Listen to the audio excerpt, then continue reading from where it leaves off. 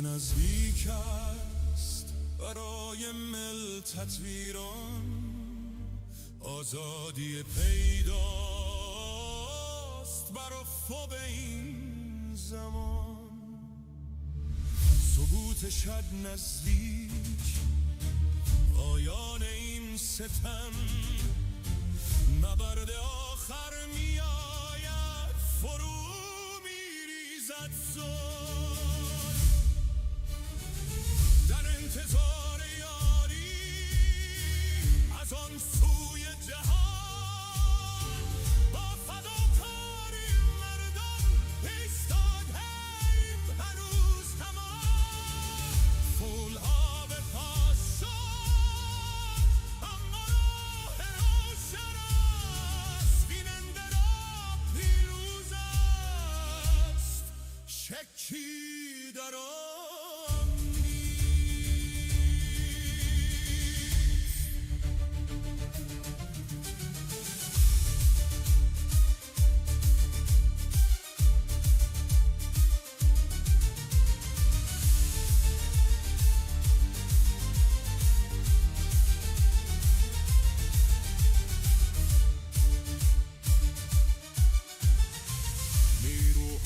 تاریکی یکی کی میزند، عدالت میرسد، فریادها میخیزند. مرگ بر دیکتاتور در کوچه ها صداست، نام خلیلی میسوزد این صدای ما. در انتظار بازگشت شاه سرزمین، فریاد جاوید شاه بیچینه در زمین. رضا پهلوی بازم میگردد به خانه، آینده ایران دوباره میشود جوانه.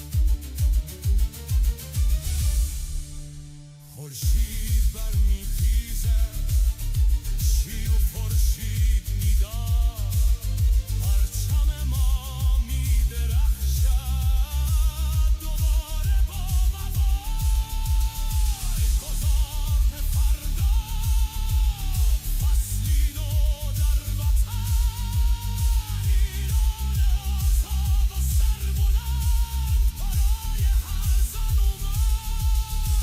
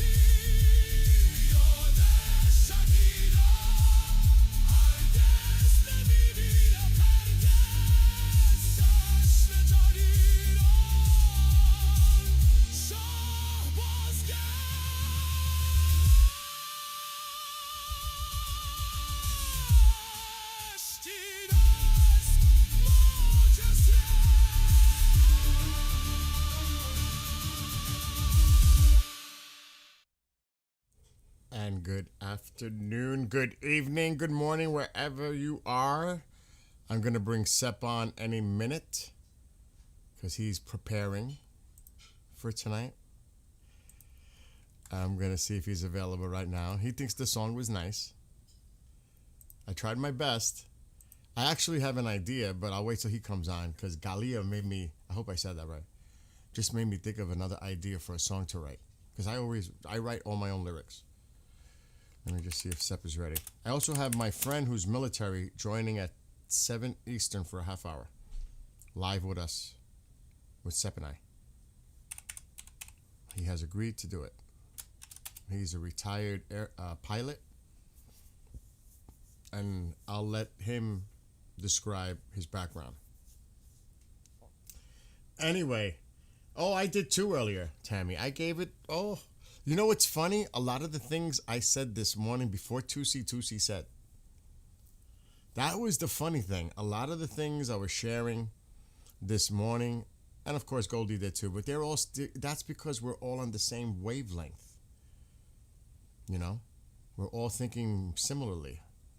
I don't want to say identically, but yeah. A lot of the things that we were talking about, they were talking about. But interesting, today there was a hearing. I'm waiting for him to message me. He's messaging me now, Sep. When Marco Rubio was at a hearing discussing, really, I think the focus was supposed to be Venezuela, but they asked him also about Iran. And he said what I was saying last night. I think, oh God, no. I'm waiting for him. He's trying to get Discord ready, but still vulnerable. He doesn't want nobody to get tracked. He's ready. Let me bring him on first. Then I'll get into it more. But, Galia, if that's how I pronounce your name right, I'm going to write my next song about Israel and Iran, the people coming together and having peace and the history of it. You gave me a great idea, but I'm going to have to translate it in both languages. So I'm going to need help with that. But you gave me a great idea. I'm going to work on it tonight. And hello to Lynn and Kings Lynn UK. And what's up, Nabi? And everybody. Mohammed, Uncle Tank, Tammy, Axonometry. Let me get him on. Otherwise, he's going to yell at me. Nah, he would never do that. He'll just try to... I'm not even going to mess with it. It's too early for brains and tongue. I'm calling you, dude. He's saying call him whenever. I'm calling you now. Oh my gosh. He must be watching. And what's up, Dissolve Google? Oh my God, why am I hearing it? Oh, that would help. All right, I know you can't hear me. You probably can't. This happens every time with this. Okay, I should be able to hear you. Now you should be able to hear me. Now I can hear you. Yeah. What's up, man? How you doing? How's everything with you?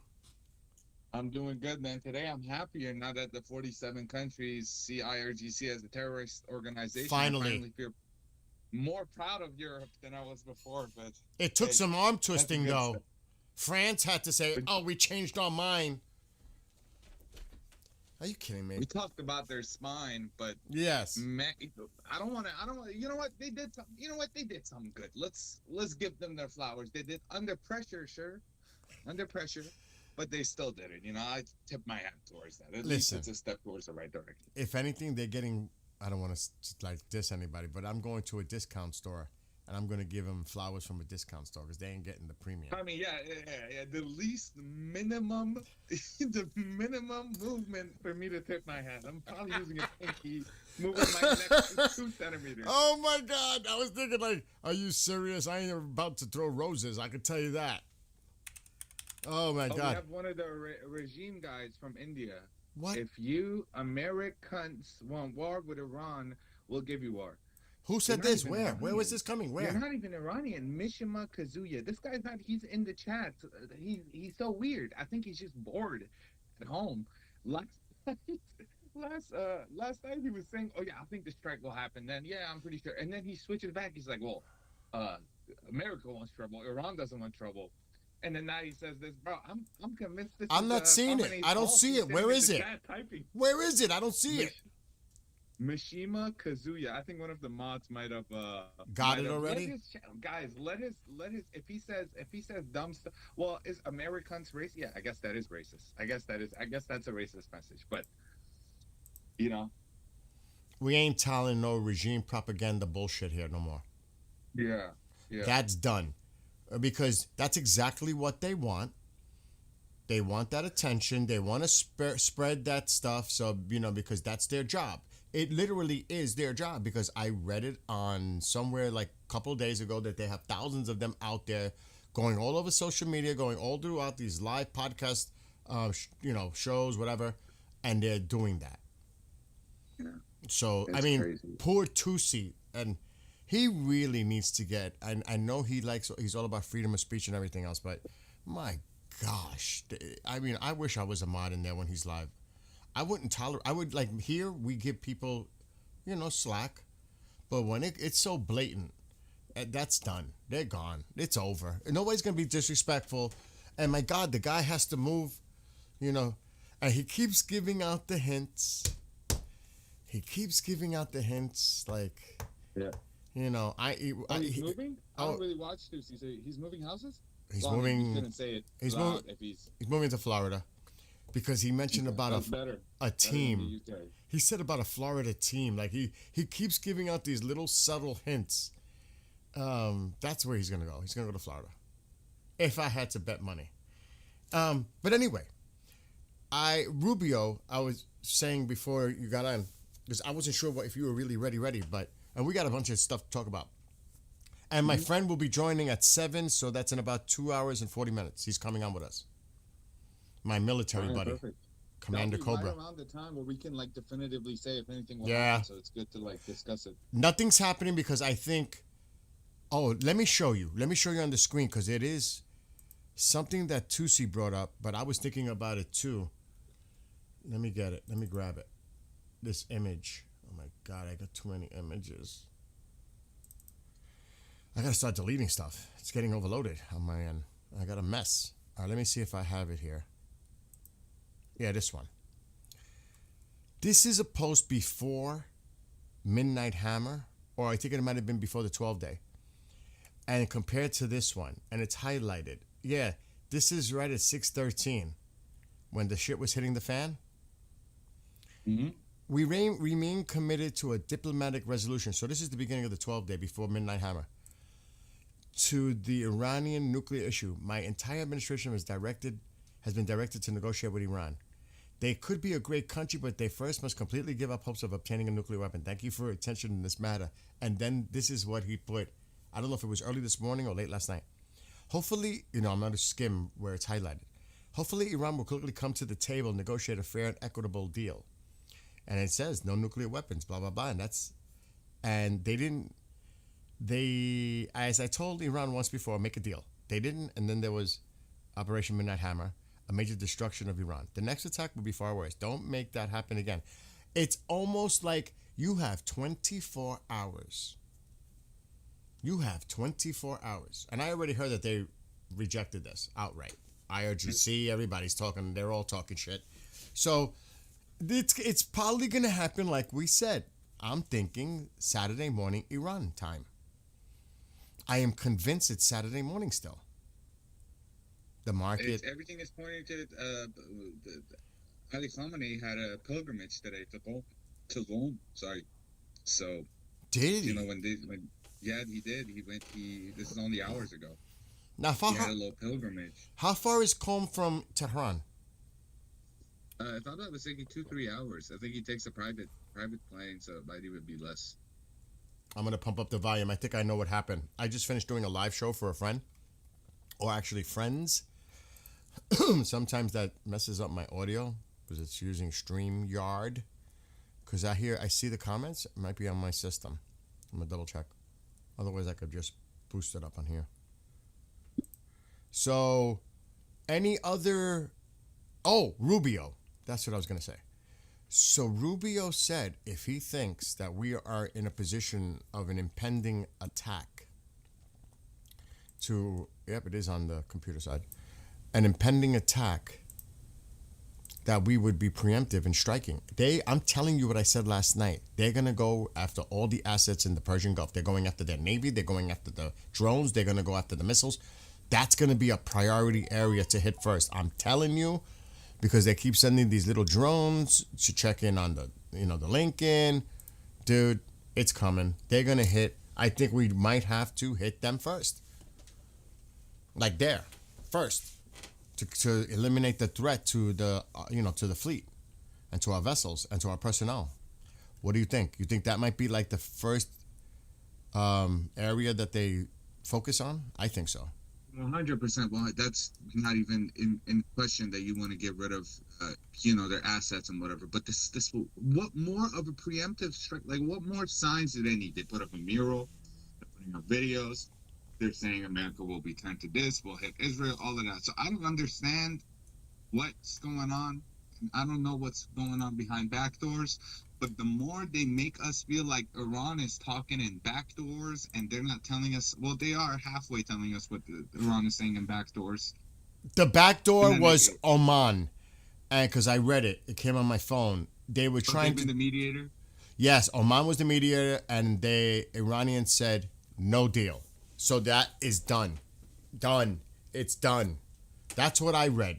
Now, I don't know if that's true. We have to, like I always say, grain of salt. But that's what I read that came through. So I think it's now just a matter literally of time. I do.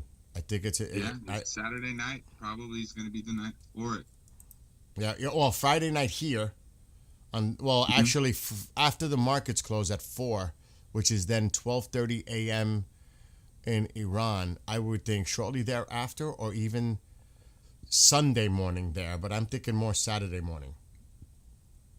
So Iran. Officially, this 24 hours you're talking about, you must have had your news from some good places because it's officially coming out that they denied it right now. So I don't know where you got your but damn, man. Damn, holy. Are you serious? They said no, but it's just coming out like 4 or 5 minutes ago. That's just coming out. So it's crazy. Also, the real went up to 1.62 million. So the economy is. Wow. I feel so sorry. I feel so sorry for the people inside there. It's cooked. The economy is. Oh my God. Yeah. That is horrible. I don't even know how you could recover from that. I genuinely don't know. Yeah, would they need to have a new currency, Bill? Do you think that's going to be something? I would love to see the old currency come back. The old currency look cool. I would think I think they might bring it back because, why would they have any remnants, anything of the current situation? Yeah, because that no person's face. Heck no. I'm trying not to curse this stream. Ali Khamenei's face is on. Absolutely not. That would be burned in piles. Yeah. That would definitely have to be the currency of the past. Mm-hmm. And again, we can go into the specifics about the investment that's going to occur in Iran. I mean, my gosh. I mean, Tusi, I'm going to have my pub. There's so many, and that's, of course, he's Iranian, but you can imagine, and you know this because you're probably part of this little thing I'm going to mention. There are a lot of people outside of Iran that are Iranians that would love to reinvest in their country. 100%. 100%. And that just goes to say with Iranians, think about global, international investment. It's going to be, the tourism alone. I remember a movie, it was a James Bond movie. Oh, believe it or not, I don't know why I'm making this kind of crazy connection, but I am. I think it was The Spy Who Loved Me. And during the movie, they have the pyramids in the background, and they're giving a presentation with a huge crowd, about the history of Egypt and the pyramids. And I'm saying, can you imagine the tourism alone in all the ancient sites, just the ancient sites in Iran? Crazy. You're going to have tourism going crazy because I'm one of them. I'm one of them. I want to check them all out. Like that castle you showed me. Where is that castle? Alamut Yeah, where is that? or Persepolis. There's The a one with the bunch. stairs. Yeah, One with the bunch. stairs. Okay, yeah, Persepolis, Alamut. Then you have these houses that have been built into a stone that are like 3,000 BCE, and people still Wow. live there. People still live Wow. in those same houses that were built 3,000 BCE. It's crazy, man. And that's wild to think of all the earthquakes over that time period, because Iran does. Mhm. You know, to think that it lasted all that time. But where was that one with the big steps that you told me about? With the big stuff, I think you're talking about Alamut. That's where I'm originally from. Is that near Tehran, That's, north of Tehran? It's northern Tehran. Yeah. Oh, dude, we got to go there. That place looks just unbelievable. That looks amazing. That whole part of Iran is just green and beautiful, man. Next to the Caspian, close to the Caspian Sea, not really right next to it, but close to the Caspian Sea. That place is all green. One thing that's really interesting, Iran has had recorded the hottest temperatures on Earth and the coldest. So you got all 7 seasons, everything. You get to see everything. This dude, by the way, the super galaxy just landed. I think it's just, yep, it did. In Qatar. Yeah. This is a big deal. When you see these super galaxies, What do we know about the super galaxy? What is it? it's what not. is it? It's about what's on it. Mhm. The Thods. This is big. This is bringing in the big equipment, defensive countermeasures. This is, yeah. When you see the super galaxies, they're bringing in some heavy payload stuff. So it just came. It just got there. This thing has been going for quite some time. Now, I don't know how far we could see. It's been traveling. It's been traveling across. So it's pretty interesting to see. It finally arrived at Qatar just now. This is a big deal. The drone landed a while ago. I'm surprised we're not seeing anything else, which kind of surprised me in itself. But yeah, this is a big boy. It just came in from Ramstein, from Germany. Mhm. But it's been traveling. It's been coming from here. So yeah, Rubio said it today at the hearing. He kind of alluded to it. If we think that they're about, let me show you a video. Let me show you this video. Mhm.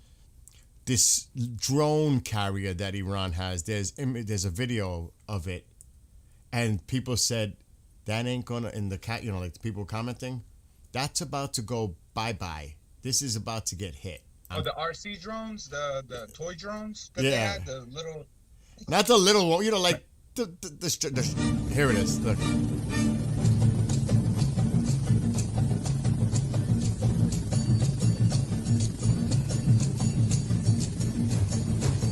They're getting hit so quick. You can kiss those goodbye. They're going bye-bye. They're going bye-bye. Yeah, bye for real. For real. I mean, give me a break. And these do shoot cruise missiles off the sides. I saw videos of that. This is about to get wiped. Well, They could just have kiss to wait that and shit see. goodbye. I mean, I don't know what else of a preemptive strike they want to see. I mean, they're getting ready to hit as well. Yeah. I mean, we're not going to allow any, that's why you have the drone up there, because it's the surveillance part. If we have any indication, they're going to get wiped out. They won't even have a chance. We're going to hit them so hard. I'm telling you. Because they're trying to play cute. We know what they're trying to do. With their little drones, trying to observe what the Lincoln's doing. We're not going to, there's a red line. And if we see that red line is even crossed over, we're going in and taking all that shit out in the Persian Gulf. I'm telling you, we're going to wipe it. It's going to be on fire. It's interesting to keep in mind. Pizza radar is there was a spike an hour ago. Let me check if still Let me check too. okay. Let me check it too. I'm going to check it. Dokkan 4. It's quiet. It's quiet. It went down. Yeah, it went down. Well, there's one of them that has 150% spike, but that doesn't mean anything. They Yeah. all need to I see it. I'll put it on the screen. Dude, like I said, tonight is not the night. Mhm. Now, my friend, and we'll ask him when he comes on. He says Thursday nights are open, is a possibility too, and I'll let him explain why. But yeah, it's quiet. It's quiet. But that, that's just one of the things people look at. It's just interesting to put that up on the screen. But again, I don't think it's happening tonight, and it may not happen tomorrow night. I think it's Friday. I'm telling you. I'm thinking it's Friday. Do you think there's any scenario where this might turn into weeks from now on? I've heard that. And I will ask him when he comes on. He said by Groundhog Day. Groundhog Day's quite some time away. Alexa, when is Groundhog Day? Groundhog Day is coming up on Monday, February 2nd. Oh, bullshit. That's coming up in a couple of days. He said he told me by Groundhog Day. So that's this weekend. And we're going to have him on. People every night sleepless, looking at the sky, hoping to hear something, man. I can only imagine what they're going through in Iran. I can't even imagine, actually. When do you think you will strike? Love from Manchester, and love back to all of you in the UK. I would think by the weekend. I think the president, you just saw the similar posts before, excuse me, before the Midnight Hammer and what he posted, what was it, this morning? Or late last night? It's so similar. And right afterwards, not even 24 hour, well, actually for our operation, because that was the beginning of the 12-day, it was like, what? Like a week, a little over a week when Midnight Hammer occurred. Mm-hmm. So could this possibly go further? I don't know. But let me see if I could find that. Do you have the link about the negotiations being cut? Yeah. All right. Did you put it in chat? A few minutes ago, Iran International reported on it, and then a few minutes prior to that, Open Source. I'll give you the Iran International one. Okay. Wow. So I was right when I was reading what I read. Interesting. So it was accurate, and it came from Israel. That's where it came from one of the people I follow. They get their news really accurate. And you know what? After what happened after October 7th, and building up to the point with Iran, they told their media, do not put out any information that could be a security risk to our people. So they're very careful on what they put out there to protect the people of Israel. So, it's not like here in the United States where they just love to leak information. You know what I mean? Mm-hmm. Over there, they're very disciplined. Also one thing to keep in mind is, as much as we know a strike from the U.S. will be inevitable, the preemptive strike from Iran is the one that could throw a wrench in the whole thing. Yes. It could just happen at any time. But that's why I'm not saying that it will happen tonight, but again, we're hearing more and more about this preemptive strike, and I think the quiet part is not being said out loud, which is the dirty bomb. And I feel like that's the reason we're seeing everything thrown at the region. This is the buddy that told me about the dirty bomb three weeks ago. I will ask him. He's going to be on with us for about a half hour. He said I could give you 30 minutes because he's working right now somewhere. And he said give him a shout out at 7, so that's about 2.5 hours from now. So we could ask him that question. I do not think it's going to start tonight. But we have, like Sepp just mentioned, you never know if they might do a preemptive thinking something is about to go down. It's so, this is so tense. I mean, anything. This is like really ready to ignite. I hate figuratively speaking, and maybe literally, ignite. They said it's going to be a decisive week. We knew that this was going to be a decisive week, and it's showing to be a decisive week the more and more we've gone into it. I think I'm getting some U.S. terms That's what they're writing. Some. Well, I don't think even some is a no deal. Senior Iranian official says Tehran has rejected some U.S. terms, refusing to compromise on uranium enrichment. That's done. That's nuclear. That the president sees that for civilian use, because the United States said you got to go down to zero. Yeah, also, since I'm hearing a lot of people make a good point, since when is this about nuclear? I mean, I don't understand. This has to be. That doesn't make sense. They blew up everything. I said that. I said that this nuclear? morning, bro. I was saying the same thing. I was a little confused about that. But then again, that was part of the offer that was made.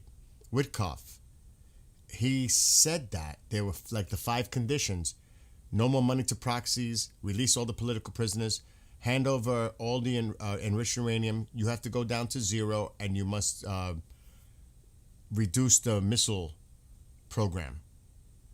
Those were the main ones. So just not agreeing to one. It's not necessarily, it's moving forward too. You know what I mean? It's not just like the condition now. It's moving forward. They're not going to agree to any of that. They're not. They might as well just surrender. Might as well just surrender. You're giving up everything. I think the terms by the U.S. were a little bit more harsher than that. Hand yourselves in, pass over the country to someone who can actually run it. And I feel like that's not being said out loud because the U.S. doesn't know who to support in that. They haven't decided yet. We have Lindsey Graham supporting this. Trump, I wonder why Trump is not like fully coming in and being like, I stand with Reza. I'm pretty sure we're going to see it soon, later. He said he's a nice guy, but he just needs to come out and say it, man. The people need a leader. The people need someone for this transitional period. I don't know what they're doing with this, but I feel like they're trying to hand off the country to him or some sort of other power for this transitional period. And I feel like they said no. Well, I'll tell you one thing. Like even Rubio said, we'll address that situation when we get to it. But we all know they're working with Reza Pahlavi. You know that they're 100%. working.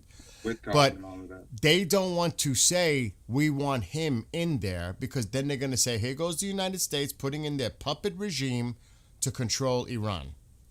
Yeah, that is also, that's true. They'll probably get that same, You know what I mean? That's what, because that's what they're going to say. A lot of people are going to say, oh, the United States put in who they wanted in charge, like all this stuff. So they're trying to avoid that. But it's inevitable because, people are going to say it anyway. In talks with Iran, the U.S. has set 3 demands. Well, I heard it was 5, but a permanent end to uranium enrichment, limits on ballistic missiles, and complete halt of support proxies. We just said that. They're not agreeing to. Hezbollah and Iraq is like, we are ready. We're ready to fight. We're ready to attack the bases. You showed the photo with them planning, remember? Mm-hmm. Yeah. And do you think that Iran is just going to pull the rug out from underneath them? Hell no. It would cause a revolt by them. They turned on us. That's, you know what I mean? So I don't see this happening. Turkey turned on them too. Want to talk about the 6 spies they arrested today? Did you hear about that? They said that there was a plot by Iran to attack a base in Turkey. There was a plot. See the spies, man? They don't look like spies, man. They look like farmers and. Oh my God. They do not look like spies, man. But I guess that's the whole point. Well, of the spies. dude, They right not now look like- in the United States, you don't really know who the hell is who walking around amongst you. Oh yeah. I mean, if you really want to think about it, they're blended in. It's like the Cold War with the Russians. They're blended in. So it can be anyone. And they can look like anyone. So, you know what I mean? It could be somebody you least suspect. And it's your friendly neighbor, and it's happened here. They've gone into houses and found like arsenals and like, it's, it happens. You just never know. Just never know. Never know. So, anything else that you noticed that going on in the airwaves on social media or anything? Airwaves, nothing, man, nothing. I mean, it looks busy. We can say it looks busy. It always looks like this around this time. It does. Quite literally, exactly. Yeah. And so it's there is. I don't think there's much. There's nothing. happening tonight. I put a very, very, very, very low probability tonight, especially with all the chatter that's going back and forth. Like they're trying to see if Iran is willing to make a last minute negotiated, deal. That's not happening. Hmm. It's not happening. Yeah, I don't think so. They're gonna. So if you see that super galaxy that came in, they're still setting up. They're not done. So they're not gonna rush into this. They want to be ready. So it's gonna take. Isn't that gonna take at least days to like fully set up? Well, it's Wednesday, Thursday, Friday, Saturday. I mean, a few days, yeah. The timing just might fall right in place. It may not happen this weekend. It might happen next weekend. We keep saying that. It sounds like a broken record. I know, man. I know, but what can we say? People genuinely want to know, and every time they ask that question, they do kind of need that reassurance that it's gonna happen sooner or later. I mean, who do they have besides the outside voice, besides the outside media? They see all this propaganda within their country, and also from what do you call them? I gotta find a new name for BBC, man. That's Oh, God. Yeah, I saw that on Goldie that they were showing that leaked video of the Khomeini compound.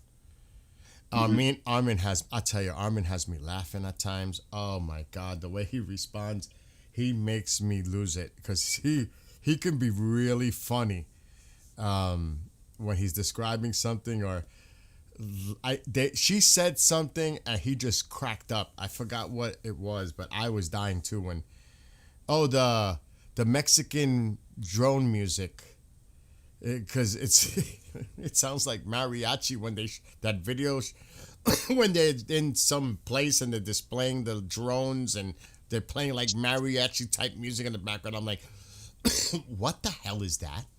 So that's like the big joke now, and he just lost it when she said that, and I was dying because it's true. That video is so ridiculous. It looks like the video was made in the 70s.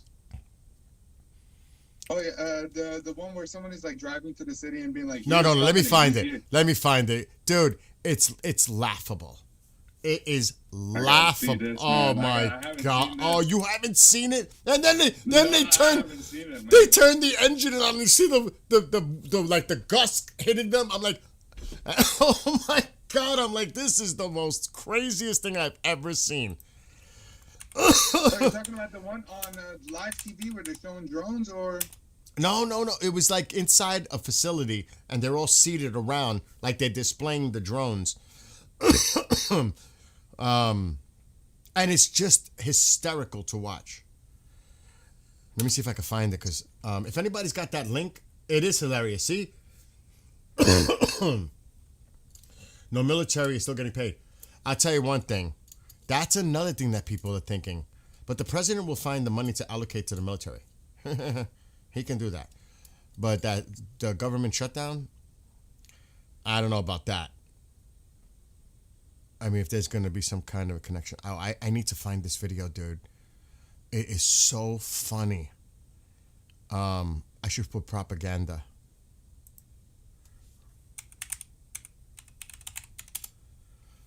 It is so funny. I mean, I was laughing when I was watching because one of them showed it. I think it was Goldie that was showing that video. If anybody can find that video, please post. Here, is that it? This is it. I found it. I got Let me it. see. There's gonna be a delay. Hey, maybe you can What? share your screen with me on here, so there's no delay, so I can instantly see it. That's a good idea. Let me do that first. Yeah. That's a great idea. My computer can handle it. I built this thing like a monster. All right, share. That's a good idea. Okay, I need to do the monitor. Not that one. I have 4 monitors, so sometimes it's like figure out which one I'm sharing. You should now see Flight Radar. Yeah, I do see Flight Radar. Yeah. Okay, good. I'm gonna download the video because I don't want to have to really like share it. I can download it, so I'm gonna do that. How's mom? All good, man. Well, as best as she could be, but good. People, I tell you, everybody enjoyed when she was on talking. Yeah, man, she's good. She's been doing this journalism thing since I was she's been active. She's been active Well, and trying to help the Iranian Yeah. people. All right, hold on. I got to get this off. This is the software that I use. Shh. And it works every time to grab stuff. It's not that easy these days. You got to have the right software. They go through I don't give everything up. to stop you from hitting it. Dude, I don't give up my trade secrets. I don't give them out. I just don't. All right, here we go. I got it already. All right, hold stem. I'm going to leave this up. I'm still seeing flight radar. I know. I'm going to play it in a second. Okay. All right, hold on. I got to get it now in the folder. Wherever the folder pops up. Oh, man. Wait till you see this. And the music. Just think the music. And we could find that video, too, with the compound. But first things first. Let's play this. Dude, it's beyond. It's like something out of Austin Powers movie. Like Spy Who Shagged Me or something. I mean, this is like some really crazy... It's laughable. All right, hold on. Oh, yeah. You seen this? Yeah, that's what I was talking about. The one on national TV where they bring a guy with masked up. Says, Yeah, and he's wearing a mask and he's wearing glasses, like concealing. He's right there. He's right here, this guy.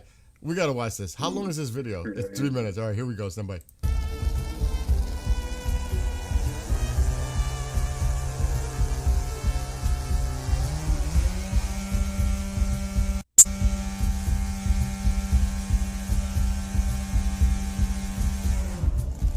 ماشاءالله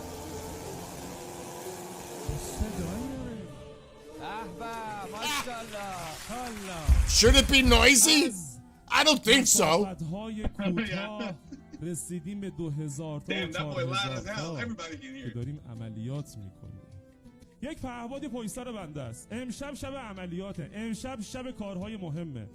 شاهد 129 همون شاهد معروفی که 16 متر وینگسپن داره. همون شاهد معروفی که میتونه 4 تا بمب هوشمند رو هم بکنه. حاج قاسم سلیمانی میگفت من بدون شاهد 129 عملیات نمیکنم. من در مورد همین پرنده دارم صحبت. آقا تصاویر دوربین شاهد 139 ها. بله. این تصاویری که داریم میبینیم تصاویر شاهد 129. این پهپاد شاهد 129 24 ساعت مداومت پروازی داره. یعنی چی؟ ساعتاتون رو نگاه بکنین. یعنی اگر الان تیک آف بکنه فردا دقیقاً همین تایم میتونه لندینگ رو انجام بده. ماشاءالله ماشاءالله.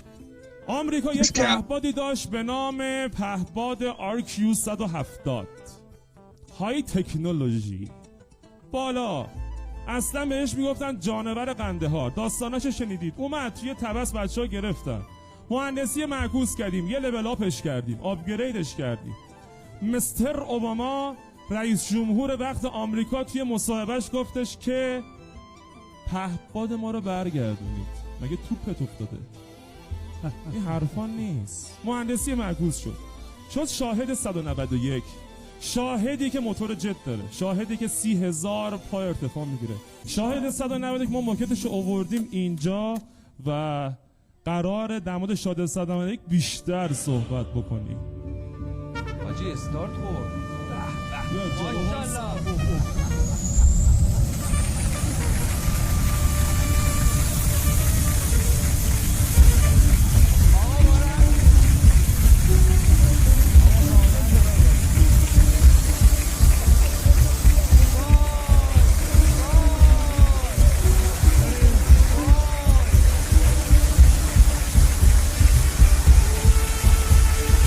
Why are they hugging? It looks like a game show. Like some twisted game show. I don't know why they always say homoerotic, man. I don't understand it, but hey, man. It looks like a twisted game show, gong show. And you know what's crazy, bro? Come stand behind this drone real quick. You know what's What crazy, is bro? that supposed to show any? And you know what? I guarantee the guts of that has nothing to do with what it was originally designed inside by us. They put their own shit and used the shell design There's no way you standing near that like that. Give me a break. It's laughable. It is laughable. That is like, I was like, what the?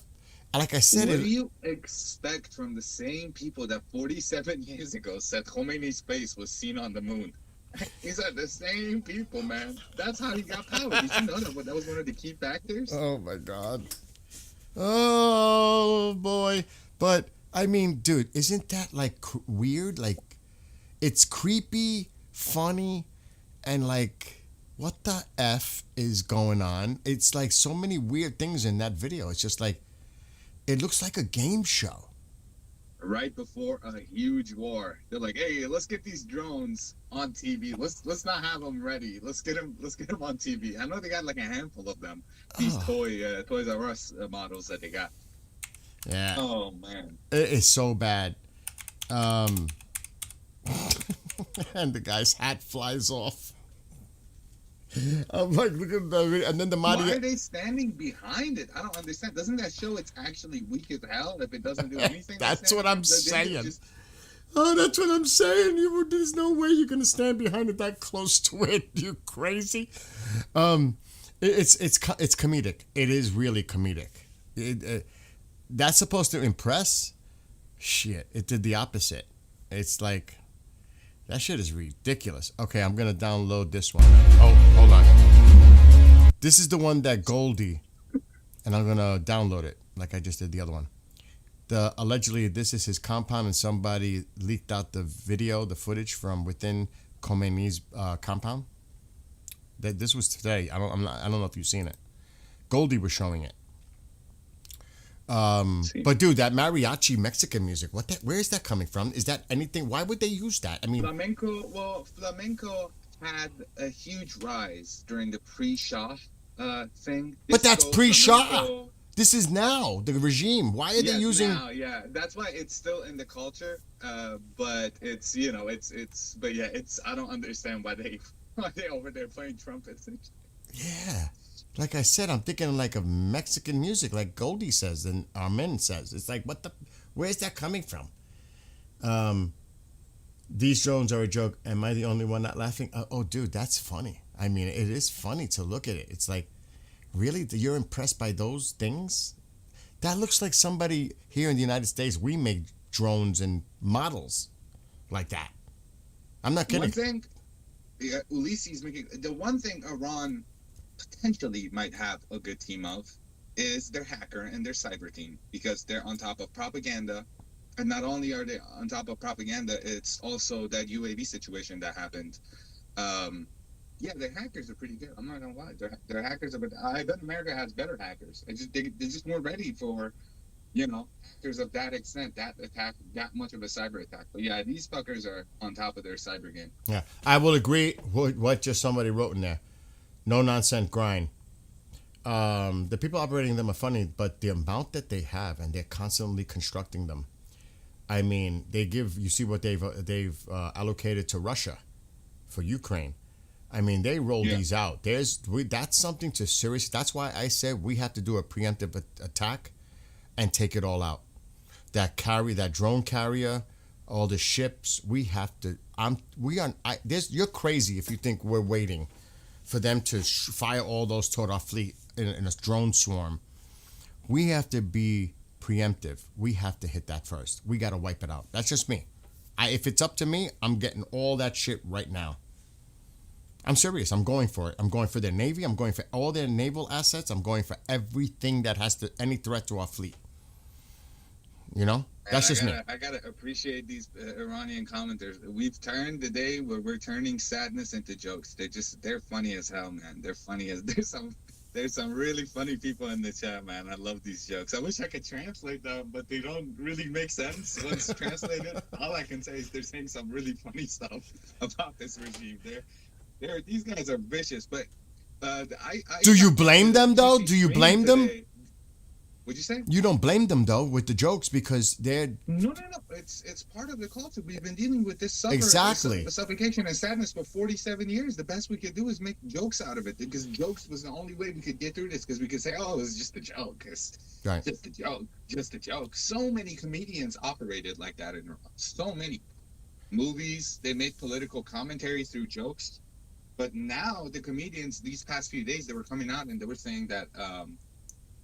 The economy is not to a state where we can make movies about and have make jokes about it. 10 years ago, yeah, it was possible, but now it's just so sad that like we can't make economic jokes anymore in our movies. So you saw like a huge decline of comedy movies in Iran, also because of control, because a lot of them were criticizing the regime through it. Yeah. Somebody asked if there's anything tonight. I highly doubt it unless something triggers. You never know. Like I've been saying, a miscalculation, somebody misreads something, and this is, like I said, this is super fragile. This is extremely tense right now. The slightest thing could set this shit off. Really, it's that close. Man. This chat is killing me. I gotta mute. I see them coming. They're saying some really dark humor, funny stuff. Ali's at it. I can't translate what Ali is saying. Ali دارم خط نمی‌بینم خیلی جدی داشت. And John says, and the radar and communications would need to be ahead at the same time as drone sites. Yeah, everything has to happen. It has to be. That it's a lot. That's what I'm saying. Do you wait for all those to be in the air, heading toward our fleet or bases, or do you take it out first and then clean up after whatever they respond with? I go with the latter. I'm not waiting for them to make the first shot toward us. I'm gonna wipe that out. That's just me. Yeah, we're with you. We say Saturday. We've been on that. We've been on that for over a week. We've been saying Saturday the 31st. Since last week. Bill, let me say something. I think it's really weird that Khamenei is moving around like this freely without being striked instantly. They know where he is. 100% they know exactly But where he is. that is a stupid thing on their part. Even the IRGCs, I think it was on Tusi, they're moving underground. The commanders. So, it looks like they're getting ready to hunker down. So it kind of indicates that they think something may be coming soon. So, but yeah, to expose yourself moving around, is that the smartest thing? Then again, there's always doubles. Right? I'm sure there's a few doubles running around. I can't imagine a double looking like him. I just can't imagine finding somebody that looks like him. But, yeah, I don't know. I don't know, dude. I think that's stupid, but who knows? Oh, let me show you now, because I don't know if you've seen it. Let me show you the video that Goldie and Armin were talking about, this leaked video of Khomeini's compound. It's about 3 minutes long. Let's hit that and show everybody. Like a little hobbit hole with a big mouth. No, actually, it was different than what I was picturing in my mind too. When I seen it, I was like, "Oh, interesting." Where'd it go? Hold on. Let me grab it. I mean, this is what happens. Do we have any economy specialists in the chat that might speak about why this gold price is going up crazy? If anybody specializes in economy, please let us know. I'd love to know. Okay, here we go. Splinter from Ninja Turtle. Oh my God!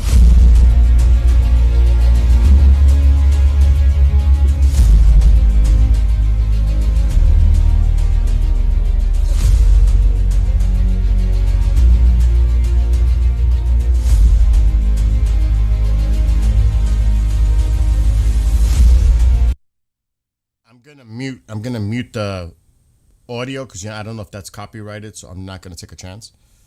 But you can see it, right? Mm-hmm. So allegedly, this is from within his compound. So whoever was able to do this had free access. I mean, really, look at it. He's filming. He's got. دوستان عزیز این کجاست میدونین این پایین شهر بالا شهر من تهران اونقدر نمیشناسم. بیشتر سمت ولیعصر رو نمیدونم اگه اشتباه میکنم، بیشتر شبیه پایین شهر میزنه یه جوری. I'm asking them if they know where this is in Iran. Oh, that's interesting.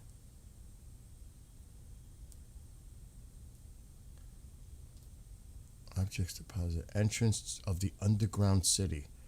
Under construction for 12 years. Yeah, they can live below us for sure. Is this like this Keep looks them like the locked. same video being repeated? It's the same Beit clip. Rahbari. Oh, it's literally called Beit Rahbari, Markaz al-Shahr. Interesting. Oh, so they know of this location? Well, it's In chat? the location is called Beit Rahbari, which means the house of the leader, or the leader's bait, like bait. What is that? Location or house? Mhm. Haven. Haven? Of the leader. Haven of the leader. Yeah, that's it. Close to the shot. Oh, you can see the armed presence.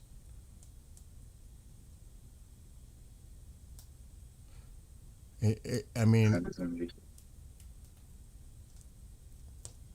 visitors' cars.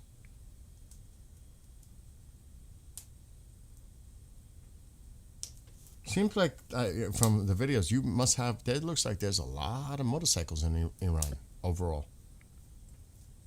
Gas, easier. It looks like a lot of people use motorcycles there. Am I reading into that too much, or it looks like? No, a lot of people just use motorcycles in Iran as a Yeah. whole. That's what I'm They're saying. just cheap. Yeah. Who was that? Whose house was that? Is that a family member? Hold on. I want to pause that. Murtaba Khomeini's house is at the end of this alley, but the entrance is not here. West entrance. Okay. Who is that? Murtaba Khomeini's house. Who is that? Mujtaba Khomeini, basically, it's the Khomeini's son. Oh, okay. Okay, so that's the end of the video. So that's what came out, and that's what Goldie was talking about earlier today. About that video being put out there. There's still a lot going on in the chat for Persian translation if you want to. Yeah, I'm reading. Yeah, they're just insulting. If they have any questions, I'll definitely answer. They're still going with the dark humor? No. It's just insults, more so about where he lives and laughing. Oh my gosh. So yeah, other than that, I mean, I'm going to look, and you can look too, if there's any more recent comments coming out. I'm going to check now. What did you think about I have 4 versions of that Persian song. What did you think of it? The one? The one that you did you send me one, or did you Yeah, I play did. the one before the stream? Was that the one while the stream was going on? Mm-hmm, same one. Yeah, I like that one. Okay. I like that one. And the one that you did, what is that about? The one you wrote?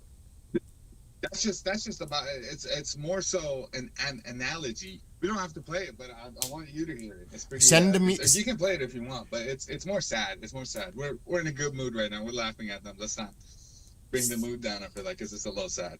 Send me the MP3 for that. I'll definitely send it to you. To the people of Iran, President Trump is a man of his word. I think I played this.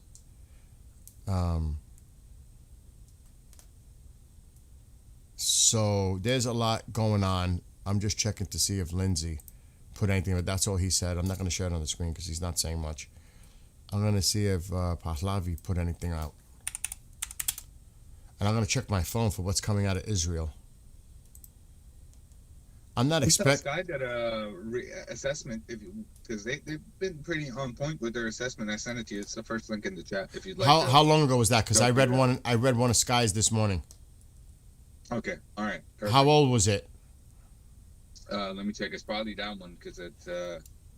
Oh no, one just came out 20 minutes or so. Okay. We got a brand new one. Is that the last link that you posted in chat? No, I'm sending that to you. All right, good. This one came out while we were live. Okay. Okay, he's just putting out part of the plan. We've seen the plan. That's all he's saying. The plan prioritizes public order and essential services, dismantles repressive structures, and lays the foundation for a stable, prosperous, democratic future.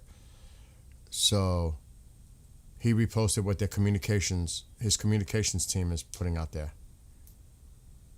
So nothing really new on that end. Let me see if Netanyahu put anything out. Dude, they're so quiet. It's like you just feel like something's coming. You know what I mean? Mm-hmm.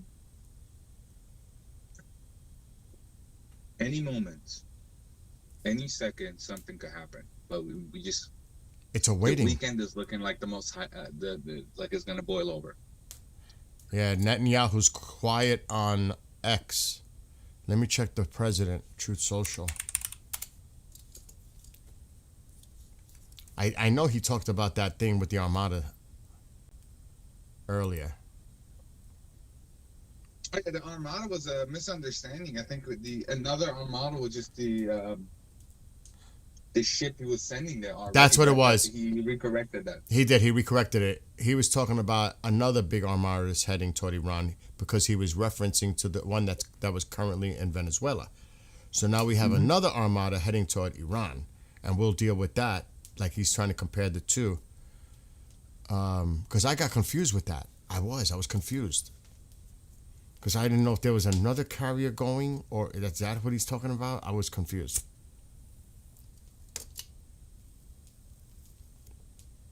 Nothing new since this morning.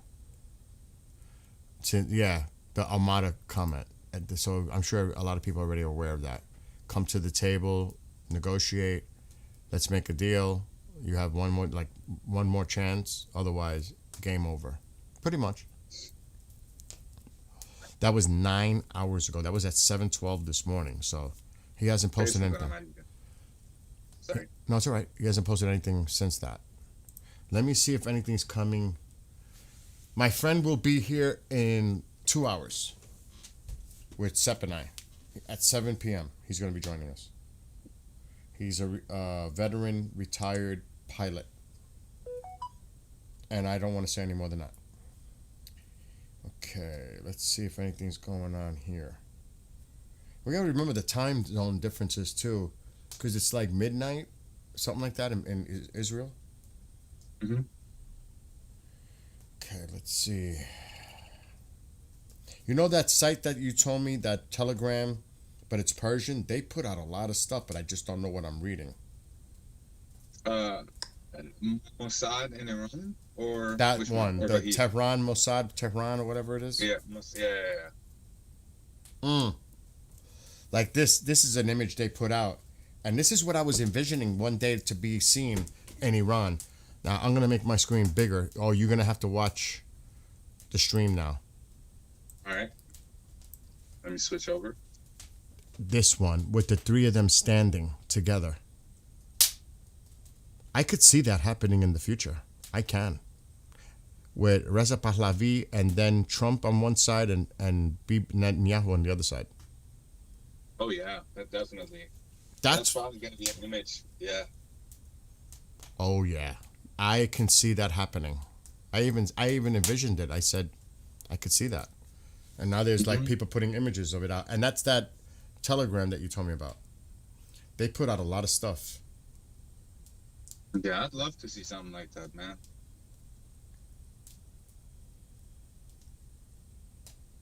Okay, so I'm checking. The other side is very active right now. I'm going to read what they're putting out. I can't imagine what they're talking about now. I'll tell you privately where it comes from on Telegram. All right. Because I'm not going to. So, wow, they put out a lot of stuff. Okay. But they get a lot of their information, and this was at 11:34 this morning. IRGC Navy Commander, Admiral Alireza, I'm not even going to try. The Persian Gulf belongs to Iran and its neighbors. It's time for America to get the hell out of our region or face the consequences. So that was the Navy commander, the admiral of the IRGC, saying that. Iran's foreign ministry spokesman. Pearl of the Persian Gulf, Hormuz Island, overlooking the strategic Strait of Hormuz. So far, Iran has never seriously considered closing the Strait of Hormuz, but Iranian officials seems to be hinting at the possibility. I saw the X one that you just sent me. Breaking. How long ago is this? 12:55. The Iranian foreign minister stated, "Our brave armed forces are on high alert, ready to respond immediately and forcefully to any aggression targeting our land, air, or sea. The valuable lessons learned from the 12-day war has enabled us to respond with greater strength, speed, and depth. At the same time, Iran has always welcomed a fair, equitable, and mutually beneficial nuclear agreement." There is none. You gotta just give it up. Yeah. On equal. Bill, I sent you a link, the last one that I sent. Don't say anything out loud. Just look at it and then see if you can confirm it. Okay. Because that's kind of major. I don't know if this guy is doom posting or not. Okay. An agreement, nuclear agreement on equal footing and free of coercion, threats, or intimidation that guarantees Iran's right to peaceful nuclear technology while ensuring that it does not possess nuclear weapons. I ain't trusting them at all whatsoever. Yeah, me neither. There is no place for such weapons in our security calculations. Yeah, right. And we have never sought to acquire them. Then why did you say you can build one in 24 hours if you had to? Right? Didn't they say that recently? Yeah, they did. Okay. Breaking. The European Union, this is what you mentioned, has agreed to designate the IRGC as a terrorist organization. So that's what they put out. Now I'm going to see what he put, the Israeli reporter. They're talking about Hamas.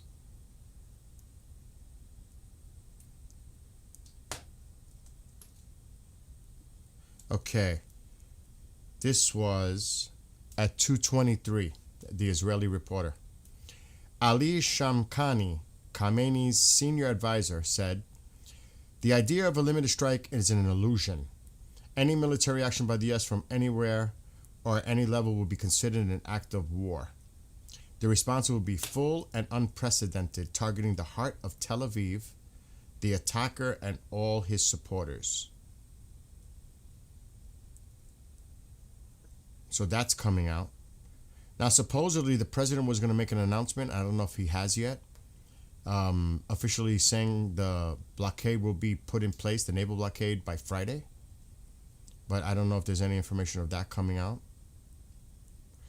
Italy, this was at 10:25 this morning. Italy has officially issued an emergency notice for its remaining citizens in Iran to leave immediately. Iran's response to President Trump's threat of an attack should no deal be reached. Here it is, quote, "Last time the U.S. blundered into wars in Afghanistan and Iraq and wasted over $7 trillion and lost more than 7,000 American lives. Iran is ready for dialogue based on mutual respect and shared interests, but if pushed, it will defend itself and respond like never before." So that was respond to what he put this morning about the Armada stuff. And then they put, Trump will give Iran a 24-hour ultimatum to give up nuclear and ballistic program. That's not happening. Dude, it's not happening. German Chancellor said this. This was posted at 10:09 this morning. The Iranian regime has its days numbered. Yeah, I did see that. That good to see him come forward and say something about it. About time they'd get a spine. Yeah. More British transport planes are arriving at Al Udeid Air Base in Qatar. So that's what's coming out from an Israeli reporter. I already read. Oh, wait a minute. Hold on.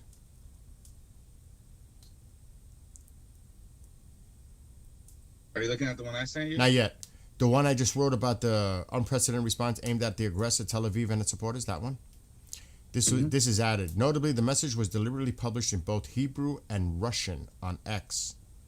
A rare and calculated move widely seen as an attempt to address Israeli and international audiences directly and intensify psychological pressure amid escalating regional tensions. So there's a lot of mind games going on. a lot. Let me see if there's anything else, and then I'm gonna check your thing.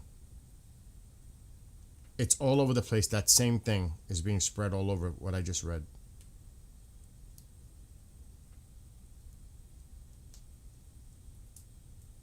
And that's it coming out of Israel area that I'm connected to. All right, now let's see what the heck you put. I am thinking, what the heck is that? I'm trying to like confirm it myself, but I don't know how. I'll see what it is. Yeah, we're not going to share anything that's... I would have to go on... When was this taken? How long ago? 424? Yeah. Hold on. We're zooming to another area, everyone. And we're going to have to go military. I want to see if I see that. It might be this one. That's a Poseidon.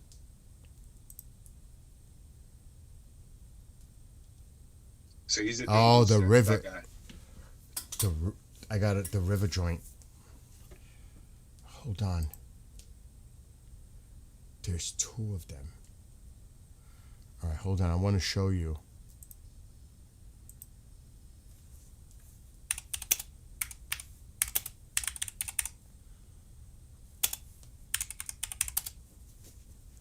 Okay, this is probably... It's a large reconnaissance plane to produce theater and national level intelligence with near real-time on-scene collection, analysis, and dissemination capabilities. That's what that is. I don't know why they're linking it to something else, but I'm not seeing that connection that you put in. You know what I'm gonna saying? block this guy so we don't. No, just... Yeah. I mean, they just might be misreading into it. You know what I mean? Maybe. Who knows? I see this stuff and I get kind of weary, you know. Like some people post that stuff, I usually just block them so they don't even come to my newsfeed.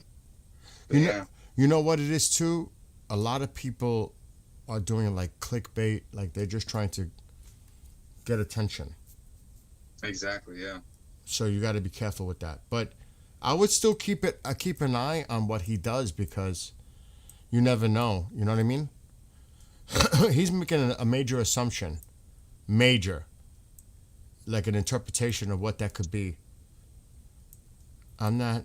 Our Iranian friends, they're asking a little bit of update, if anything. دوستان عزیز امشب هیچ فکر نکنم هیچ اتفاقی بیفته از سمت آمریکا یا اسرائیل. امکانش هست ایران شروع کنه ولی نمیدونیم. I'm seeing a little bit of There's a lot of traffic. I'm trying not to read into that, man. Every No. time I look at that border, I get weary, but they're coming. There's more coming. Dude, you see it every night. It looks like this at this time. Yeah. It's every night. You'll see the gaps. And you got to remember, there's less international aircraft, civilian, flying in the area now. It's Turkey, Qatar, UAE. It's the usual suspects that are going up and down the corridor, especially over Iran. It's certain countries, but a lot of them are not doing it anymore. They're not. They're not going to put their people at risk, the civilians at risk. Like this. This is UAE, I think. Yeah, I think it's... Oh, Turkey. It's Turkey. PGT is Turkey. Turkey. See? It's the usual suspects. Mm-hmm. Turkey. And these coming in, Turkey. Turkey. Turkey. Look at this. Turkey. UAE. These are all the ones that are coming in. It's UAE and Turkey, the majority of them. But at the same time, we have to keep an eye, because if this shit starts to clear out, something might be going on that we're just not aware of. At one of these nights, that's going to clear out. And Oh, then yeah. We're going to say, it happens all the time around this time, and boom. Yep. So that's why. And what time is it now? It's... Alexa, what time is it in Iran? It's 4:48 a.m. in Tehran, Iran. No, it's not. Are you... That's have not, you... yeah. Have you lost it? Alexa, are you going crazy? It's not 4:48 in Iran. What time is it in Iran? I'll tell you right now, it's You're right. I made a 1:49. mistake earlier. It's actually 1:49 a.m. in Tehran, Iran right now. That's Would you not. like to know the current Alexa, weather stop. in Tehran? It's almost 2 a.m. So, I guarantee if we took a poll, the majority of the people in chat would say no way tonight. I don't want to say no way, but not because there's no way you could say no way, but I think the chances. I don't think, I'm going with no, but you never know. You never know. You just don't. Because it's so fragile. Manny Tab said a rich 635 in Jordan skies. A what? No, but a rich RCH 635 in Jordan skies. Oh, yeah, that's a C-17. Guaranteed. Or Hercules. Actually, yeah, C-17. That's common. You'll see a lot of movement with those. A lot. And there, I don't know what that is. If that's Italian, who is that? Greece. No, that makes sense. They're in their neighborhood.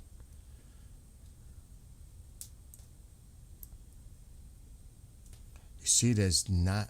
Look at the Russian. Where's that going? Casablanca.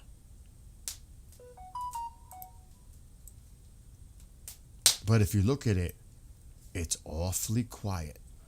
And this always shows up in Qatar. Always. It's either a Typhoon or F-15. Always. I see it. For weeks and weeks. Right there. There's two of them. Fire. Typhoon. Actually, it's an F-15. Is this a Typhoon? Oh, it's another F-15. They have two F-15s out there right now.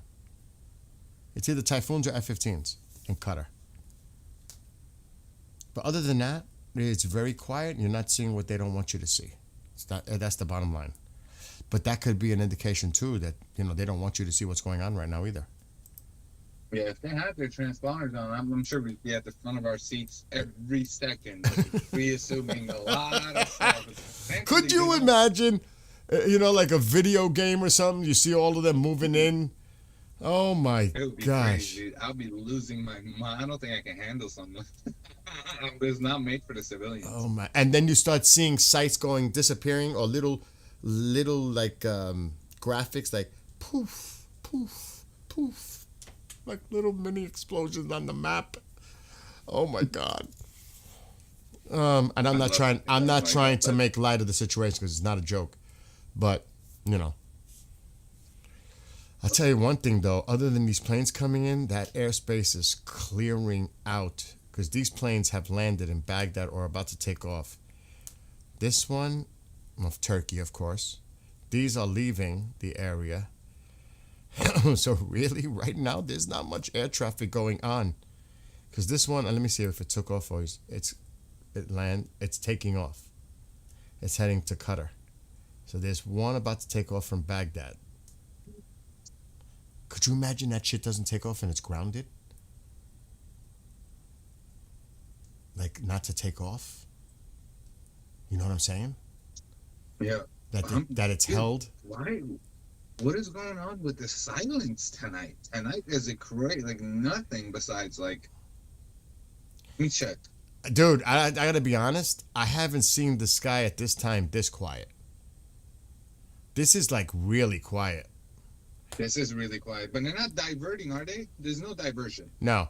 I'm looking at the planes coming from Turkey because the traffic's not really coming up from the south. It's always coming from the north at night. Usually, mostly. Sorry, I just thought of Aliens, the movie. I don't know why. Let's play back. So let's make a comparison. So we're at 22:15. Let's go to the 27th and let's go to 22. Let's see. Oh, there's much more air traffic at that time last night. And you could see them coming in. But there's not that much of a difference, you know what I mean? Mm-hmm. But you could see them coming in. But look, it's not that many at this time, see? It's similar. It's actually very similar because we're at the 12:15 mark. And we're not there yet. This is the 12:15 mark where we're at in a second. We're at 12:22. Okay, hold on. I'm gonna freeze it. Right? It does look very similar. Very similar. Mm-hmm. I'm gonna Is freeze. it that January? Yeah, last night, right? Yeah. All right, stop. So this is last night. And you have these. And you have one actually exiting. It looks almost identical. And you got the few coming in. See? It Yeah. almost looks identical. How's the weather looking tonight? Maybe we could also make an assessment off of that. Let me check. So it's very similar. Not to read nothing into this.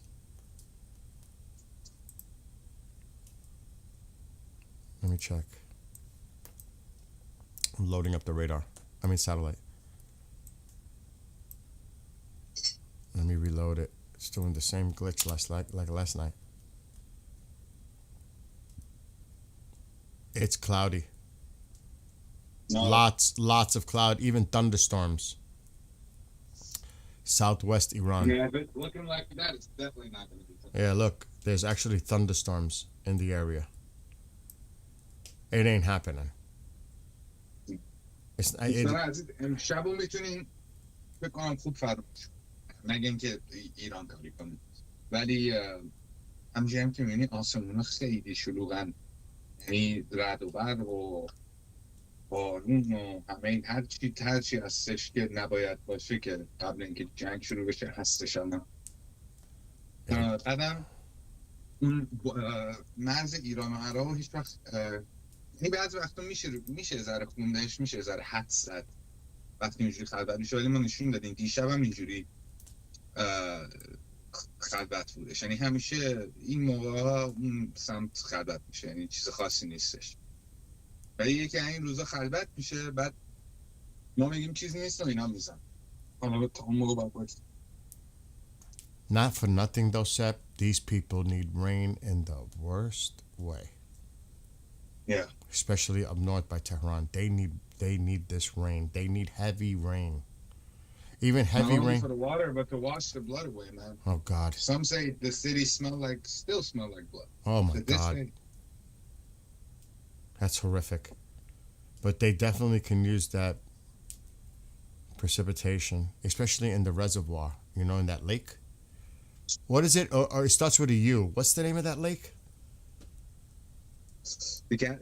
Which one? The one north of Tehran that supplies the water. It starts with a U. Caspian Sea. No, I know, but there's a lake here. It starts with a U. I can't think of the name of it. The lake. It's a lake. Man. Like they know it in chat. Guarantee it. They know it. Lake. Anybody know what this lake is? Navi would I don't know. know what lake is called in Farsi. Brain is Hold on. trying to scramble.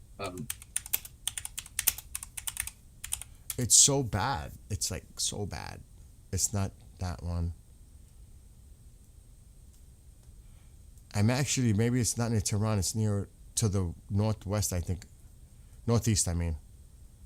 Hmm. There's a Chitgar Lake, but that's not the one I'm thinking of.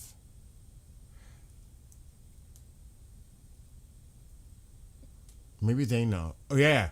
There you go. Urumia. Urumia. Oh, the Urumia Lake. Where is that?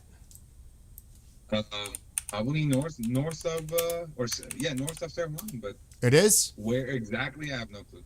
Okay, hold on. West Azerbaijan province. That's what it's saying. So that will be that like if Iran is a cat, then it's the right cat ear. Okay. Urumia is a city, but yeah, that's what I was thinking as well. Is that right? Am I thinking of that? Is that spelled right? What did he say? Urumia. Urumia, yeah. But is that right? That's got to be the lake. Yeah, that it is. looks like yeah. This is the lake that is no longer water. Horribly. Man, a whole lake drying up is crazy. It's practically completely done. There's hardly no water in that lake. Urumia. I'm trying to zoom out to put it in comparison. Wait a minute. Oh, I'm going way too far out. Is this? Oh yeah, there. It's northwest. It's not. It is northwest of Tehran.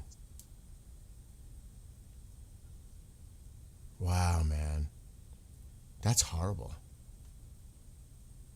That is like seriously horrible. Mm-hmm. So they I feel can for those people, man. We got to get them some kind help. of technology that helps them. Yeah. Yep, no doubt. See how they're all coming in? This is Turkey and UAE. They're all coming in. This is very similar to last night. That's what I'm saying. Don't read into this. This is Yeah. the In a same. few hours, it's gonna fill up. Yep. Fill up like crazy. Yep. ارومیه چیزی نشد. فقط داشتیم دریاچه رو نگاه می‌کردیم که میگفتش کلاً دیگه توش آب نیستش. خیلی کم آب میشه. I'm going to be honest. Where I think I should be paying attention is if you see air traffic like stopping here somewhere, I think this is going to be a powder keg. I think the ship might break out here first. Yeah, I'm thinking too. Persian Gulf is definitely going to be the first clash. That's really an area to keep an eye on, because if they clear the air traffic there, then you know something's going down. Because I think we're not going to sit by and wait for them to hit us. We may have to make the strike first. That's just my opinion. Peace through strength. The American Pentagon publishes Peace through strength. Something's coming. And we're going to call my friend in about 90 minutes. So, yeah. I think you have to pay attention to the entire region, but I am telling you, Sep, I think this is the area of concern seriously right here. Mm-hmm.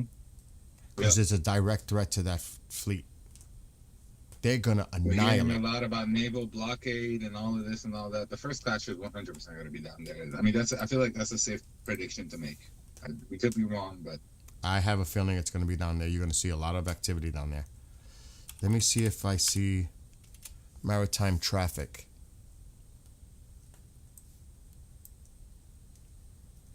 Okay, let's get in there. Now, I only have certain things on the map, but there's a lot more. My God. filled, man. And that's only what I'm showing. I'm in the filters, because there's a lot more. I mean, there's a lot more in there. Ship type. Do you think it takes long for them to clear out? Look at all this. If I fill it in. Look at this. Holy. Yes. This is why I had certain filters on, because I was looking for the carrier. But if you fill it all up, look at all the vessels and navigational aids. We don't need those. Look at that. Look how packed it is. Damn. Look at that. There's so much out there. And I like again, there's tankers, cargo vessels, everything, passenger vessels, high speed, tugs, fishing, which I'm not trusting fishing. So yeah, you look at it, it's loaded. Is there a filter for only military on that? That's what I'm saying. I took off cargo. Mhm. Take all these off. Tugs and special craft stay on. Mhm. And unspecified ship stays on. This kind of cleans the filter up a little bit. So you can only imagine. And you might see it say it. You might see it say military. I'm just looking. And, they have their shit off too. They turn it off. One of our Iranian viewers is saying QSM 1295. It's a flight. He's telling us to look at it. Might be of interest. No, I don't know what that is. All right, let me check. What is it now? Which one is it? QSM 1295. نه قرمزا کشتی جنگی نیستن. اینایی که میبینی یه درصدشون امکانش باشه میلیتری، یعنی نظامی باشن از هر دو طرف. Question Airlines. I see one. Where did it depart from? NA. Show on map. Oh, that's why. Mhm. That's why. Oh, is it in the danger area? No, it's a little bit lower, right? Yeah, but it's coming. It was destined to come in. It is an Iranian plane, and it just landed in Tehran. I don't know where Gorgan is. Gorgan. I never heard of that. I don't know where that is. Where's? Gorgan is like closer to Tehran. It's more Is it? higher up. Oh, so that's like a local. Here's an Iranian flight coming out of Tehran. Tehran to Medina. This is Iranian, probably coming into Seen a Tehran. lot of pilgrimage flights. Medina is holy site, so Turkish down here. I don't know what this NA is. I don't know what Desfil is. It's not tracking. That is Turkish, Iranian. That's heading to Tehran. These are just probably going to some country down south. CNN just came out and said Speaker of Iran's Parliament, Ali Baf. Well, now I have to specify, guys. CNN is propaganda. So be careful. Yeah, what are they saying? Please, What are they what saying? world we live in. What are they saying? Speaker of Iranian Parliament, Ghalibaf, clarified that Iran is open to negotiation, but not the kind that Trump administration is interested in. Oh, so He then- believes that the U.S. president only wants to impose his will on the people. Says you. On the people or to the regime? On the people, it says. It's the regime. So they're not going for it. That is a stalling tactic to see if there's still a possibility of an open channel to negotiate. There is no negotiation at this point. The president's terms are clear. Either you agree or you don't. There is no, he's not going to say, okay, he's not giving them that wiggle room anymore. That's over. Mm-hmm. That shit is over. Either you take it or you're done. It's that simple. No more bullshit. No more trying to delay. No. That's done. Either you agree to the terms or you don't. It's that simple at this point. He did it before and he's saying it again. He said it before Midnight Hammer. He said it before Venezuela, and he's saying it again now. He's not playing. He's not playing around.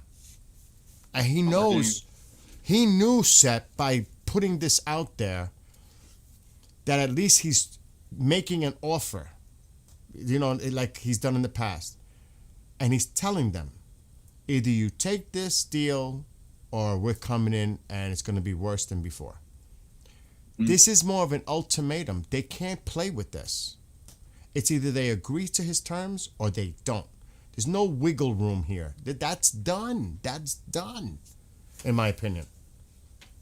It's not going to happen tonight. No, I don't think so. So I'm just, with the recent threat Trump gave, it will happen any moment. Being, though, it could. It could. But he did, there's the word, and they're in denial and decide that was a 24-hour window. I think the president is sitting back to see if they bend in any way, he's going to probably give it a day or two. That's why the weekend looks more probable. The weekend looks more probable. Friday night for us here in the United States, for many of us. Saturday morning in Iran. I'm convinced it's the 31st. I may be wrong. We'll find out what my friend says in an hour and 20 minutes when he comes on. What's going on, Angry Otter? What are the Persian comments coming in? They're saying one person said that in Shiraz they're hearing jets. Really, again? Yeah. DJ Sadap is saying that he wants to go to sleep, but our friend talks in a really cool way, and he can't shut off the stream, so he just. He must be talking about you. Understand? He likes your voice. Oh, he's talking about me. I thought he was talking about you. No, he's talking about you. But you know what? I should play one of the other versions of the Persian song, no? Want to hear it? Another version? Yeah, definitely. We can definitely listen to the song, yeah. I mean, we're waiting. We're sitting by. Tell them I'm about to play another version in Persian دوستان عزیز یه آهنگی بیل درست کرده با هوش مصنوعی که الان براتون پخش میکنه به فارسیه و اینو برای شما درست کرده دوستان ایرانیمون.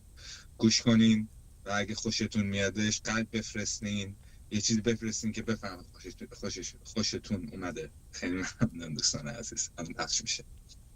Okay. So this one I haven't heard because I wrote the lyrics and I put the music, but I haven't really heard it yet. So I don't know how good it is. I like the first one I sent you today, but I don't know what this one. Let's find out.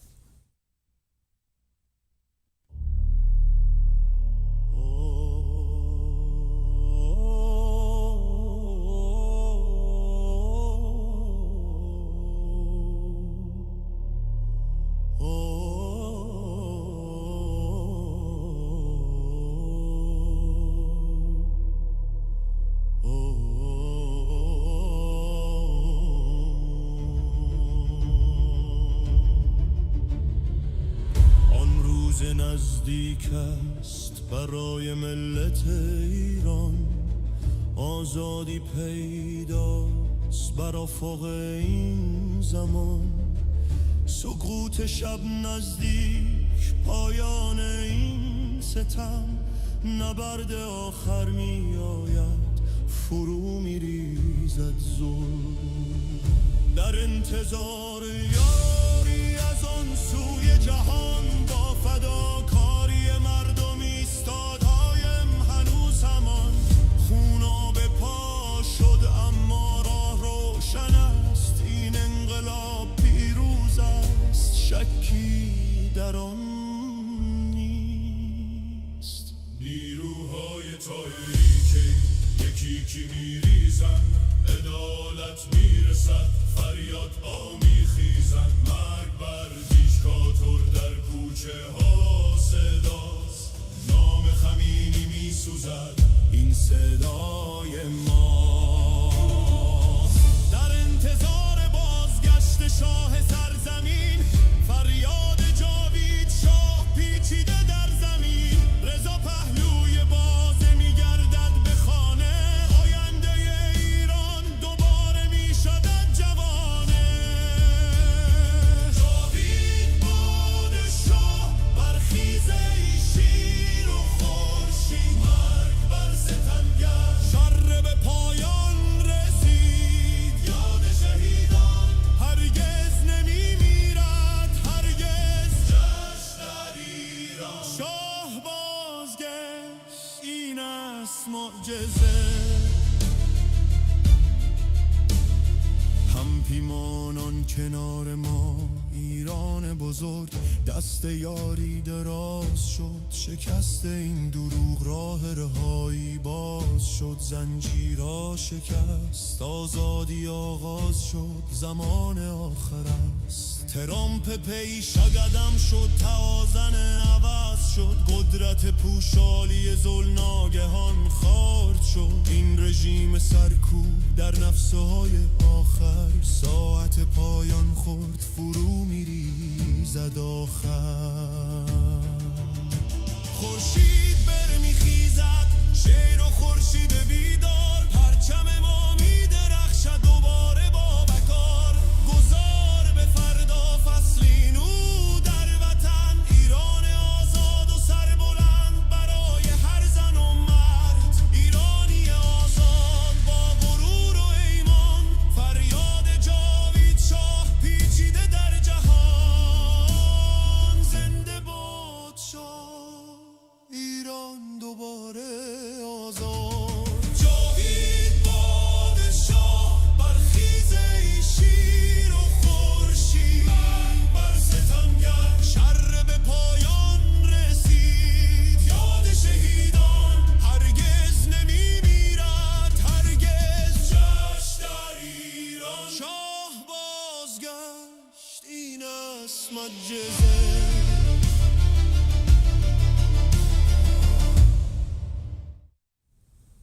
All right. Feedback. What'd you think of this version? Oh shit! I put him low. What I you loved it, man. It was great. you like that one? Do you like the first one or this one better? Comparison, I gotta hear them back to back. I'll be honest. I gotta hear it back. I sent you my song through the email too. Do you want me to play yours? Do you want me to play yours? Right, sure. It's in the email that we have. It's arrived yet. Oh, but I can play it straight from your link that I have here. Oh yeah, you can also play it. Yeah, you can also. So this is Sep's English song. It's in English. And just give us a little background on what your theme is for this song that you wrote. It's more so kind of.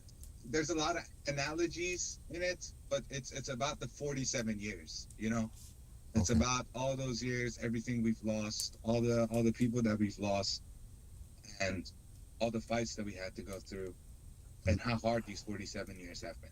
All right, let's play it.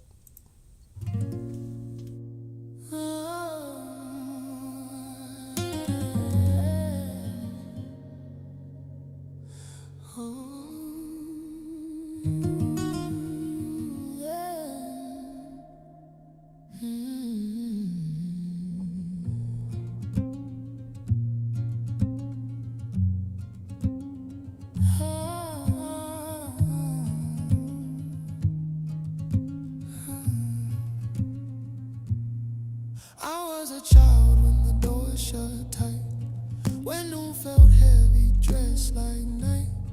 My mother whispered instead of spoke, even our laughter learned to choke. The bread was warm, but it cut like steel. You learn what hunger makes you feel. They said don't hope it costs too much, so we hid our dreams where hands don't touch. I watched the crown sink into dust, not from age but broken trust. A land can breathe, a land can drown. I've learned it dies without a crown.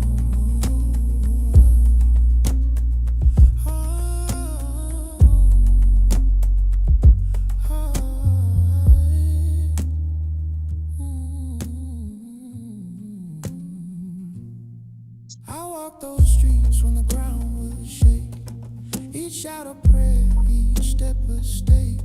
Eyes met once, then looked away. So many brave, so few who stayed. They fell beside me one by one. Sons of no one, daughters of everyone. No last words, no time to plead. Just silence, learning how to bleed. I watched the crown sink into dust, not from age but broken trust. A land can breathe, a land can drown. I've learned it dies without a crown. I watched the crown sink into dust, not from age but broken trust. A land can breathe, a land can drown. I've learned it dies without a crown. I don't want fire, I don't want blame. I'm tired of counting names. I want a scale that doesn't lie, a reason kids don't have to die. 47 years I've carried this weight, like rusted keys to a locked up gate. Every year stole someone dear, every year taught us fear. If the crown comes back, let it come in tears. Washed by truth, not bought with fear. Let it kneel before the dead, and swear the lies are finally bled. I've seen what chaos caused from storm, how a home turns cold then turns alone. A nation cries but makes no sound until its law is finally crowned. Finally crowned, finally crowned, finally crowned, finally crowned. Sep, that is awesome. Dude, that Thank you. I is appreciate it. awesome. Oh my gosh, I love it.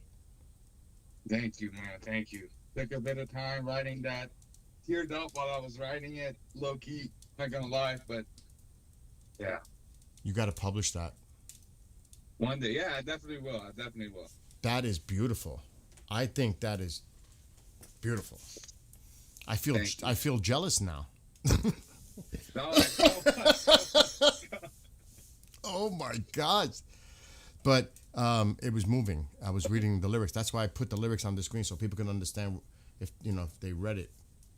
I'm a metal fan too. Oh, I'm a metal fan. You see the cap? Iron Maiden. Oh yeah, there's Iron Maiden all over the house. But still, I'm a musician. I love all music, so I felt that song. I did. I felt it. So great job, Sep. Keep doing Thank it. you. I Keep. appreciate it. You know I what? appreciate Somebody was here from Israel earlier, and they gave me an idea. The next one I write, I'm gonna write about the future with Israel and Iran living side by side in peace, and going back to the history, the culture connection, going back ancient. I'm gonna do my research because I always do, and I'm gonna take things and put it into the lyrics when I write them. That's gonna be beautiful. Yeah, we got to do that for the people of Got it, Israel and, of course, the people of Iran, and showing how they're going to live side by side in peace and prosperity. And all this insanity that's been going on for 47 years is going to end.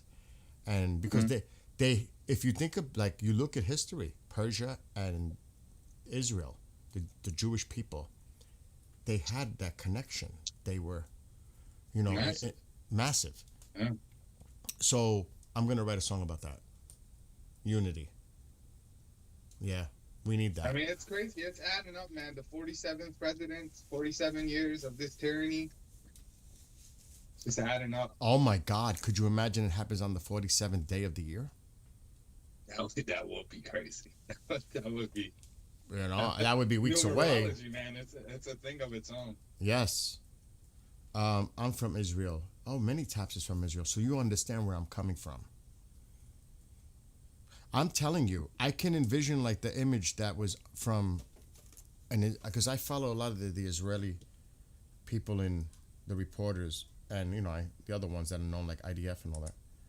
But on Telegram, Amir Sarfati, I follow him. I follow a few. But there was a picture, an image, and I don't know where it is because I was checking them all out. But I shared it on the screen earlier. I can see this happening. There's just no doubt about it. And it was on the phone. I don't know if it was Israel News. I'll look for it. But if you want to address anything in chat right now before, my friend will be here in about an hour. I'm looking at the chat. Someone said dollar is 160 now, so 1.6 millions Oh, in God. Farsi, and just a bunch of supportive messages, man. What? And Sean said, would United States attack on the day it shuts down? I think it's before that. Yeah, I think it's before that too. Though the president does have powers that he can still make sure that it's funded.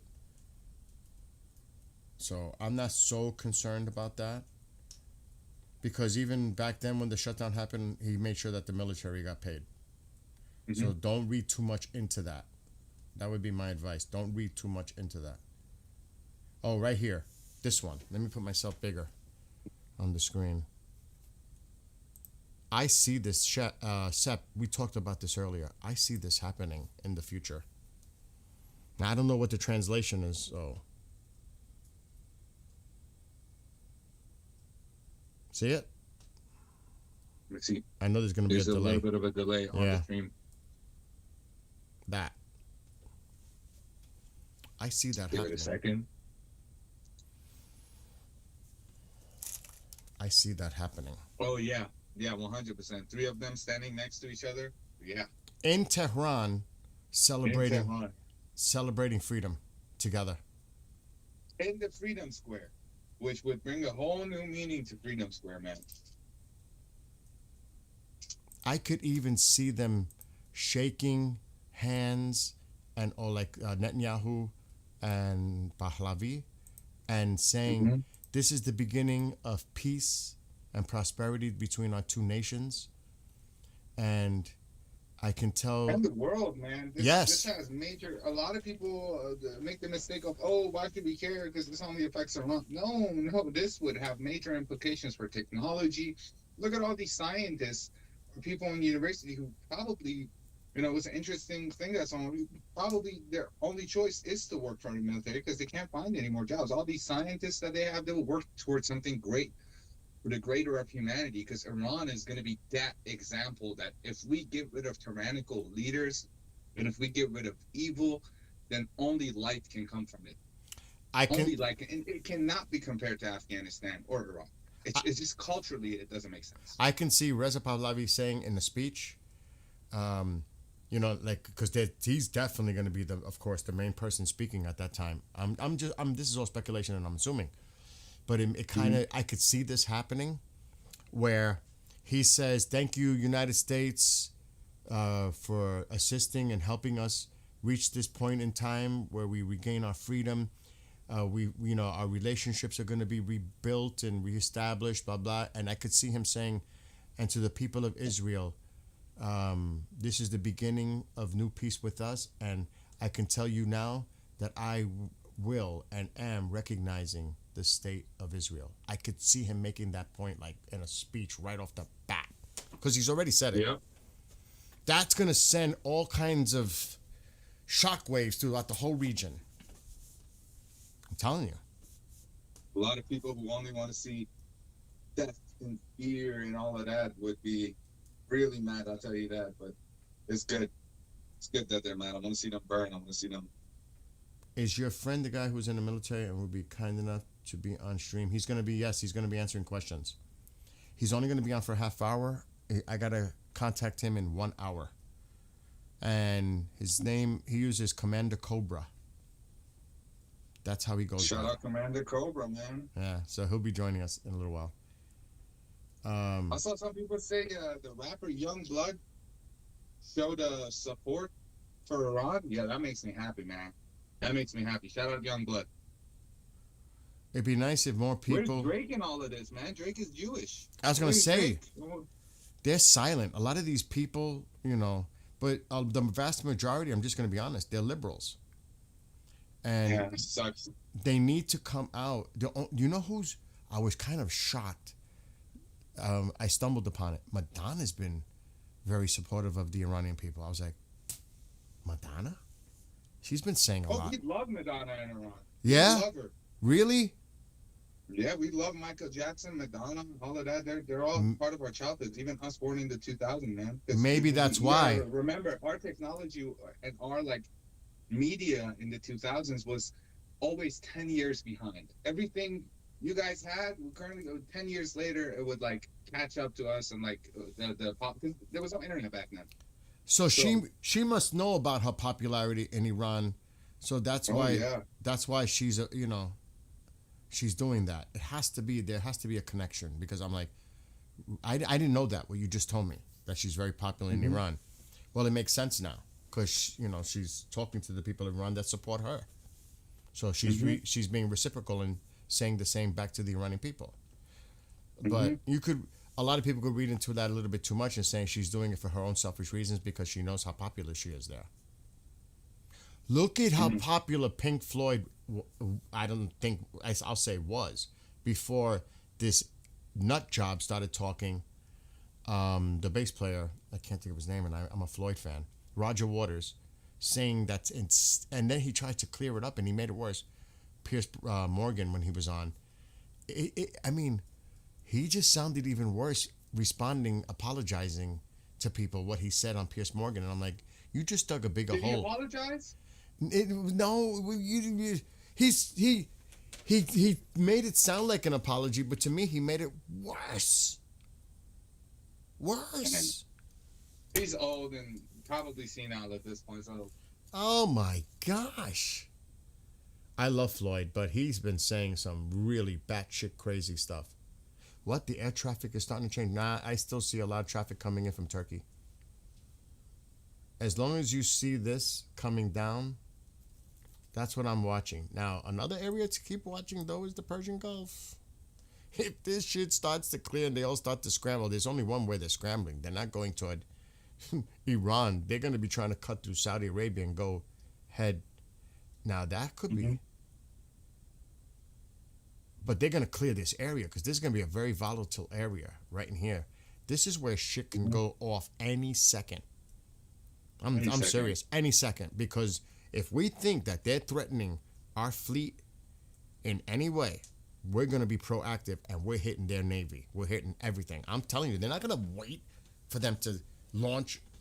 We're going to go after it before that happens. So this is something to definitely keep an eye on. I'm definitely keeping an eye on that. But this is typical for this time of night.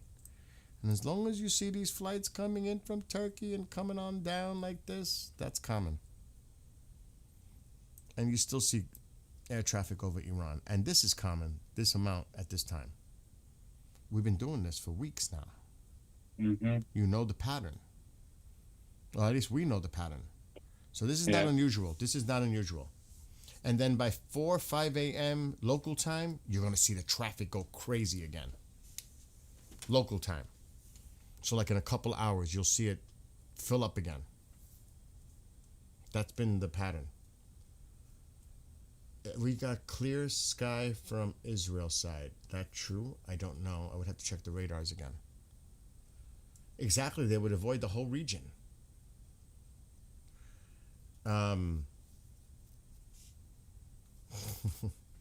We have a supporter in one of the other ones. But there's not nobody really doing anything on that side. So yeah, now it's just like really, it's just a matter of a waiting game to see if anything develops here. And let me see if anything is going on. Have you been checking anything? And stuff out of Israel is quiet. I got Twitter open right now. I'm waiting for something from any reliable sources. I'm seeing a lot of doom posting, man. I'll tell you that. But besides that, Tusi went live a half hour ago.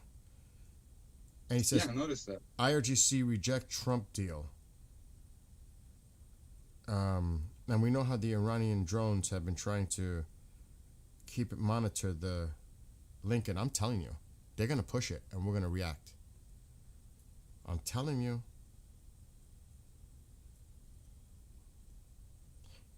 And the only losers, somebody made a comment, the only losers are the people that are suffering in Iran. Those people are just going through hell. Hell. Mm-hmm. I mean, if you support what's going on in Iran, this is the biggest massacre that I've ever seen in my lifetime. I think you have to go back to World War II to see a massacre of this size and scale. And the cruelty and the barbaric, and they're terrorists. These are the Iranian people. You're calling them terrorists, rioters. I mean, give me a freaking break. What's going on in Iran is unconscionable. It's just unconscionable. It's evil. There's no other way to put it. No, there's all, like you said, there's a lot of rage baiting, propaganda. There's all kinds of stuff going on that I'm seeing. And I'm scouring. This pilgrimage visit from Khomeini, it could, you know how Netanyahu visits the wall before anything? This is similar. Mm-hmm. So we could see something going on tomorrow, not tonight. Definitely tomorrow. I'm not in the next 48 hours. I agree. And there's nothing going, but I am curious. Of course, we're going to hang around because I'm waiting for my buddy to show up in an hour. But I'm curious to see his take and if he's hearing anything that he could discuss through channels about what's going on, what he thinks is coming. Because he would know. He was part of the Persian Gulf, Afghanistan, all that. He was involved directly as a pilot. Mm-hmm. Well, so he's top. He's well connected.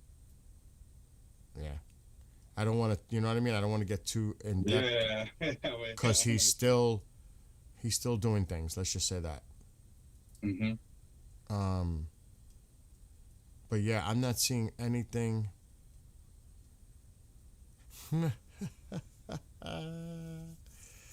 Oh, somebody put on a funny clip here. I'm just gonna play it because I think it's kind of funny and kind of what we were talking about earlier. Remember we were seeing that video with the so-called drones in Iran? Yeah. Somebody put a picture of this.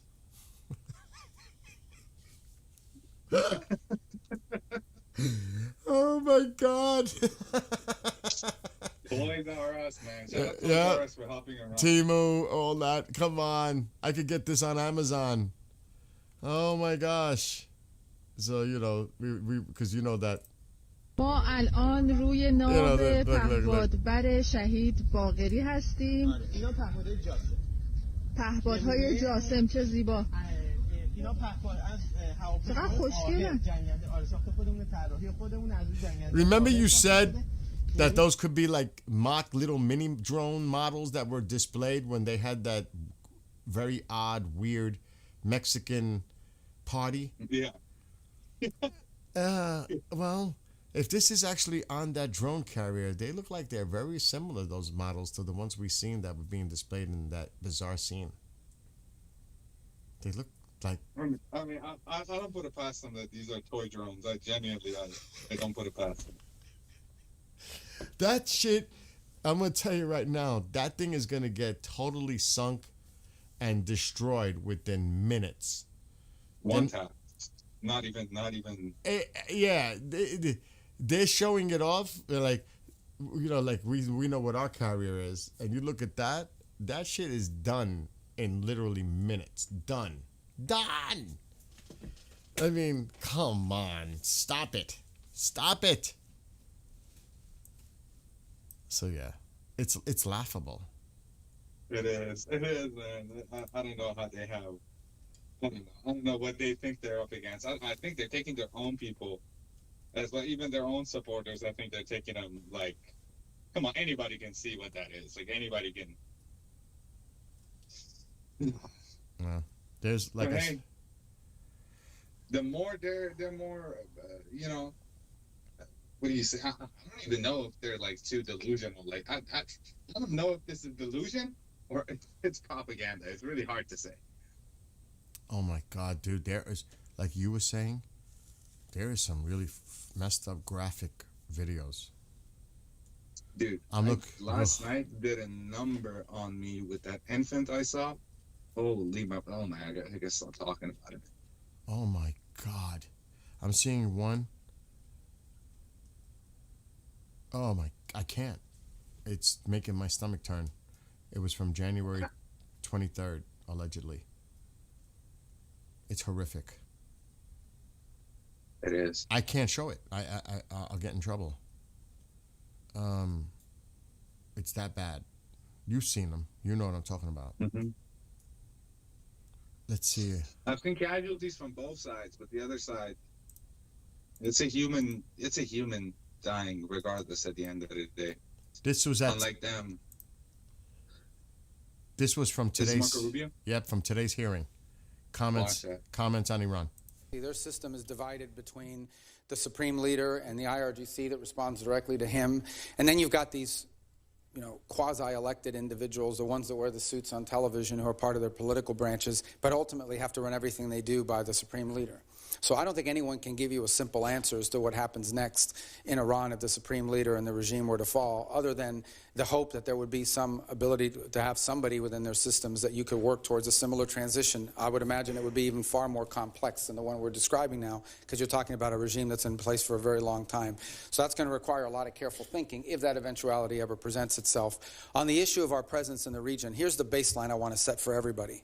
The baseline is this. We have 30 to 40,000 American troops stationed across 8 or 9 facilities in that region. All are within the reach.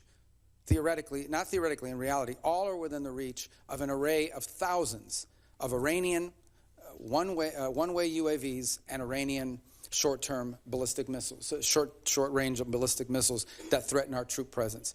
We have to have enough force and power in the region, just on a baseline, to defend against that possibility.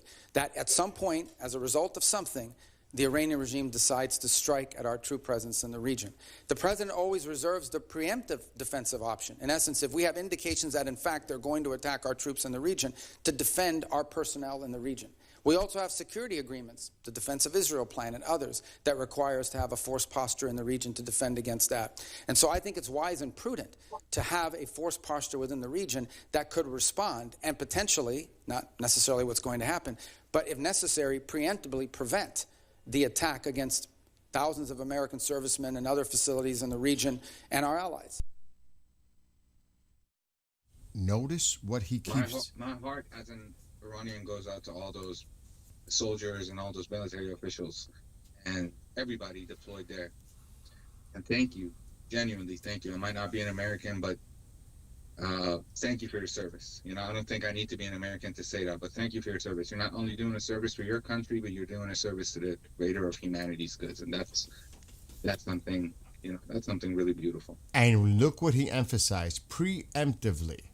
If we think our troops are threatened, or like he said, the connection with Israel, or our other allies like Jordan, because Saudi Arabia is saying you can't fly over us, you can't, Qatar saying the same thing.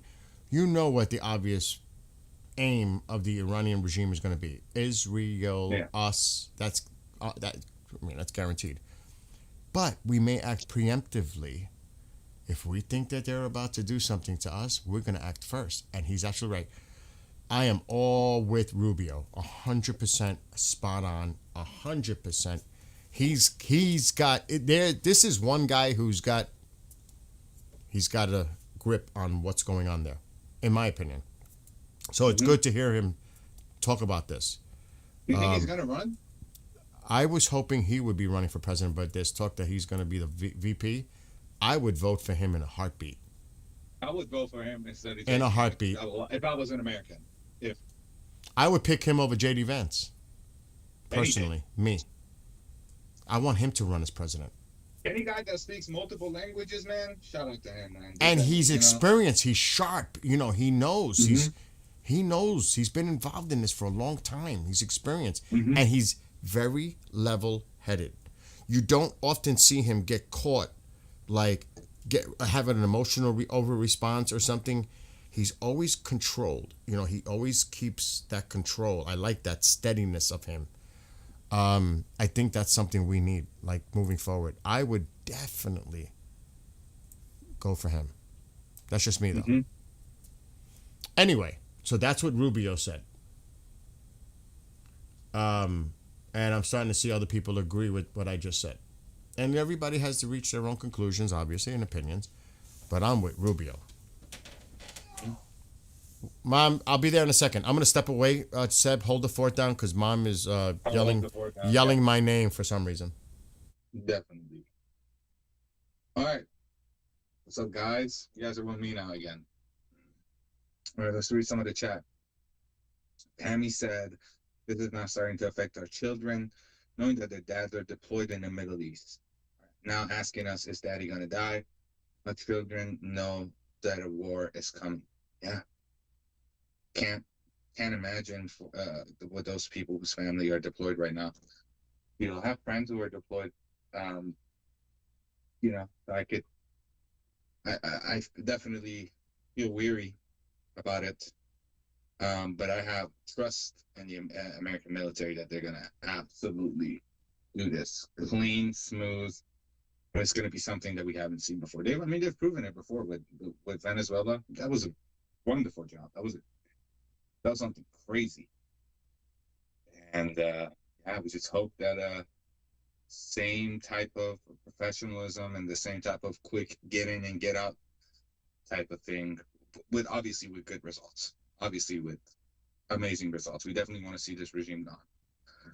You know, because just of them, you know, being in power and being able to fund all these terrorist organizations and groups, puts a lot of people in the IDF and a lot of other people in danger. You know, is it ironic, or should I say ironic, that an Islamic Republic or regime destroyed 500 years of Shiism and 14,000 years of Islam in Iran? Wow, you can't make this up.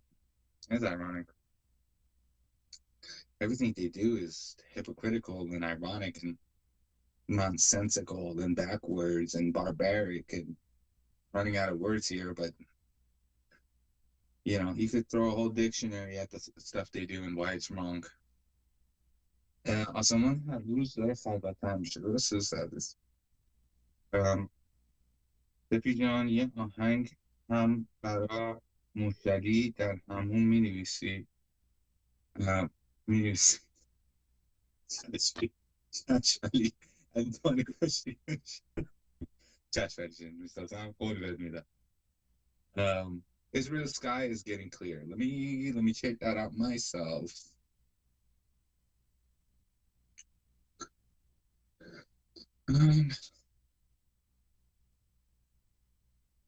I mean, there's still flights inbound to Tel Aviv. No, they're flying over it though.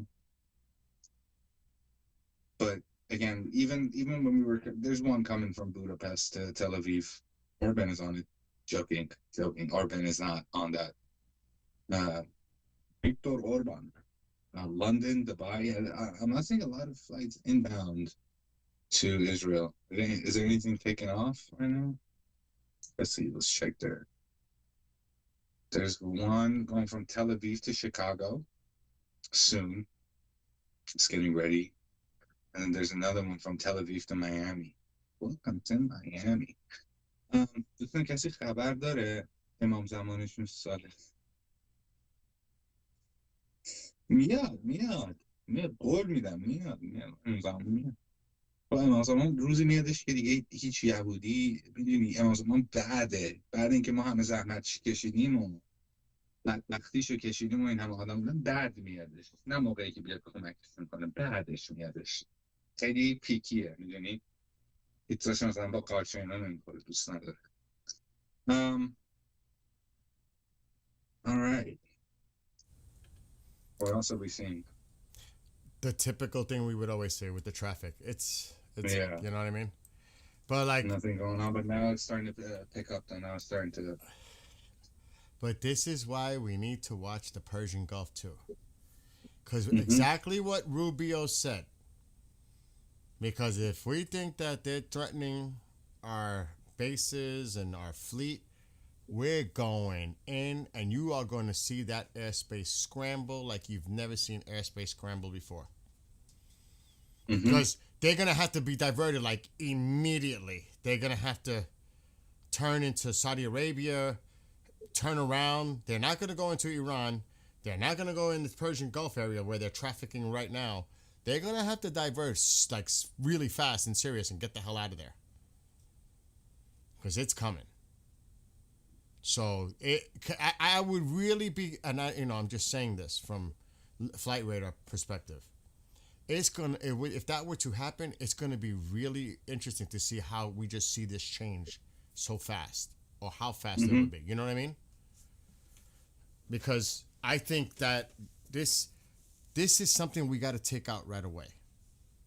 Because even if you attack them to the north, going into Iran, Iran's going to say, okay, launch everything we've got at their fleet. You know, it's going to happen simultaneously. Obviously. So you have to take this out in the first steps. It has to be on the top priority list to hit those targets. Their naval assets, their drones, that drone ship, the missiles all along that coastline and their islands. This is prioritized. They got to take that out. Because you know they're going to do it. You know? What would happen first? HRS lobby establishing transitional government. Oh my God, Sean. Are you serious? GTA 6, we're going to be waiting till 2028.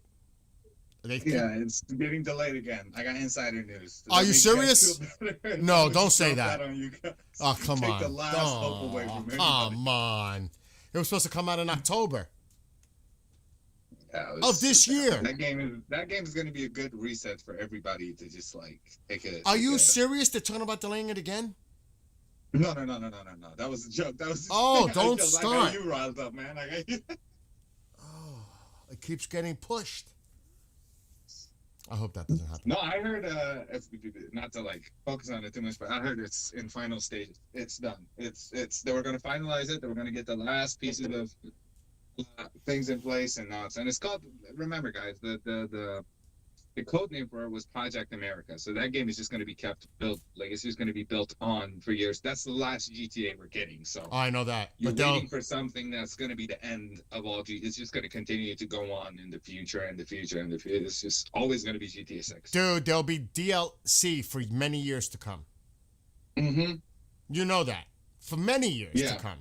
They're putting whatever. They're just putting most of their money in the basket for the RP aspect of it too. All these role play servers that they're going to do and all of that. You know, that's going to be a huge money maker. We saw that last one. They made quadruple the amount of money they made on selling copies versus just online purchases. Billions, like money for online. billions of dollars is going to be spent on this. Mm-hmm. Everybody's complaining, but everybody's going to buy it. It costs $2 million. That's as much as the Triton we're saying, and yet the Triton is a massive piece of technology. Actually, the Triton is anywhere from 133 million to 135 million. But they said the research and all of that, it costs around $2 billion, right? That's what Alexa was saying last time. Oh, Alexa's never right. True. You know what I mean? He made a mistake on the time a little while Alexa ago. said it's 4 a.m. Yeah, I mean, no, I'm not. That's not a reliable source. Look what Ali's writing, because it's frustrating, dude. Did you ever watch? And I don't want to get too off topic, but why not? We're waiting for my buddy. Did you ever watch the original Halloween movies? Original? You mean like Michael Myers with Jason Voorhees? No, that's Friday the 13th. Michael Myers, the one with Mike. No. I've seen the other one, but not this one. Not the original ones. Are you serious? Yeah, and I'm a movie head, but horror movies. I've always been iffy about them. I mean, I don't know. It's just I like Raimi's perspective on horror movies. That's my favorite. He did Evil Dead. He's done a couple of other projects. But Evil Dead is to me one of the best franchise there. So, the first two Halloweens, the original and the second one, are like to me the best. The first two. Mm-hmm. But now they're coming out with a game in September, and the same guy who directed and made the movie, John Carpenter's behind it. I saw the trailer, and I'm like, oh my gosh, I need to buy. Is it going to be a remake of the movie, or going to live through the movie, or is it going to be like an online type of game? Oh, I should turn on my X. Well, you wouldn't know. For those that have, like platforms for gaming, check out the trailer for Halloween that's upcoming this year. Oh my God. It's like the movie, dude. It's like the freaking movie. And I'm like, this is a must have. Because Dude, gaming is healing slowly but surely. Gaming is healing. I mean, we hit a downhill state with gaming as a whole. It just felt weird. It turned people off, turned me off. But now it's getting back up there. That's why this game is called Skywatcher. Well, I don't know which channel everybody's mostly on, but I'm gonna show you guys really quick. I know this is way off topic, but I'm the one who brought it up, so I might as well go all the way out with it. Let me make sure I'm on the right thing here. Display capture. Hold on, because I've got so much here. That's the wrong one. I always do that. What the hell is going on? Why is that doing that? Maybe the display capture is wrong. Hold on. I might have more sources open. All right, we close that. Dude, I have so many sources. Okay, good. I don't know what the hell that is. Oh, yeah, look, the email for us. Iran, Freedom. I don't know why it looks like that, but I'm going to get it off. People, you can contact us there, actually. Iran. You got anything from the inside, any message you want to relay while keeping your identity safe, hit us up. Don't ask me why it looks like that. There we go. Yeah, that's where you can find us. All right, hold on. Let me put the game on. So I have a lot of games, 200 and something games. Too many. Way too many. Damn. But let me show you this trailer. What the hell was that light thing? Check this out. You got to. And you've never seen the movie. Shame, shame, shame, shame. You got to watch this movie, Halloween. I'll watch it probably tonight, honestly. Dude, gotta watch it. But this is the one I'm waiting for too, because I love the original. There it is. Check this out. I'm gonna put the sound. Okay. Here, it's not currently available because it hasn't come out yet. Check this out, everybody. Check this out. If you like Halloween, look what's coming out in September.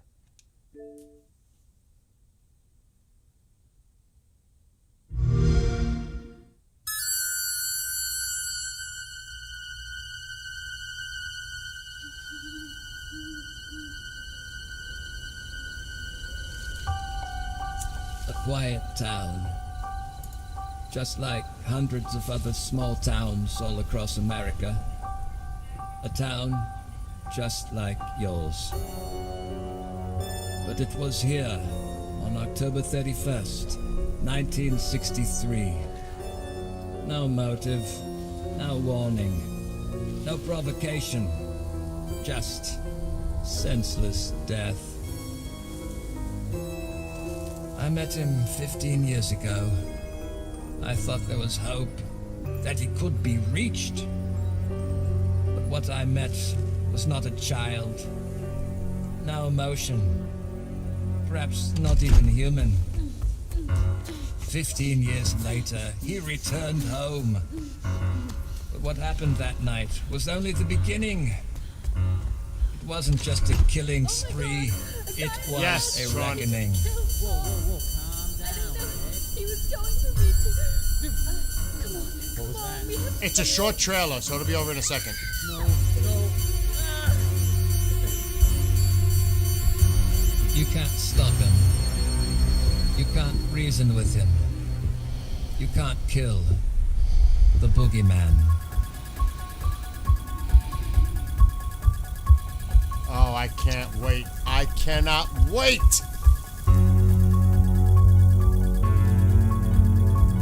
Multiplayer horror.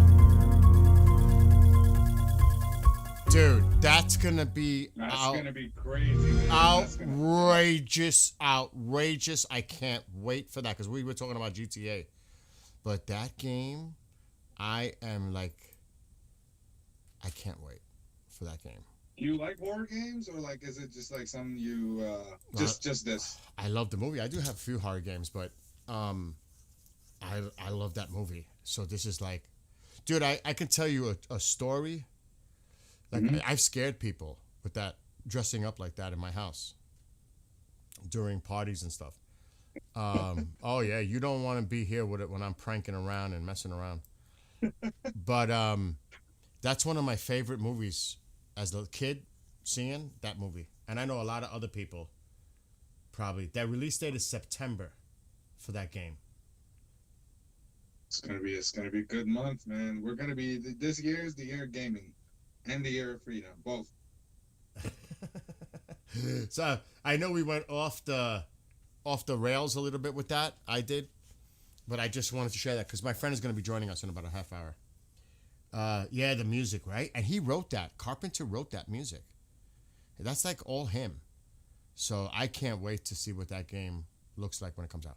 Anyway, getting back to the topic of discussion, I'm going to see if there's any other news coming out. And my friend, Commander Cobra. Give me a second. I'll be right back. Go ahead. I'll be right with you. Do your thing. I'm going to see if there's anything new coming out. Got to keep an eye. I'm looking at Israel right now, but it's late there. That doesn't matter, though. Okay. He put out a couple. No, nothing related. Okay. So he posted this an hour ago. A reporter from Israel. Report in the Wall Street Journal, Iran has already rejected the terms of the Trump administration. According to a senior official in the administration, Tehran will not compromise on its right to continue to enrich uranium for civilian purposes and to maintain its missile arsenal, which is essential for its defense. It's done. It's done. They rejected it. And we're not going to try to go back and see if they're willing to negotiate on it. The game is over. The game is over. The back and forth, it's over. I'm telling you. I don't know what you all think about it, but I think it's over. We're definitely end stages, the beginning of the end. Yeah. I don't think there's any turning back now. That's just my opinion. So that's the latest. It's on the supposedly. Sometimes I get scared though, Bill. Sometimes I get scared. Trump says some stuff. I message him like, what is he saying? What is he talking about? What does this mean? What does this mean? Deal. The amount of messages I've already sent, like, Bill, what is this? Why is he saying this? But he said it in the past. He said in the past, and then what happens after? Action. Yeah, true. We gotta look at it. Yeah. You know, he's saying it to give them one last chance. This is your one last chance. Take it or be done. That's pretty much. I checked marine traffic earlier, about 20 minutes ago, Marines. Man, I tell you one thing. We have to protect our people.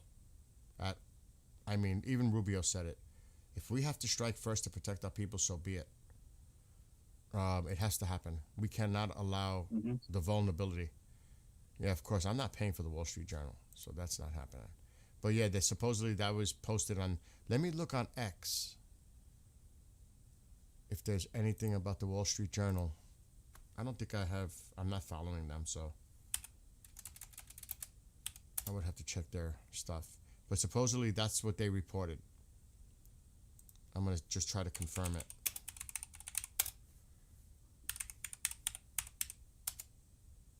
Dude, there's going to be some long nights ahead, you know that, for us, for all of us. Yeah.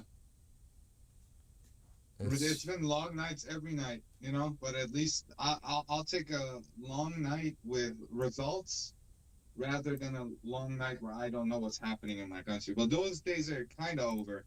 People have internet now. So. Yeah, as you can see, I have not followed the Wall Street Journal, but in this instance, we're going to see if there's anything to corroborate what was just said. Yeah, well, you were talking about gold. Its biggest one-day advantage in almost 6 years, and now settling above 5,300 a troy ounce for the first time. Great news for Trax NYC. You know, Trax has been silent too, but he's Persian as well, so I'm confused. A lot of people who are actually Iranian, there's a lot of stuff going on. A lot of beauty influencers who are Iranian are just silent, or they even supporting the regime, which is crazy. Crazy. But yeah. I'm not seeing anything so far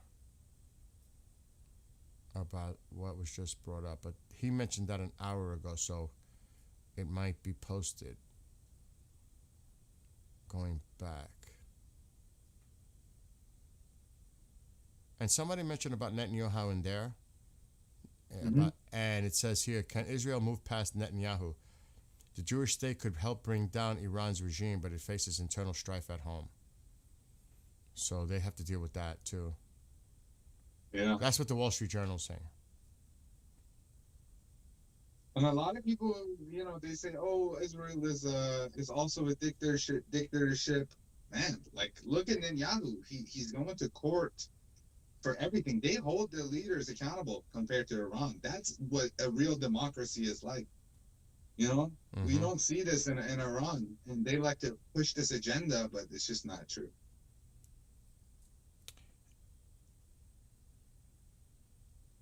So there's no mention of what I just read, but 5 hours ago, this is what the Wall Street Journal put out, but it's been since updated, I'm assuming. Trump's ultimatum to Iran to negotiate away its nuclear program or face a possible attack leaves Tehran with a daunting dilemma. Well, based on the latest information that's coming out, they rejected it. They were given 24 hours to answer that, right? And they insta-rejected it, so... That's the rumor, that there was a 24-hour window, but some are denying that it's a 24-hour. So I don't know. You know what I mean? You take it, like I said, take it with what it's worth. Hard to say. Yeah. So no, I'm not seeing anything updating telling me on Wall Street Journal that that's something new developed as far as that. But we did hear it from other sources. the rejection. I'm gonna go look, and I don't like to do this. I want to see what the other side is saying. The propaganda arms. It's always telling. It's always. It is. That's why, let's just see what they're putting out there. And I follow them just to keep track of what they're doing. Mm-hmm. Okay. What? 1 hour ago. What the hell is this? Oh, this is What? 7 hours ago. I didn't see this. It's an 8-minute video called The Supreme Leader Released a Video. Oh, I saw that this morning. 8 minutes long? You saw it? God is enough? Yeah, it's a God is not. Yeah, God is enough. Yeah. And which he urges audiences not to be afraid and say there is no need to panic. Well, just by saying that tells me you're fucking panicking. Yeah. You know what I mean? Why would you even say it? Hey guys, don't look that way, please. It's fine. Trust me. Your source, Yeah. me, myself, not the rest of the world. James weaker than ever. Even Rubio, it says, stated this. When was this? 8 minutes ago. Oh. Oh, Okay. it's not. It's a story. This story is a summary of posts on X. No, it's not. It's a compilation. Did we look at that Intel Sky summary, the latest No, one? I didn't see that. Is there another one after that one? Or no? Oh yeah, there's a new one. Yeah, there's Oh, one the- that was posted while we were live. But is there another new one after that one? Oh, no. No.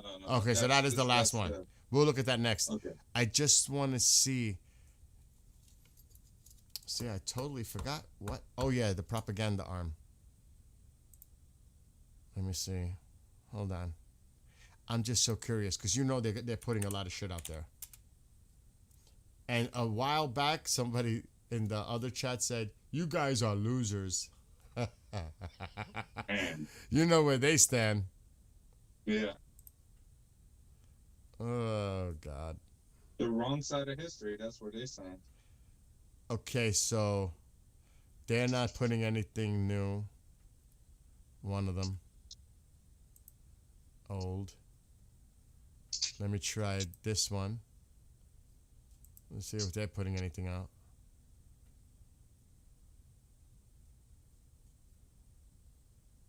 Something about, like what you said. It's saying here, Russian sources reported that the Su-34 crashed in the Kursk region due to a technical malfunction, while there are also reports of an Su-30 SM crashing into the Black Sea. Wonder what the hell's going on over there. Mm. And like you said, the supreme leader of Iran visited the mosque in Qom. Yeah. He goes there before making an important decision. This is what the other side is saying. Then What is remember, that decision? The tie in news for himself? remember, this is coming from the other side. And remember we were talking about earlier about the super galaxy coming into Qatar? Yeah. Well, there's a super galaxy 3 hours ago over Saudi Arabia going the direction towards Qatar. We saw it land. Remember? Mm-hmm. This is 3 hours ago. Reports of extensive flights of Iranian Sukhoi fighters near the Persian Gulf over Iran. Now that That is interesting. I'm telling you, got to keep an eye on this freaking Persian Gulf. I'm telling you, it's going to be a miscalculation. Some guy is going to make a mistake, and it's not going to be us. It's going to be them, and we're going to mess them up. I'm telling you. It's that fragile right now. So you can see, like, look, that was what we just talked. Well, that's the New York Times reports that the backdoor negotiation with Iran have completely failed. Iran has refused to accept any of the American proposals. So it's coming out on other outlets. They're sourcing the New York Times for that. Oh, look at that. According to current reports, military aircraft from Italy, Germany, the UK, and Spain are currently pouring into the region to evacuate their diplomatic delegations from the Middle East. They know something's coming. Mm-hmm. Russia already... I don't know if this again, this is with how preemptive, Marco Rubio's words, preemptive and all that. This can happen in the morning, at night. This can happen at any moment. Yeah, well, what's this? This I saw something about this earlier.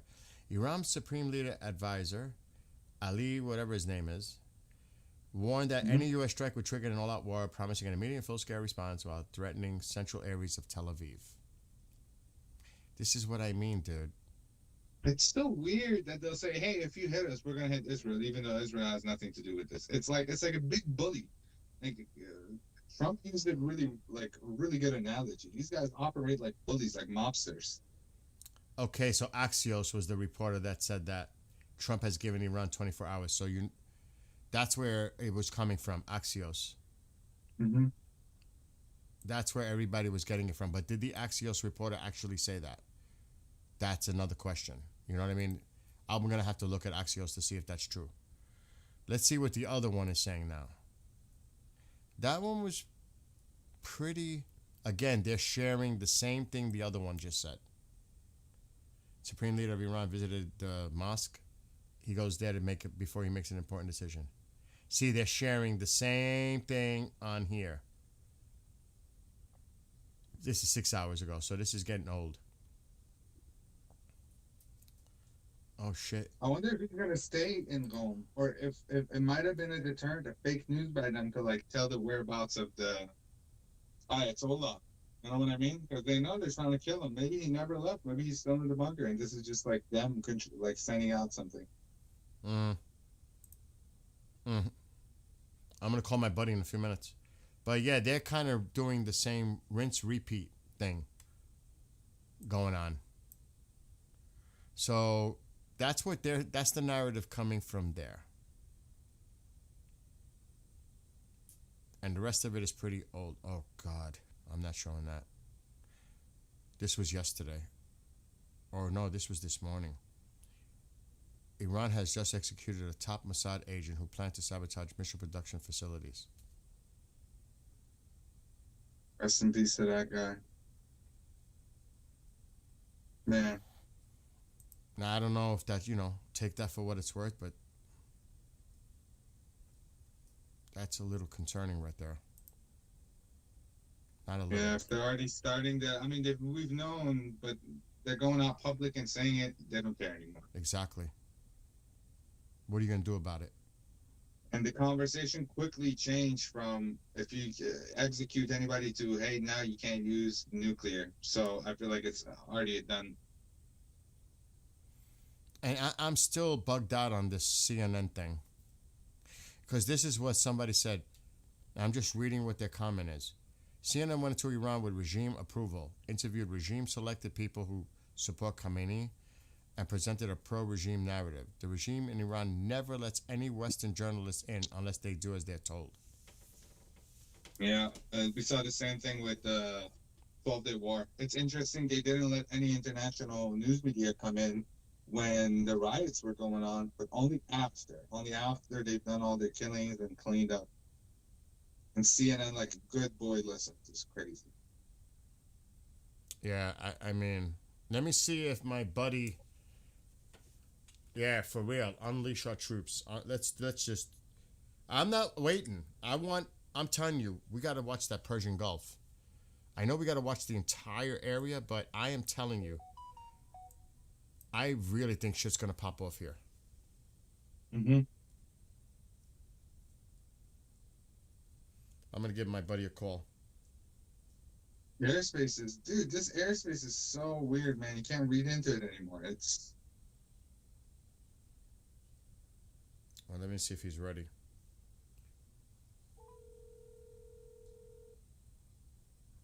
He'll say, hello, sir. If he picks up.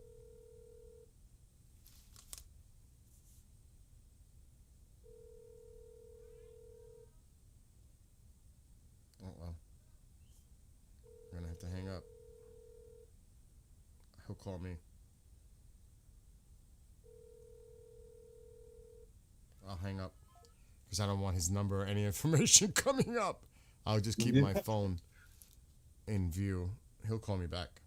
He just got home from work. Let's see what's going on in the. Check it, please, Bill. What am I checking? Up to. What? What's he saying? What am I checking? Up to 10 people at least. What does that mean? Let me see. Let me go back. Hi, do you guys know how many airplanes went from the U.S. from Tel Aviv in the past 2 hours? To the Why is U.S. To the U.S. From the U.S. to Tel Aviv. From the U.S. to Tel Aviv. Is that what he said? Let me see. Oh, from Tel Aviv. Went to U.S. from Tel Aviv. A lot. When I was checking it, there was like 3 flights ready. One to Miami, one to Chicago. Oh, really? That was just the ones that I checked. Well, this one's going to Boston. It just took off. That one just took off and it's going to Boston. New York.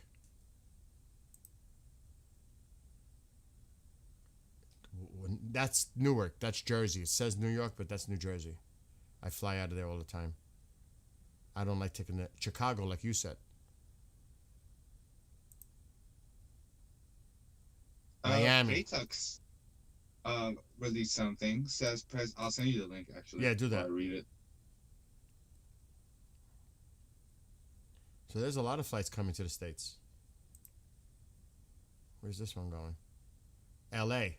Wow, that's a long flight. Oh my gosh. Yeah. And they just took off. Oh my God, that is a long flight. Oh my. They have direct flights to LA like that. Oh my God. I think this one. Okay, that just landed. What is this NA? Could that be? Not available. I wonder if that's on standby. I don't know. It says NA. Tel Aviv to where? This could be on standby to get out of Dodge. I'm assuming. You know what I mean? Mm-hmm. They look like they've got one on standby. Like I said, I'm assuming.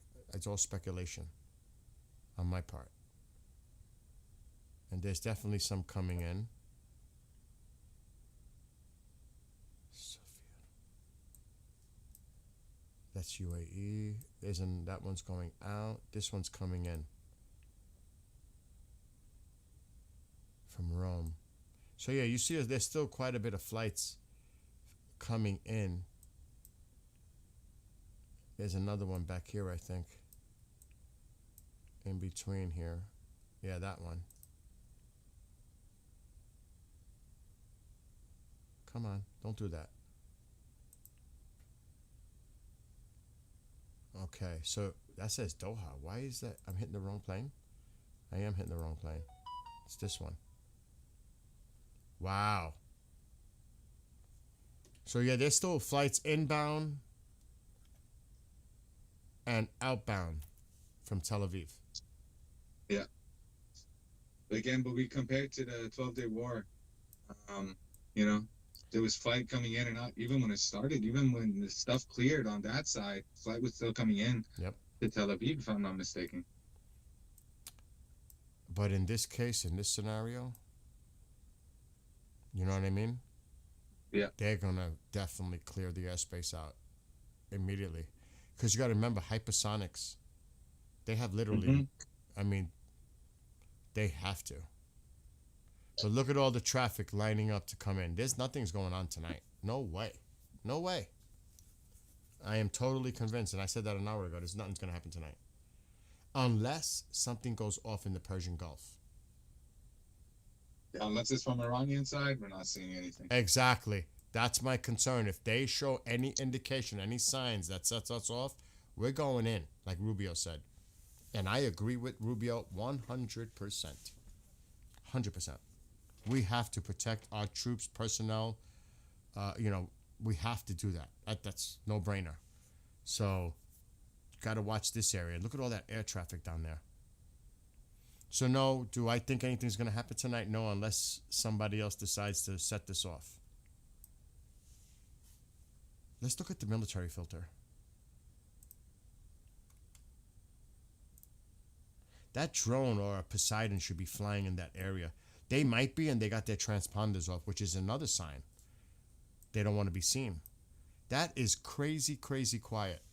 Because you know they're monitoring that 24/7 now. Yeah, they 100% got drones up. No doubt there is craft in the air, but we're just not seeing it. There's no way it's that quiet. It's impossible. Impossible. With the current situation going on, impossible. Give me a second. I'm getting a call from Iran. I'm here. I'll be just Go, do your thing. Go. Hello?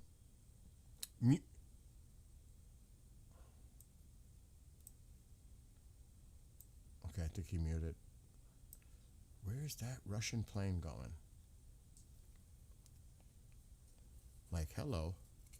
Where's that Russian plane going? Casablanca.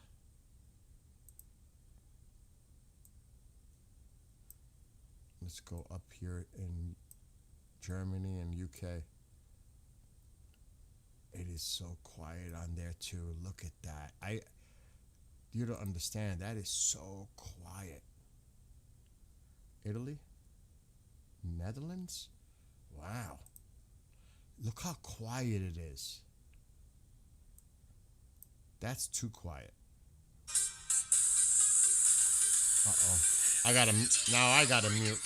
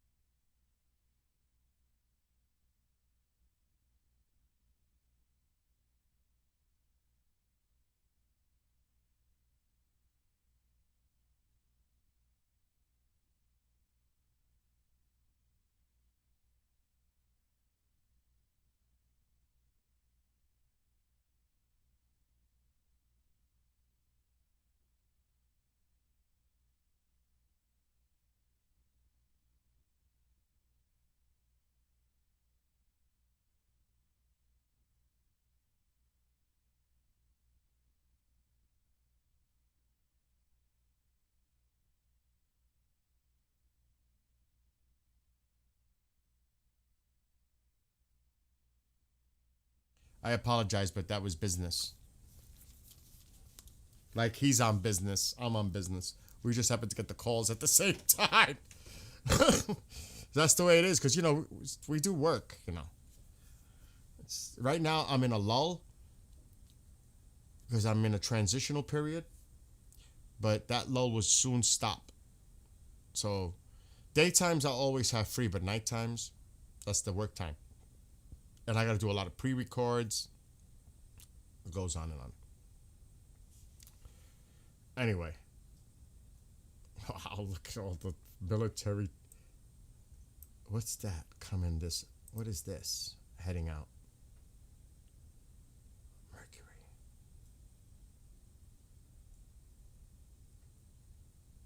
I mean, there's a lot of activity. But you can't, I don't want to read too much into it, Cobra, speak of Cobra.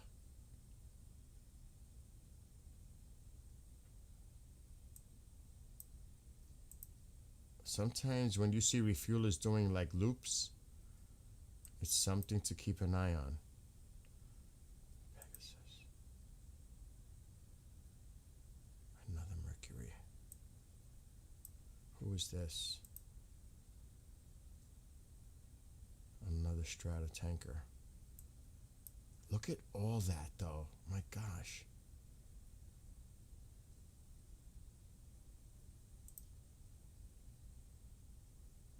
Oh, I hit the base. Airport. Stop it. Stop it! There's some big boys here. Pegasus. Another tanker. I'm not trying to read too much into this, but... And like I said, when they turn that shit off, they turn it off. Let me check Asia.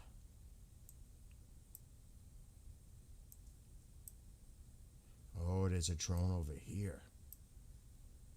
That's interesting. They put the other one here. That's a Triton. Oh yeah, there's a Triton over here checking this area out. They're keeping an eye on Taiwan.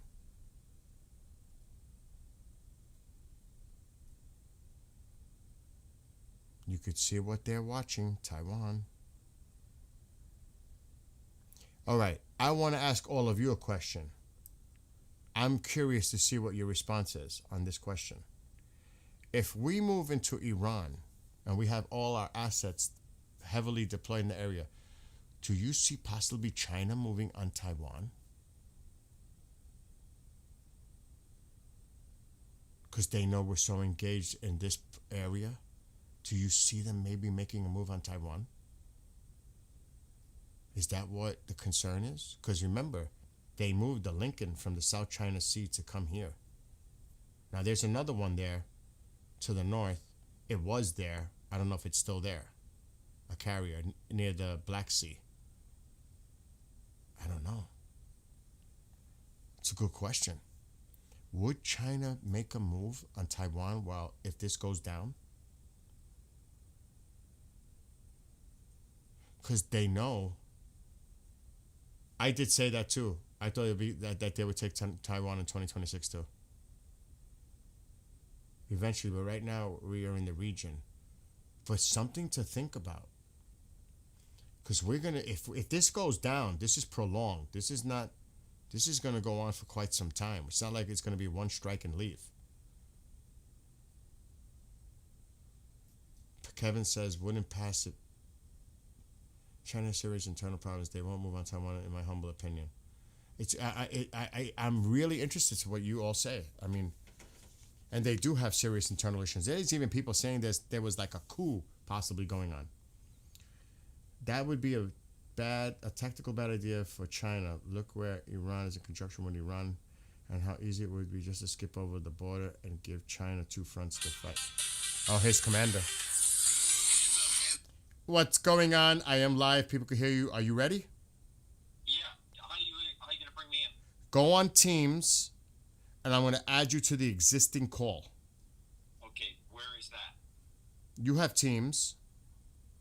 Yeah, but I don't think my Teams on the computer is going to match up with you. Okay. Let me try to message you. What do you mean? You don't think you're going to be able to go on audio on Teams? No, my Teams on the computer here does not generally play well with other teams. That's just been the thing here. What if I just hold you up to the phone, and my friend and I, everybody could hear you, because you're only going to stay on for a few minutes. I can always put you up close to the phone where people could hear you. All right, so you don't have a StreamYard or anything like that, right? No, I'm using my OBS. All right, hold on one second. Maybe I could try to call you. Wait a minute. I might be able to add you as a contact on Teams and call your phone number. Right, just can you block my number so it can't be seen? Well, nobody's going to see it. Right, so go ahead and call me on Teams. So no video tonight. Absolutely not. I want you to stay incognito. Got it. And a lot of people are looking forward to hearing what you have to say, by the way. There's 200 people that I could see that are watching, and who knows how many more. Copy. All right. Try joining me through Teams to the phone number. I will try that right now. Bye. Bye. Okay. This is going to be tricky. Where is Sepp? He said 7 o'clock. It's 7 o'clock. Right on time. Okay, I'm going to have to see if I can figure out how to do this. I know I have him on Teams. Where is he? Commander? There he is. I think I have to do it from inside with the... I never done this on Teams, to be honest. Start a group chat. Enter name, phone number.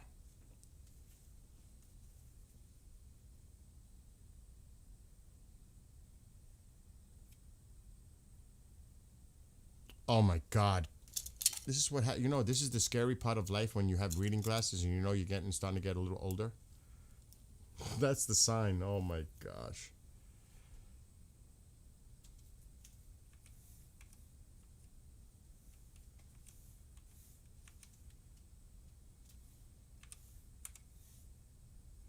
Where did Sev? He must be on that call still. Okay, invite.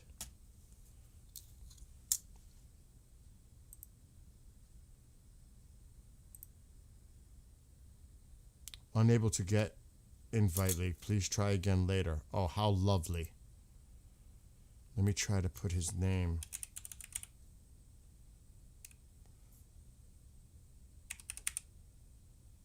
I spelled it wrong.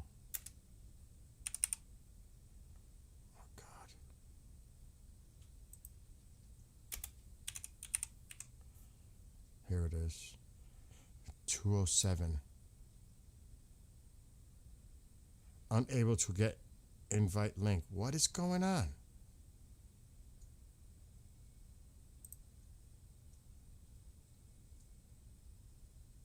This is a group chat. Audio call. Oh God, how do I do this? I've never done it. If I do that, it's going to block. Let me not do that.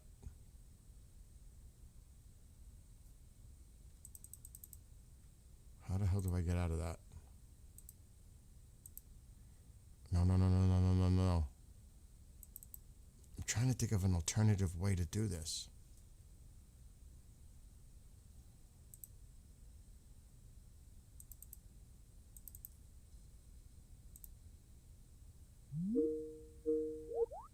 Who am I calling? Hang up. Oh, I hope Sepp is still here.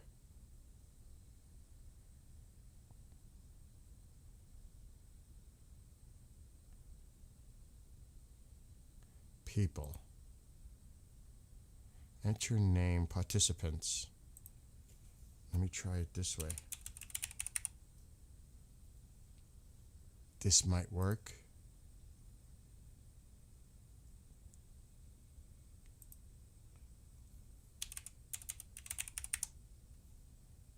Shit. Oh, he just popped up on the screen. Oh my God, I don't know what just happened. My screen's going crazy.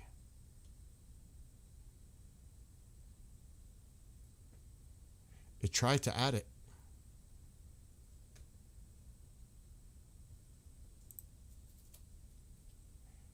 People added to this chat. Request to join.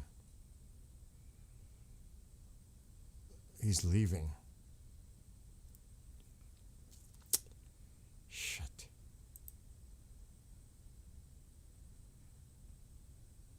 He's leaving. Sep is muted. I think we might have to do it the way I said with the phone. But he won't be able to hear Sep. Let me think of another way. I don't know if there's another way. You have 6 questions? All right, hold on. I'm trying to think how I could do it.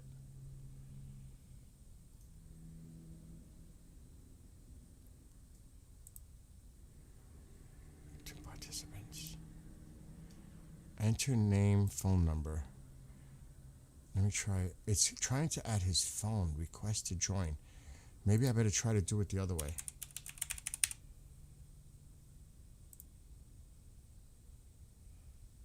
No response.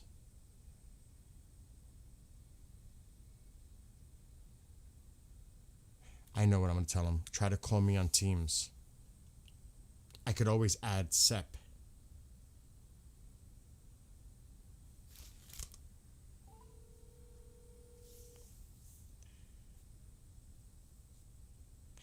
It's not letting me call you. It's saying some weird stuff on Teams. I'm trying to enter in a code right now, and it says, hold on one second. Hold on, I might have a code for you. Hold on one second. Hold on.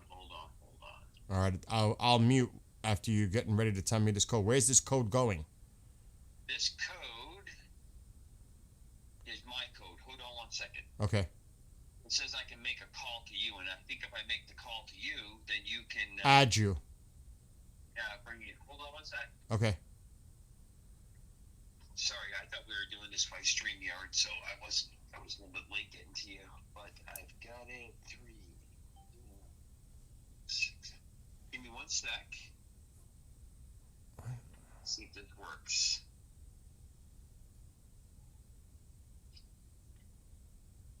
Oh no. Bill, I'm back, by the way. Go, the code's in. It says it's setting me up for a passkey. Hold on 1 second. Okay. Seb, if you're there, I can't hear you. I'm here. talking Can to you hear Commander. me? I see you. I saw your message too. That's scary. Okay. I don't know if I'm not going to mention it unless you do. So. Yeah, we'll talk about it after. Okay.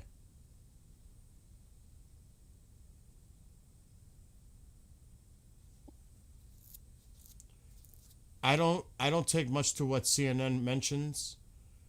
Somebody said, after the failure of talks between Tehran and Washington, President Trump is considering launching a broad attack on Iran.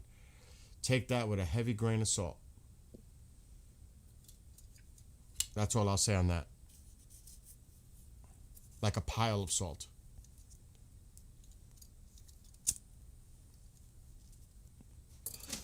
I mean, Axios, the reporter said that the president gave them 24 hours to respond on this. From different sources, they said that Iran has rejected the deal, everybody, in chat. We're trying to get my good friend, and I mean amazing friend, you have no idea, Commander Cobra, on with us. I'm trying to make a call to you. I don't know why it's not... I'm calling you on Skype, on... Teams? Okay, I see it. Hold on.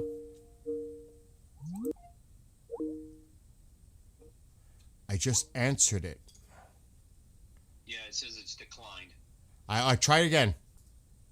All right, I didn't decline it. Maybe I hit the wrong button. Let me put my phone down. I saw it coming in. I did. I hit the wrong button. What the heck is going on now? All right, I see. Sounds like you're on. I'm gonna hang up the phone. All right, time. All right, Commander, can you hear us? Hey, I'm on Teams with you. All right, I think we lost Sep, but I can add him. No, I'm still here. Yeah, add him. Oh, to good. this call. Perfect. It worked. Yeah. So this is my good friend. I've known him for many years. I can't say enough about the individual who's on with us right now. Commander Cobra. Commander, welcome. Sep is here as well. He's in Austria, but he's Iranian. Yes, I heard Hello, Sep Commander. the other night when I was listening to your live broadcast. So before we Can begin, you hear me? yeah, we can hear you. All right. Before we begin, Commander, just give the folks a little bit of background. And I'll just say this before he goes into it. If you ever seen Bad Boys 2, the Coast Guard helicopters, he's one of the pilots of those helicopters, just so you all know. Yeah, so the particular scene he's talking about halfway through the movie, there's a scene where the helicopters chase the drug boat and disable it with fire from the helicopters. That was my last flying unit in the Coast Guard. Retired military aviator, and since I retired in the early 2000s, have been working as a government contractor, mainly to the Department of Defense and Department of War. And like as Bill has said, longtime friend of Skywatcher. Yes. All right, Commander, because I don't want to keep you too long. And Sep, there may be a few questions. They got them lined up in the chat waiting for you, Commander. They've been prepping for you like all day. Okay. Well, that's pretty nice. Yeah, they're all excited actually. Yay! And there's all kinds of comments that you're on. All right. So, give us with your background, your assessment on what you think could possibly happen in the days and weeks ahead regarding Iran. So, give me 1 second. I have your screen up so I can see on YouTube. Yep, I had the shared screen on. You should be. I don't know if I have it shared with you, but go ahead. Look the Yeah, YouTube. don't worry about it. I've got your screen up. So, here's what I think is up. Everything is up against. When you take everything in total that's happening, now that the Lincoln Carrier Group is in position, and when we say in position, it's down at the very end of the, depending on what part of the world you're referring to, either the Arabian Gulf or the Persian Gulf. The Arabian side of the Gulf likes that to be referred to by that name. The Iranians obviously prefer it to be the Persian Gulf. You're probably going to stay south of the Straits of Hormuz. And the reason for that is that is a very, very difficult piece of water to navigate. If you go where that really big concentration of airplanes is over the open water, almost straight up from where your cursor is, keep going up. No, keep going up a little bit further, straight up. We'll do the Etch-a-Sketch. Go up. I'm on a delay with you. You're seeing it on YouTube, so I'm zooming at the mouth of the Persian Gulf, the strait. Yeah. The strait is that little hook that's right at the top of where UAE and Iran meet. A little bit to the right of where you're going. Yeah. Right in there. There's a little notch. Mm-hmm. And no further up, that to the left of where you're at. That is a very tight waterway left. Yeah, I'm doing it. I'm already there. It's just the delay. Yeah, it's west. It's west of the position you're on. Mm-hmm. And that area in there is covered by silkworm missiles and others. Yeah, that's the very spot. It's a very, very difficult spot to navigate, plus civilian ships. So the carrier group will most likely stay well south, which on this screen would be to the right and lower right, open waterways. What that allows, though, is for a full range of contact to Iran if it's going to happen. And I don't think the if is very high. I think the if is very much when. I agree. Now, when you look over to the left of your screen, just underneath the box, well, you're moving it, but to the left of that screen was Qatar, and that area has been closed out, or at least it is being publicly said that it's closed out. So the only countries that I know of that haven't said anything would probably be Saudi Arabia, Bahrain, that would support any of the activities, but they're not going to probably do it too openly. Although I would say that looking at this in that part of the world and being in that part of the world for a great part of my life, mainly living and working in Iraq for a number of years, the end result is going to be not too much public, but everyone on the West side or the Arab side would like to see resolution with Persia and see resolution with Iran, meaning a return to a more democratic society that it has not had in 40 plus years. So what's going to happen? What could happen? I don't think you'll see as extensive a series of strikes that occurred during Operation Midnight Hammer. But I do believe, as we have discussed offline and off air, that there's two major issues. Obviously, the theocracy and the mullahs are a big issue that it has to be dealt with. I don't think they want to go for what we would call, with a not a very nice term, decapitation of them. But the problem is going to be the IRG, or the Iranian Revolutionary Guard. That is a huge issue because they translate across the entire spectrum. They have parts in the military, they have parts in the government. I tangled with them during the Desert Storm, during the Gulf War back in the early 90s. They are a very separate group that mixes their religious beliefs with their military and governmental prowess, and they are involved in a lot of activities that do not follow the more standard, what you would expect in a military campaign. They are probably the single most important element that has to be controlled, struck, or otherwise in this equation because of how they could lash out. That's a big piece of the puzzle. I do think that there's probably an extensive network, what we would say from a World War II kind of perspective, partisan type activity that has been going on since Midnight Hammer. Midnight Hammer was successful because there were people on the ground, much like what you've seen with Venezuela. And Venezuela cannot be taken out of this this equation, this discussion, because Venezuela demonstrated a very, very in-depth and properly planned and extremely well executed operation. And I think that it raises a number of concerns. In general, I expect that there's going to be precise hits as much as possible on areas that's going to cause the Iranian Revolutionary Guard, IRG, since I have such trouble saying that, the IRG to be taken out of power, taken out of communication, isolated, if not outwardly their capabilities knocked out. Mm-hmm. If you take out the areas that we know that they have stored up munitions, aircraft, they don't do too much with aircraft, but their ability to move and their lines of communication within the country, I think that will be the final part. Obviously, reports have led up to this, that the theocracy has moved out large numbers of, or large parts of wealth to other places to get their exit out of the country. Mm-hmm. So I think that they know that it's coming, what that transition turns out to be. A quick look for everybody who's watching the screen, and it's really important to see that. You can see where airspace has been closed out, and you can see transit routes from along the the Persian or Arabian Gulf that's moving up and down. You see the transit areas, which are pretty standard going across the Saudi Peninsula. And then you see a really vacant area within Iran itself.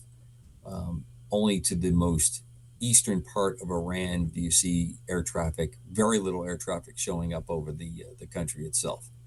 So that tells you that these blocks that are activity that are going on in the various nations that have closed airspace. I don't want to take anything away from what is said publicly, but I think most of your audience is pretty sophisticated, as most of the world is now, that you will see countries say one thing while they're doing another. I think they're making public statements on that. And I think that's what you're dealing with. You're seeing that happen.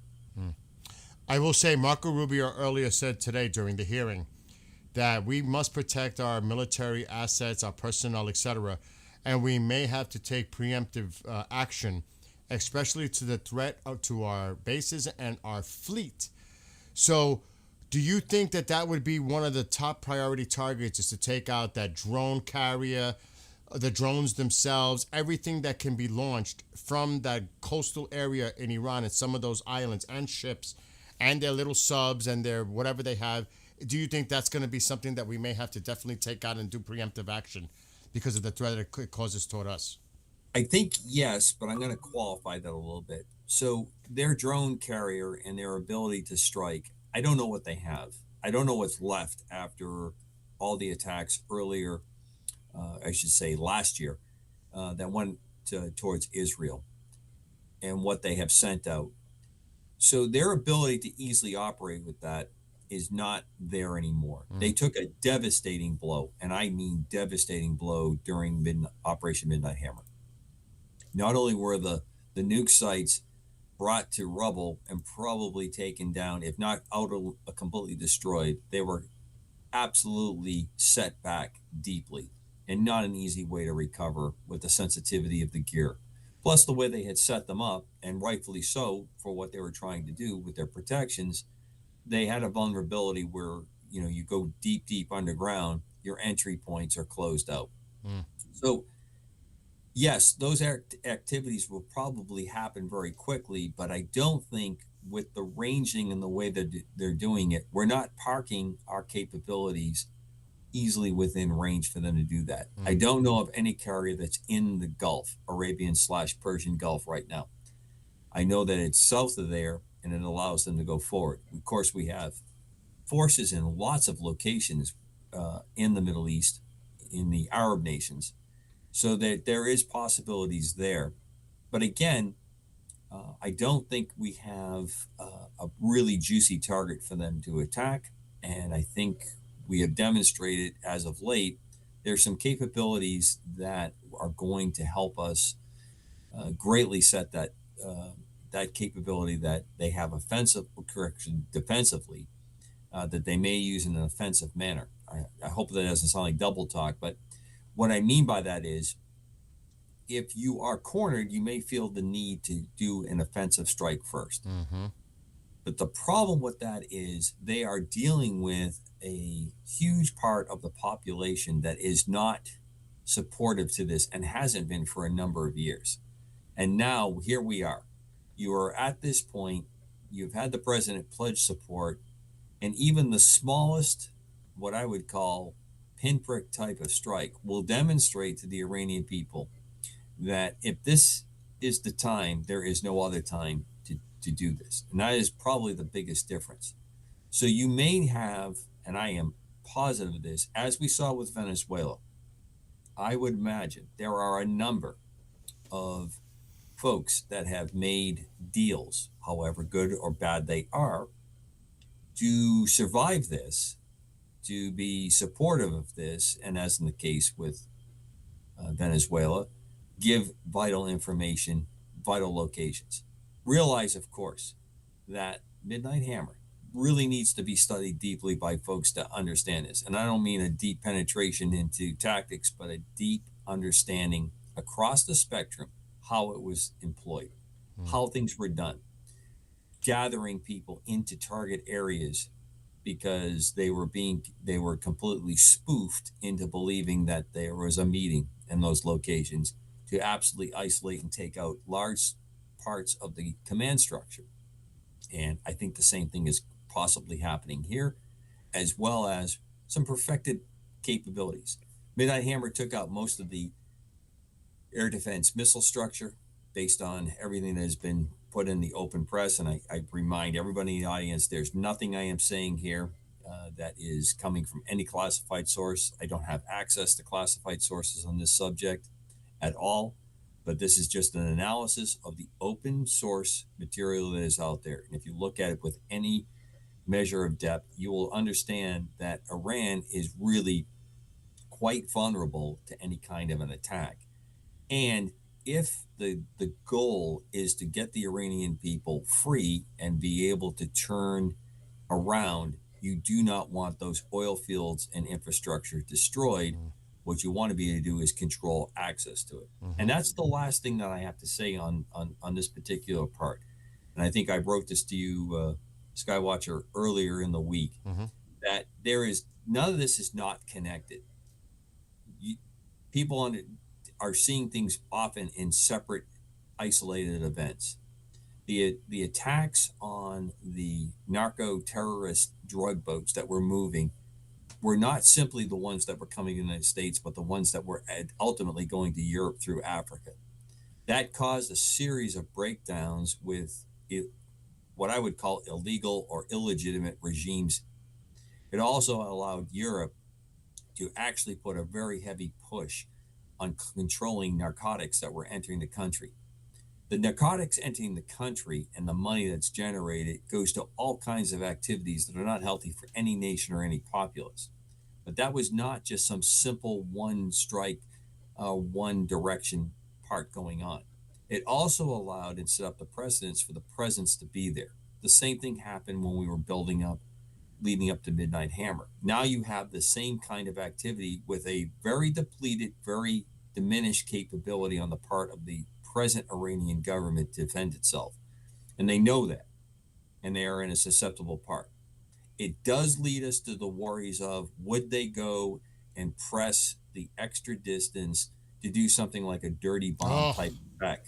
And that is part that has to be on the table. And I'm sure that's something that is being put into the planning, because although they don't have the complete nuke capability to have a nuke detonation, a dirty bomb dropped into a major area.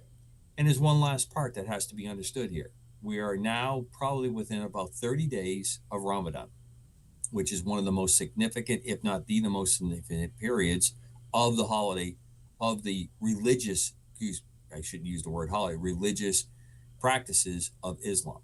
So that is an important factor that's going on that has to be defended. And that tension has existed within the world of Islam for, I guess, at least a century, if not more, on that.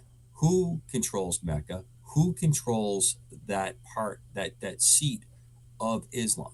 And as you know, I have many, many friends that are of the Islamic faith. And this tension is really no different than what you find in what I call the Christian faith between Catholics and Protestants.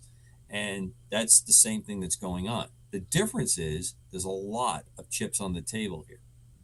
So I'll leave you open for some questions. And I'm trying to see what's inside the... Yeah, we'll get to chat because I want Sep to get an opportunity. But I just want to ask one more thing.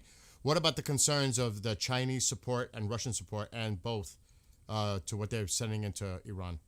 Okay, well, there's two things that happen when you talk about the Chinese support and the Russian support. First, the Russians and the Chinese got a really bad whitewashing with Venezuela. They sold a lot of systems. They sold a lot of capabilities. They're going to probably come back and say, well, you didn't read the brochure or the instructions very well, but it didn't work. And it didn't work because their systems are not quite that good.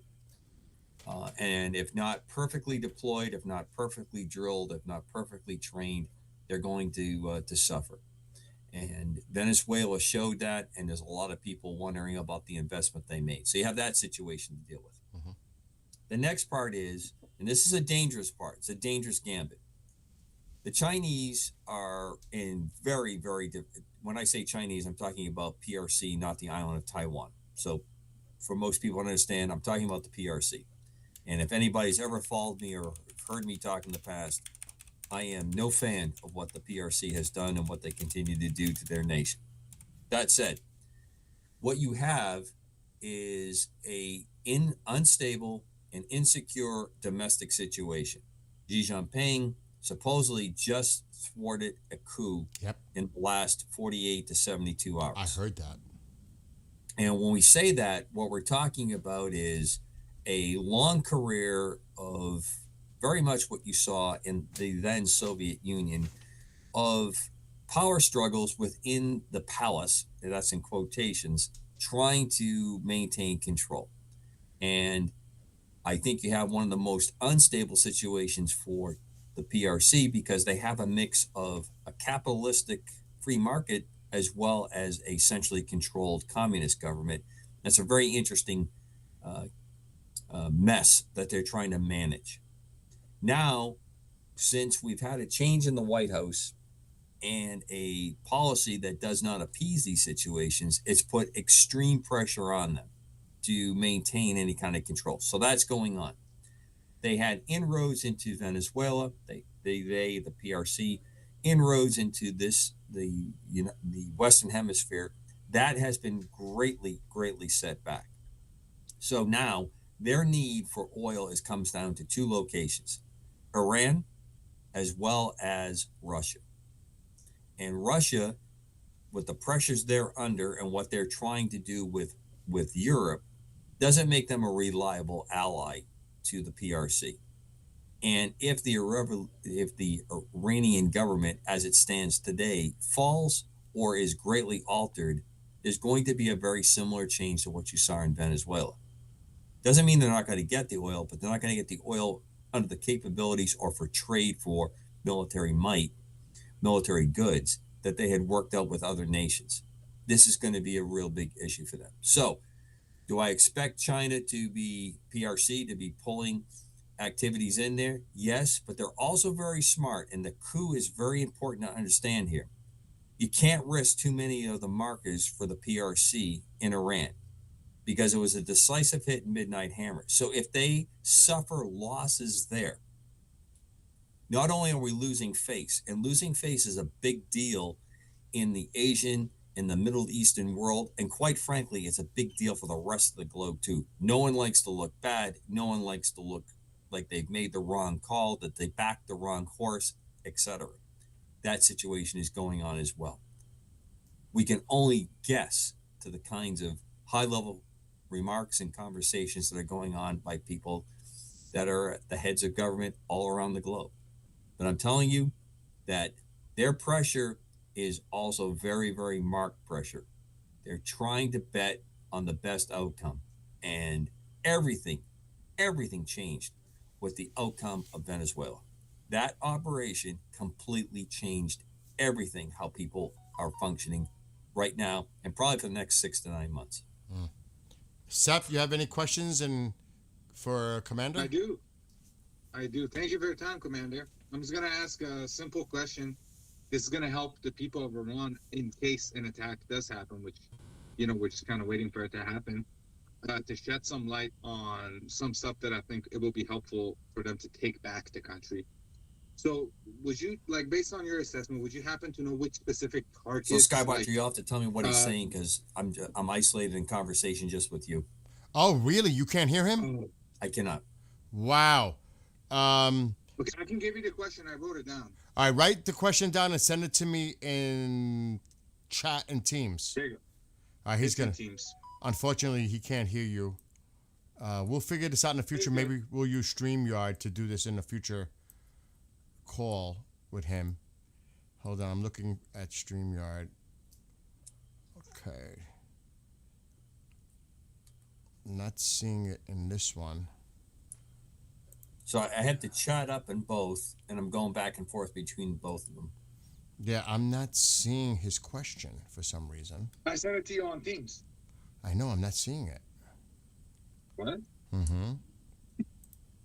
I might be. Can I read it to you and then you can ask him? Oh, yeah, let's do that. Let's do it slowly. I'll ask him slowly. I was just going to ask, would you happen to know which specific targets are going to be prioritized in that limited first wave that they're going to eventually hit? All right, he wants to know how that would imply the overall scope of the planned operation. All right, so he's saying, what do you think the initial targets, the primary targets would be if they were to strike, like precision strikes within Iran? And what was the rest of the question, Sep?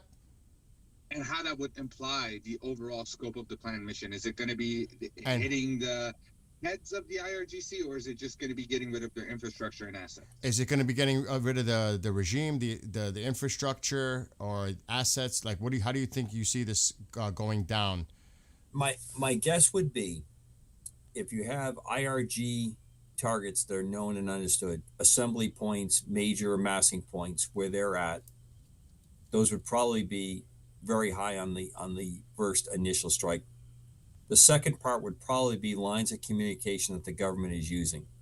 So it's obvious that they've pulled back to secured bunker areas. So you may not completely take out that bunkered area, but you may take out easy access to and from the bunker. So imagine someone living in an underground facility with a road that's leading up to it. You're going to probably isolate that roadway for that to happen. So you may take out hard targets, which are vehicles, communication points, command and control nodes. That's the kind of the buzzword that's going on. That sets it up so that they are not able to communicate, that they are not able to move, and they're not able to engage in a military manner, i.e. fire offensive, defensive weapon systems. If you isolate them out, again, this is just my estimate, there are people on the ground, and probably have been on the ground since Midnight Hammer, that are helping organize, are in a position to organize what we would call, from a World War II word, the partisan response, the citizens that have been demonstrating and paying a heavy price in the demonstrations and the activities moving on. So if you're able to isolate the movement of the main offensive capability of the regime, those areas, again, lines of communication, communication nodes, command nodes, as well as probably leadership in that area. And we've had a very, very good run of taking out leadership. Although they are changing their modus operandi for that, meaning they're not quite as flamboyant as they once were.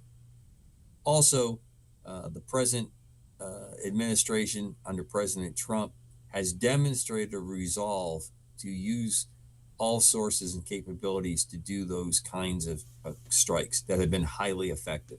That would be my estimate. The next part is, if you can maintain that support, if you can maintain that kind of activity, it will paralyze any response. It's not like a hit and walk away. It is a direct strike to those types of targets that I'm talking about as quick as possible. One of the reasons is you do not, in general, like to take out leaders or leadership is you like them to make the statement that we surrender, we're abdicating, we're leaving. That gives a transfer of control. If there's not a transfer of control, then you have a much more engaged and lengthy kind of activity to continue strikes and then to get people of control or of some semblance of command authority within the government or the military to assert that kind of order and control at the end of it.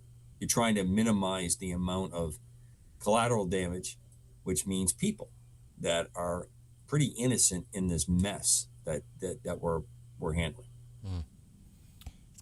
Just to confirm, Sepp, you can't hear him, correct? I can't hear him. Yeah, Okay. I'm listening. All right. Thank So you for answering. That was. he said, "Thank you for answering, Commander." We have a quick question because I don't want to keep you because I know you were working all day. There's Tammy, who's a military wife, and her husband is in the area. She wants to know, how can a military wife stay brave and courageous through this upcoming war? Well, first of all, my ultimate salute to military spouses out there and the families that support that. I would say the first thing that you should really hold on to is the fact that we have a leadership group now that is extremely tied to minimizing the dangers of our troops, as I have not seen in 40 years, and I have been doing this for a bit. So I would say that that is probably the number one thing to hang on to. Number two, the way that we are operating is truly focused on delivering the punch and not having to take a punch. And that has been a big change that I've seen over probably since my time in Iraq and to now. That we're not going to use our forces as a acceptable blocking or an acceptable screen to activities. That has changed dramatically with this administration. And the last part I would say, as a man of some faith, that you really need to continue to keep your connection there and keep your connection with your family and your community around you to strengthen you on that. It is probably the toughest job to be a spouse of someone who serves in the United States military, especially in these times. And I've never been in that role. I've always been the person that's been kind of at the pointy end of the stick, but I deeply appreciate it and I deeply understand your concern. And I wish I could give you better words than that, but I hope that at least assuages somewhat. Yeah, she's putting a lot of she's very appreciative of that, I'm sure. And just a couple of quick things before we wrap this, because I don't want to keep you, but Commander, hopefully if we hear anything, because we've been covering this, you and I are always engaged. If anything goes down, I'll definitely be in comms with you. I know you're working a lot of hours and, you're very busy, but definitely would love your input moving forward in the future when things I'm glad to. Skywatcher, I'll tell you one part. We've talked about this, and I think by Groundhog Day, by 2 February, yep, which is a fairly significant date, not the holiday itself, not the observance of the Groundhog Day, although I absolutely adore the movie Groundhog Day with Bill Murray, probably one of the best and funnest movies out there. I think you'll see some action by then. Really? I do. I think by 2 February, we're going to have this. Without any direct activity in that region right now, I haven't been in the region for a few months. I'm headed back that way in the not too distant future. I think we will see something that happens. And I don't know what that's going to be. I don't know if it's going to be a demonstration, but I want to share this with the audience. Years back, and there's a lot of talk about, manned versus unmanned aircraft, the quote unquote drone activity. There was a demonstration over Tehran using F-35s. I'll leave it vague to who did what to whom, but those airplanes flew into the airspace. They were undetected, and they made themselves visibly seen by people on the ground, and then basically disappeared again back into the sky and went forward. And that's many years back before this happened. It did cause behavioral changes by the Iranian government, and it did cause changes that the Iranian or Revolutionary Guard did. And then when time went by, they were convinced they had the upper hand or they could pull it off. With the change in loss of money, with the change in loss of what occurred during Midnight Hammer, what has happened with the demonstration worldwide, that is a worldwide lesson, what happened with Venezuela. There may be a very, this is not the right word to use, but I'm at a loss, a very bloodless change here that may go on. There may be such a demonstration and such pressure that they will fold and skirt off into the darkness. And I pray to God that Iran returns to some semblance of the former greatness and republic that it was. Amen to that. Quick run. This is going to be quick, Commander, because like I said, I want to. Somebody's dying to ask you a bunch of questions, and I want to make this fast because I know you got to go.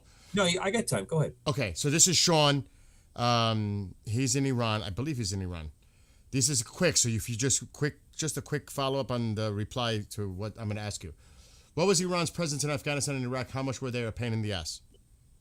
They were a huge pain in the ass. I dealt with them extensively when I was working out of the Kirkuk area.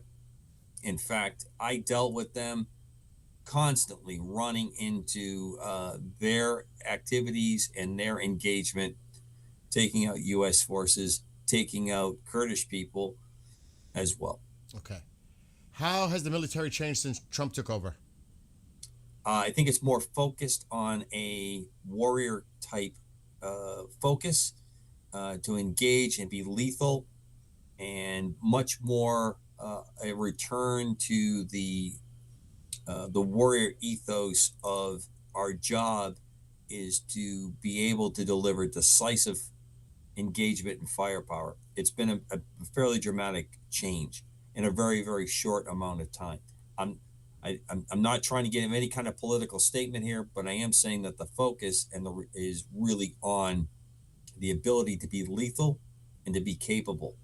And the big thing that people need to understand is we look at the fighter jet, we look at the ship, we look at the sub, but the people that are behind that, the people that are in logistics, the people that are in the supply side, the people that are in the admin that make that possible is a large part of the tail. We focus on the tooth.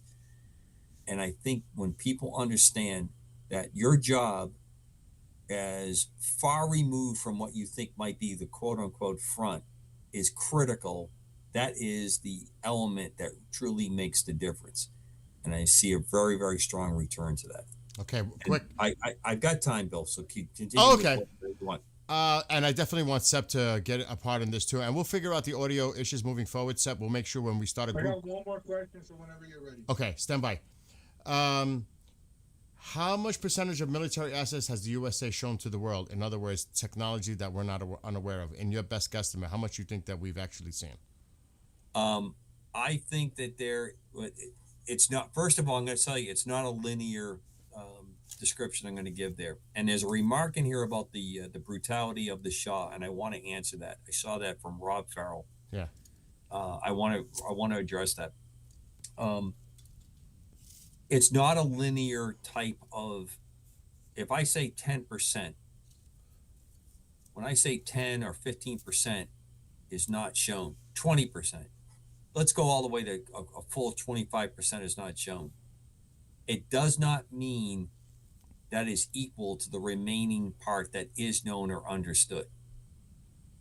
We are kind of a victim of our own success and failures, so that when you are used to a certain way of doing business, and Skywatcher knows we've talked about this, I believe that we have the ability for advanced power systems, advanced capabilities, but because the prevailing wisdom is that we cannot upset our markets, we can't upset the way that we're doing business, that we're not capable of having these rapid accelerations. And there may be some truth to that we move very slowly, but those capabilities are broken through. So when you talk about that remaining 25, 15, 10% of advanced capabilities, some of those activities, some of those capabilities come at high cost to how they're working, high cost to how they're employed, are so disruptive that they can't be used frequently or in great frequency, because they're so disruptive. You may force a nation to resort to the ultimate black card, which is to do a nuke strike because they know that they are completely powerless or so far behind that they can't allow it. And this is the only card they have left to play. So hopefully that answer isn't too screwed up, but I think we are seeing probably about 80% of what we're capable of doing is pretty open. We're very careful how we describe what we can do. We do not give away a lot of details, and that there is some on the extreme end capability that is awe-inspiring and of sci-fi type nature capabilities. Let me quickly talk about the Shah. Yeah. I agree that the Shah was very brutal in many aspects. I'm not going to try to defend anything the Shah did, but my early college years with a number of Iranian students here in the United States in the late 70s, when I was in college, and they were there when the Shah fell, and they were trapped for the vast majority of them. And I would say that whatever the Shah has done and was brutal about does not compare to what has happened to the Iranian people. Some of the most talented, some of the smartest, some of the most cultured people on the face of this planet since the Shah has fallen. What they have gone through, what they are living through is not acceptable. I'm not going to try to say one against the other. I'm not going to say that any person, because every man, every woman is flawed. There's no doubt about it. There's very rare cases where you find people that are like that. But I cannot give any quarter or shelter that anyone can tell me that the last 40 years since the Shah has fallen, that this is an acceptable way for a country to run. And I would say the same thing about the PRC and listed on. How do you think we clean them up as they're scrambling and they're exiting? Because that's another concern. You're going to still have all these factions across the globe. What do we do with these Islamic extremists that are like pretty much spread out throughout everywhere? Well, there's two things that are going to happen and are happening. And one is, quite frankly, and I would say with very little reservation. If they don't have money, their activities come to an end. Pretty much, yeah. You cut it. Done. So that's a big piece of it. It is. And I think that's a big part of what is going to change this. And they've had a run. They know they've had a run.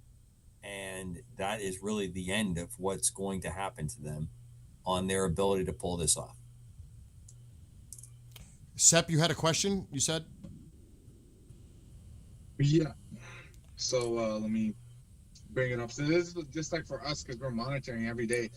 In his opinion, what open source or like observable action do we need to like look out for to be able to really like best tell a real-time indicator of like an imminent strike in these next few days? He's saying what credible open source or other areas that we should be focused on to try to get some kind of a credible indication that something is imminent that's going to happen. What would you recommend, like what we should be, because we've been covering this now for weeks. So is there any advice you can give to us on where we should source out information? Is there anything that... Well, I rotate through a lot of sites. The Intercept is a really good one to take a look at. I would say even very traditional ones like Fox News, although I kind of throw up my mouth a little bit when I say Fox News. Your traditional media sources are good places to look at. And then take a bigger or deeper dive into what I would call the number of blogs that are out there. Just scan Iran strike or Iran military and see what's popped up. See what's popped up in the last 12 hours from the time that you've looked, and roll those down. And you'd be surprised what comes up. Also, don't be surprised that if a source that you went to that you liked, for whatever reason, they had a viewpoint or a presentation that kind of agreed or aligned up with your beliefs, if it disappears. One of the things that's happening is that you have on both sides or all sides, because this is probably a multifaceted jewel of engagement, people putting stuff into the sphere here, trying to force change, to force an outcome. We're doing it. The United States is doing it. All the countries in Europe are doing it. Obviously, the Russians and Chinese have made it an art form of what they do. Our sources putting out. There isn't one that I go to in particular that I would say is better than all the others, because anything I like seems to disappear pretty quickly. I don't know if it's because my handle gets seen and that's what closes it out, or if I'm amongst a group of folks that look at it. There are a number of good websites out there. We've talked in the past and back in our day when we were doing different shows together. Warzone, yeah. The Warzone's great. They have a lot of good insights. But if you watch them as of late, they have not had a lot of dramatic or deep updates on this. What they have put together is very good in-depth pieces, and they're a good place to trigger or at least find leads to other places to look. If I come up with something that looks exceptionally good, I will. But I'll tell you right now, what you have on your screen right now with Flight Radar is a really good source of seeing what is going on. Because when activity gets ugly, that main pathway that you're seeing right along the UAE Peninsula or that part of the peninsula, leading north of Qatar, going up into near Iraq, and then over Europe. That's a great circle route that you're seeing that's going up the Persian Gulf to the left side of the screen. A lot of that activity is going to shut down. Yep. We saw it last week happen in real time. When we thought something was going to go down, we actually witnessed it. We seen it. And I think it's pretty close. And I will, again, I know people are probably tired of me saying this. Look at the entire documented evidence of what went on, the documented information of what happened in Venezuela. In Venezuela, that activity that went on, they were getting ready to strike right around Christmas. But because of Nigeria and because of the slaughter of Christians in Nigeria, they did a strike there. And that threw off, because of finite capabilities, what they could do in Venezuela. Also, they had an inside source in Venezuela that helped them keep track of what we call the pattern of life, what Maduro was doing. There was high confidence they were able to do what they were going to do in a way that was fairly unsophisticated. I don't mean to take anything away from it, but I'm talking about, there wasn't any stealth hawks, there wasn't any ghost hawks. That was standard equipment that went in because they completely laid down the capability of what Venezuela had a very good capability in depth. They may not have been drilling it, they may not have been working it as hard as they probably should have, but they had a very good capability beyond just being on paper. So the same kind of thing might happen here. And if you looked at it long enough, you might have seen the feint that occurred right around the time they're getting ready at Christmas to go do that. So Two more things quick. First, how much do you buy into the whole pizza watch thing in the Pentagon? There's a lot to be said about that, but I'm going to tell you something. Once something like that is seen, once something like that is made known, that the pizza buying, if I was Secretary of War Hegseth, I would start buying pizzas on Tuesday. I'd buy pizzas on Thursday. Just to throw it off. Just to throw it off. Because if that's what people are using as a measure, I'm going to use that against the public. I'm not so much the public. I'm going to use it against the press. That's what I meant to say. Because I want to be trying to control, because why am I trying to control? I'm not trying to keep anything from anybody. I'm trying to protect my troops. That's right. So once you do those kinds of things, once you show your hand that that's how you know what it is, I have two choices. I don't do it anymore, or I use it to my advantage. True. Get out the credit card and buy lots and lots of pizzas and make that completely useless. Yep. And now that we have an improved physical fitness program, you're going to work those pizzas off with push-ups and sit-ups and runs, I guess. And what about this talk that it has to happen on the weekend because of the markets have to be closed? That's probably a strong possibility.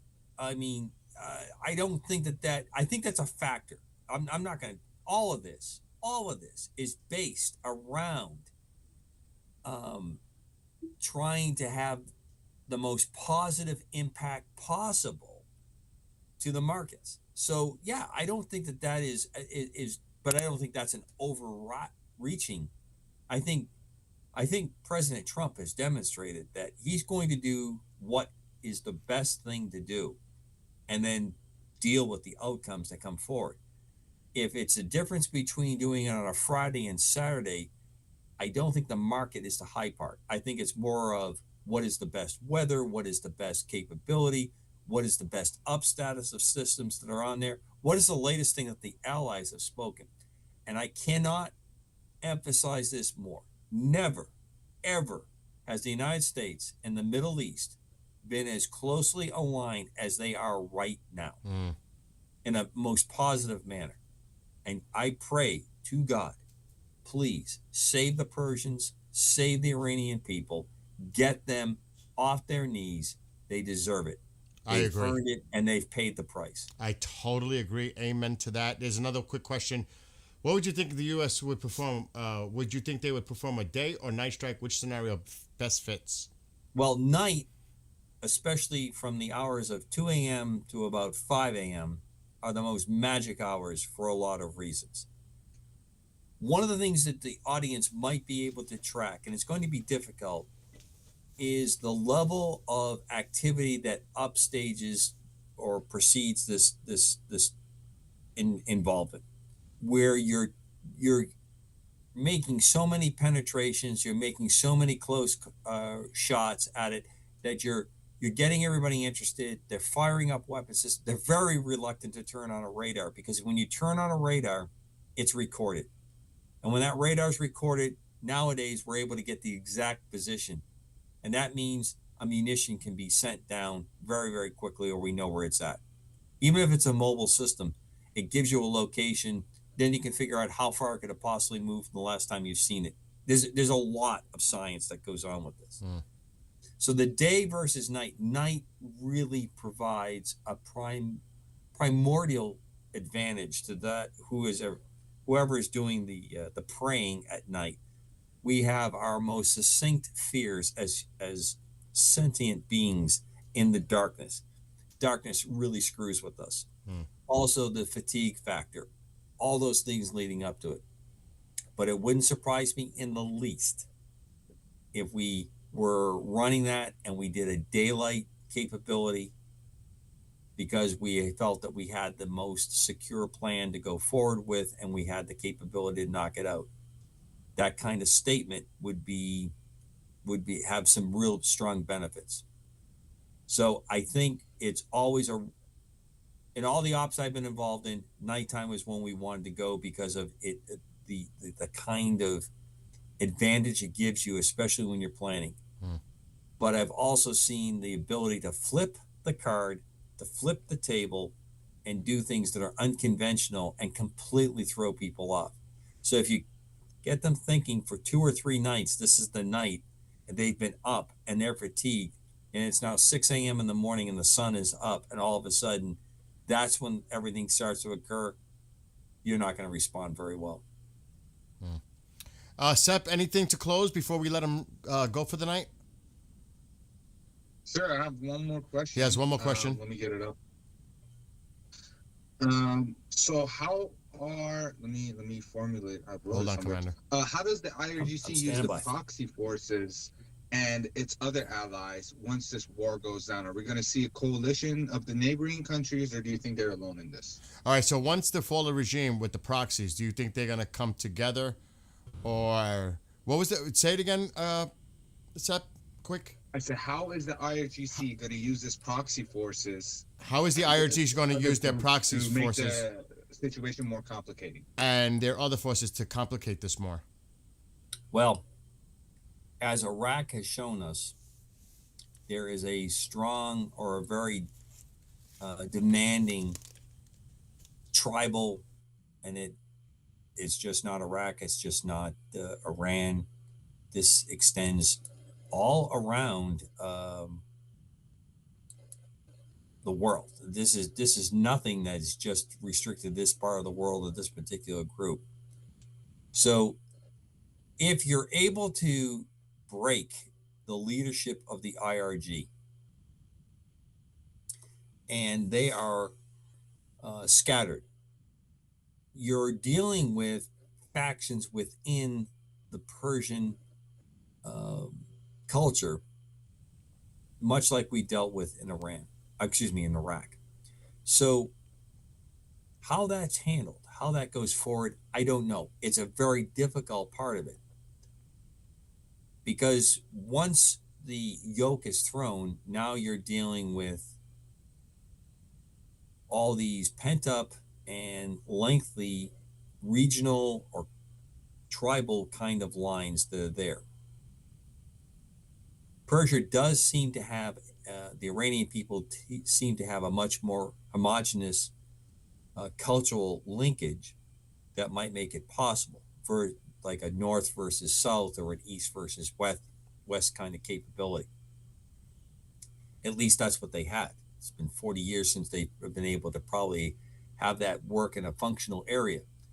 So that's always the difficult part. But I think one of the things that has been demonstrated is if you're willing to put a key central government that at least is saying we're going to run our own internal affairs and this is how we want to engage with the rest of the world, I think they have a very, very good chance. So I'm going to ask the audience to look up the Simurgh, Simurgh. It is the head of a dog, wings of an eagle, body of a lion. And if anybody remembers my days of Griffin, Task Force Griffin, and it's another one of the mythical animals. It's the one that comes from Persia that follows the same pattern of a combination of mammal and eagles. And the Simurgh has a really significant part of Persian culture. And I hope the Simurgh is with the people of Iran. I pray, and I do mean this sincerely, I pray that these people are relieved of the yoke that they're under, because they have paid a lot with this situation. I agree. Someone's just bringing up a quick thing. Is the moon an issue at night? Yes. A full moon allows the visual eye to see much more, and it's too much generally for most of your night vision devices. So you prefer something that is less than complete darkness, but I'm going to say, and I think this is, again, no classified stuff. I'm not passing anything on that, the standard buy statement that goes out. We're at the position now, we're at the capability now with a composite of IR and night vision type technology. The darker, the better for us. And if you're not a sophisticated, not a well-equipped military, the night terrifies you, and the night terrifies you even more when you're hearing sounds that you don't have the ability to associate with a visual relationship. You can hear jet engines, you can hear rotor blades, you can hear things. And of course, if you go back to Vietnam, they were actually sending out audio messages in the dark telling people that, spirits and ghosts, and this is what's going to happen to you. Those all have effect. And quite honestly, it would have the same effect in the United States. We like to think that we're really sophisticated in North America and Europe and all this other stuff. You get to some pretty base capabilities. Skywatcher, you and I have cracked up about this. You walk into the deep woods at night when it's dark. If you're not sure where you're at, if you're not sure what your capabilities are, every sound can either be terrorizing or comforting. And right now, I don't think any sound is making the IRG, and I hope the mullahs, is any comfort to them. Any sound should be terrorizing these a-holes. And I don't think they should feel so comfortable in what they think is their protected bunkers either.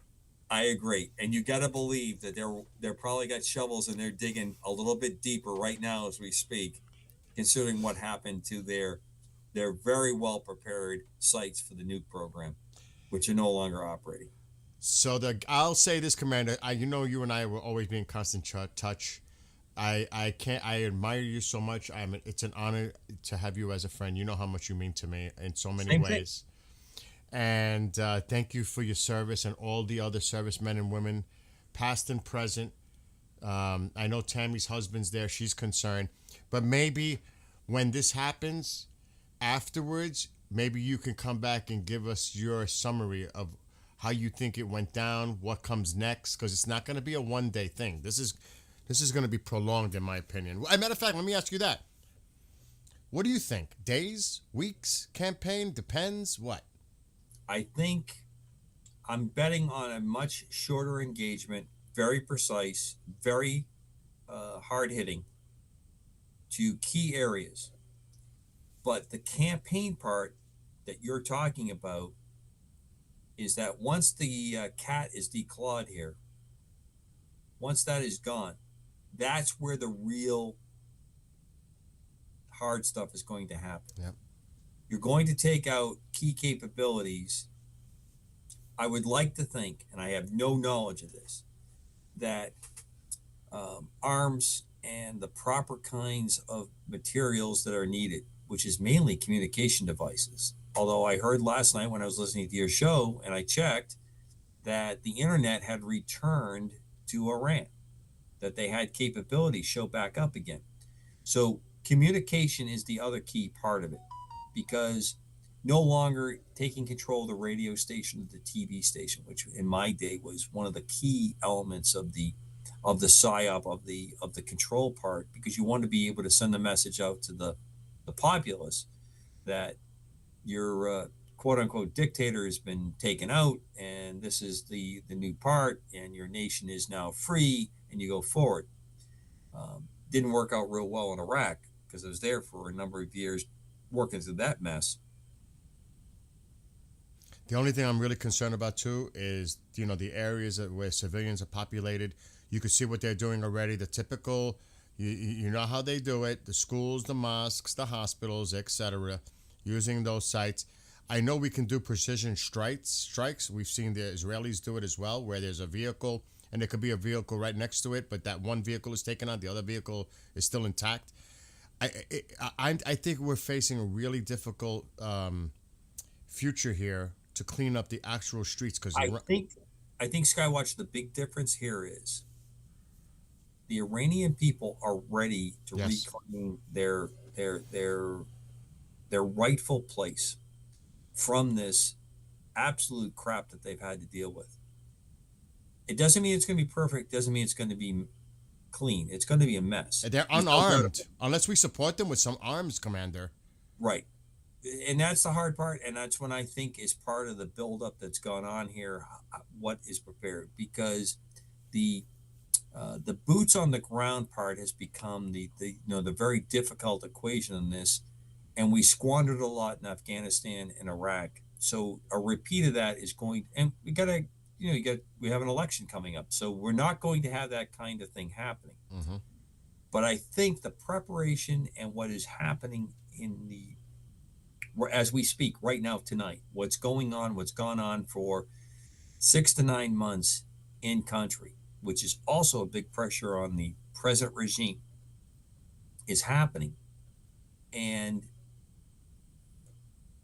even if that is a failure, the removal of this regime and what results afterwards is still a better situation and a better chance than what the Iranian people have dealt with. Now, easy for me to say as I sit here in the United States saying that, but I think most would say that. And again, I qualify that with a very young opinion of a number of Iranian students that I was in college with, who were devastated when they watched their families and their culture disappear before their eyes. Yeah.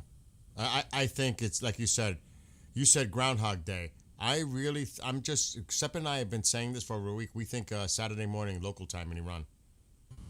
Well, we'll see. We'll see. Well, Commander, thank you so much for joining us. You're welcome so much. It was great to talk to you guys tonight, and I'm honored that you guys think that any musings of an old aviator and a guy who spent a big part of his life doing this stuff means anything. For what it's worth, and I'll keep pumping you with intel and observations when I get them. If you ever want to come on, just let me know, and we'll bring you on, even if it's 15 minutes, just to give us any kind of insight, update, anything that you find that is credible to come on and discuss it. And definitely, when it happens, we may want you to come on just to give you your, a summary, your opinion on what was done. Okay. You know what I mean? Anyway, Commander. And congratulations with your Skywatcher Gaming. I'm glad to see the subscribers are catching on to something that's good, and they're participating and they're engaging, and you got some really classy and smart people in your chat room that I'm looking at. There's some really good stuff there. Yes. Send your other half my love and the family, and I will. We'll be in touch. Hit me up. You bet. Later, Good night, Commander. So what did you think? What a great assessment. Right? And he just kept it straight. He shot it, you know what I mean? He just laid it out there. From his, from his perspective and analysis coming from him, who I highly respect. And yeah, like I told you, we have these private conversations between the two of us. I can't say enough of that man. I can't say enough of what that man has done for myself and my family. He is a really true friend. I can't even tell you when I say that. I don't say that lightly whatsoever. But he'll keep us informed if he's, if anything's going on. Of course, it's not going to be classified, like you said. It's just going to be maybe something that he's hearing behind the scenes, and maybe some, like you asked about, what do you think are some sources that we can look at? Maybe he'll tip us to, hey, go look this way, guys. Go look there. Like he'll give us some kind of a direction, maybe in the future. I'm sure he will. But I also want to just put this up there. Obviously, it's like 4:45 a.m. in Iran. Anything is possible, like the commander said. You just don't know, because this really is a tinderbox. I mean, this thing is the tension is incredible. What's going on here right now? But I do want to put this on the screen. If anybody wants to contact Sep or I, email us, iranfreedomazadi@yahoo.com. We will make sure to keep your identities private and confidential. We will not share that. Anything you have to provide, whether it's information, something you want said to the people in public here. Also, any images, video, because now that the internet is starting to open up a little bit, it would be great to get some information coming from within on the ground in Iran, especially what's going to happen in probably the next few days. I mean, if you can send us any video or images so that we can do it in real time while we're streaming, because Sep and I are going to be doing this for the foreseeable future, not just about what's upcoming most likely, but even post, because the plan is at some point that Sep will return to Iran and help the people of Iran, help rebuild Iran, relocate to Iran, and go back to his country, amongst many of you that are watching right now, that are Iranians that are externally located, not in the country, but planning to go back home and help Iran and help restore Iran. And my prayers, my thoughts, I can't say enough to the people that are in Iran, but I think I am highly confident that you're going to see freedom soon. That's just my opinion. I'm praying for it, and I love you all, and hopefully one day I'll get to see some of you in Iran myself. But awesome. I will say it again. I'm going to do it. However it is, on bread, sandwich, whatever, I'm going to eat it. I'm going to do it. You know what I'm talking about. The minced meat, whatever. Well, I don't even know if you want to call it meat, but. Yeah, well, yeah. Yeah, man. I'll Dude, sneak it in. we're going to do video of that. We're going to make sure that, I'm going to be sitting with Sep. I'll make a prediction. The sentence that's going to come out of your mouth is going to be, hey, it's pretty good. Actually pretty good. Yeah. And I look forward to meeting some of the people that we're seeing right now here in Iran at some point in the future, of getting to sit down. We're all together, and we're going to look back at this period and say, oh my gosh, remember when this was going on? And look, and it's going to be like, well, look where we are now. And I want to share that with all the Iranian people. I want to be there, because it's one thing to be in these terrible times, the horrific things that are going on, the evil that is going on, and like it's almost like if I was going, because I've gone through surgeries and all kinds of stuff.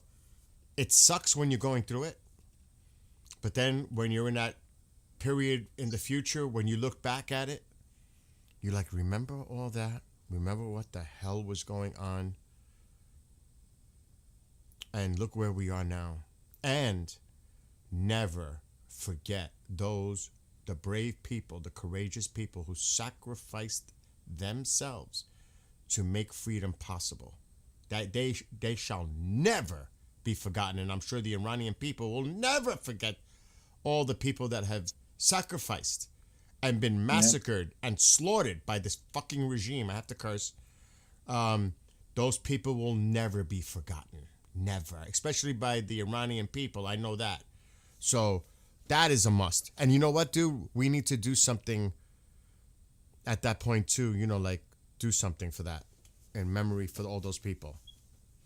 You know, 100%. 100%. Their families, all the people that lost their breadwinner. It's those people need help. I'm gonna do whatever I can, and yes, you know, part of a network. I'm gonna include my areas of reach too to put this out there. You know what I mean? That would be awesome. On the work That'll side. be needed. And I know Commander, I know he's all in. You know, this man, I gotta tell you, he is one person. I can't even speak. You don't even know how that man is with me and my family. I can't even tell you. That is one person that he's like a brother. I mean, he is the kind of person that you want standing right next to you. You can tell the way he speaks. You can tell how he is as a person just by listening to him. And there are many people like him, like myself, like you, a lot of people in the chat. We will be there. We'll do whatever we can to help the people of Iran. I'm telling you, I can't wait for that possibility of traveling and being there when the moment of freedom occurs. I can't say it enough. So can't wait to experience it, man.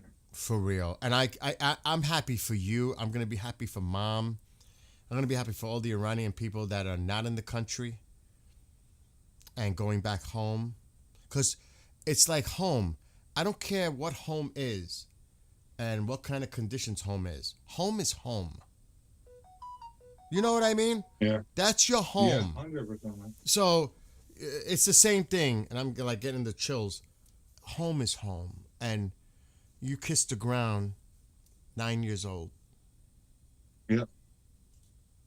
And it's been a long time. What, 14 years? 15 years? Yeah, man. It's been 15 years. Yeah. And it's gonna be. You're gonna have and this all goes to many of you that are watching right now. So many emotions are gonna be going through you. You know that. Yeah, I know, man. I can't. But they're gonna be good emotions mostly, I think. We haven't had time to mourn. Seriously, we haven't had time to mourn. It'll be a long time of us mourning, but those first few days of freedom, we owe it to those people who we've lost in a way to celebrate, because they fought for that exact purpose. They fought so that we could have that freedom. I hope to, and I might be too much of an optimistic here person, too much optimism. It would be great to see a global community there in support of the Iranian people also. You know what I mean? Yeah. That would be great to 100%. like so much diversity coming together in support of freedom for Iran, supporting the people, supporting the future. You know what I mean? I think that's important to show a global community coming together for this. Like I said, I'm getting the chills just talking about it, because I know there'll be, I don't know about so many Americans, because they're still going to be a little apprehensive about certain concerns. But I'm sure there are Israelis that are ready to go there and share the moment. I definitely, speaking for myself, I would love to share that moment. I'm sure there are people from all over the world that would want to take part of history in seeing this go down. I'm just saying. Canada is with you. There's so many people that, you know, it's going to be bittersweet. It is. It will be bittersweet, Bean. It will be, because of all the suffering and pain and anguish and just it's PTSD for so many people in such bad ways. So like you said, there's going to be a lot of things going on, but the main thing is really they've been waiting 47 years for the moment of freedom. That's going to be the emphasis. Everybody's going to have that shared experience of joy. You're going to see it visually on the streets of Iran. You're going to see it. And of course, there are some that are not going to be too happy. That goes without saying. But the vast majority, I believe, of the people of Iran will be expressing joy, all the positive attributes that go along with it. And of course, they will find the time to mourn. You know, and that's out of respect for them. You know, that's definitely a part of it as well. So, yeah, everybody's saying, They look forward to visit to a free Iran as an Israeli to visit friends. Look at that. That would be awesome, man. That would be awesome. And I just want to give a thank you to all the Israeli people who've been with us throughout all of this. I was talking to an Israeli person, and when he said this, it literally shook me to my core. He said he wouldn't mind going into a bomb shelter for months on end, even, just so the Iranian people are free. And when I hear that, you know, the idea of borders and nations and ethnicity and different beliefs gets thrown out the window, because I see how beautiful humanity can be. Yes. And I hope to see that more. And it gives hope. Because everything seems so dark in so many corners. It's like, it seems like there's so much darkness. We need the light. We need balance. We need to bring the light. Do you know what I mean? Because, you know, and there's so many things that are going on. But I want to just read some of the comments. I'm going to scroll up a little, because I know Navi. We've realized that the Islamic Republic of Iran might set up shelters and lock people in them. Oh, my God. Like what China did during the coronavirus, or detonate a nuclear bomb and then blame America for it. Well, they're going to blame the Americans hitting the targets near schools, mosques, hospitals, etc. You know that. We've seen images of them already setting up in these areas, so they could say that. I heard even something, I don't know if it was Tusi or Goldie, and I don't know, I can't confirm what I'm about to say, but could you imagine them putting the bodies of those that were killed in these places to say you're responsible for killing them? Now, autopsies would prove otherwise, of, you know, the time, you know, the cause of death, the time, date, etc. But I would not be surprised they do that. As horrific as that freaking sounds, I would not pass it by them. You know what I'm saying? It's not passing, man. The Shia militia in Iran was the one that put the idea of suicide bombers into the Middle East. They put the idea out to their proxies, and that's why they did it. Nothing is past these people when it comes to horrible tactics. Oh my God! So we need to keep that in mind. My heart bleeds like the commander had a great friend. He was being trained by the U.S. Navy. Carter expelled them. He couldn't go back to Iran. Last time we spoke, he was heading for the Mexican border. Oh my God! And that was in 1980. Chaos says, I look forward to visiting. I said that he's an Israeli that wants to go visit friends. I know it'll make my husband life to see his country, his home, because our husband's Iranian and he's serving in our military. But I also know the few he had are likely no longer with us, but they died martyrs. Wow, that's so intense and deep, but true. Let's see. I'm just reading. I'm skimming. Yeah. Oh my God. I don't want to get into that graphic, horrific aspect about the women, children, all that. I mean, this is beyond. And Bean says, never put anything past these people. The moment you underestimate them is the very moment they hit you the hardest. You can never underestimate. Look how brutal and evil. You can never underestimate that. It's absolute pure evil. It is good versus evil. It's to me it is. Yes, and the current Ayatollah was always one of the worst. And that's horrible. It's horrible, you know. But you could see the air traffic, and you see why nighttime is more favorable. Lack of moonlight, darker the better. But he did say, like we've been saying, don't be surprised. You never know. You never know. Anything could happen at any given time, but nighttime is definitely preferable from his perspective. Mm-hmm. So it is like it's like 5 a.m. now. Is it? Alexa, what time is it in Iran? Mm-hmm. It's 4:57 a.m. in Tehran right now. It's Iran. It's 5 a.m. So it's late. And look at all that air traffic loading up. So I don't know if what Axios reporter is correct, 24-hour window for them to respond for the deal, but it's already been confirmed in other places that there is no deal. They're saying there's no deal, but that doesn't mean what they're saying publicly is not something different going on behind the scenes. But I don't see a deal happening, but I keep thinking, Sep, you and I, and a lot of people in the chat, Saturday. Yeah, I'm here. Saturday, bro. I something about Saturday. Yeah. You heard the commander before Groundhog Day. That's the second. Everything is pointing towards 34 surpass that. Yep. So tomorrow night we're gonna end up going through the same thing. We're gonna be monitoring. What time are you gonna be around tomorrow? You gonna be around tomorrow?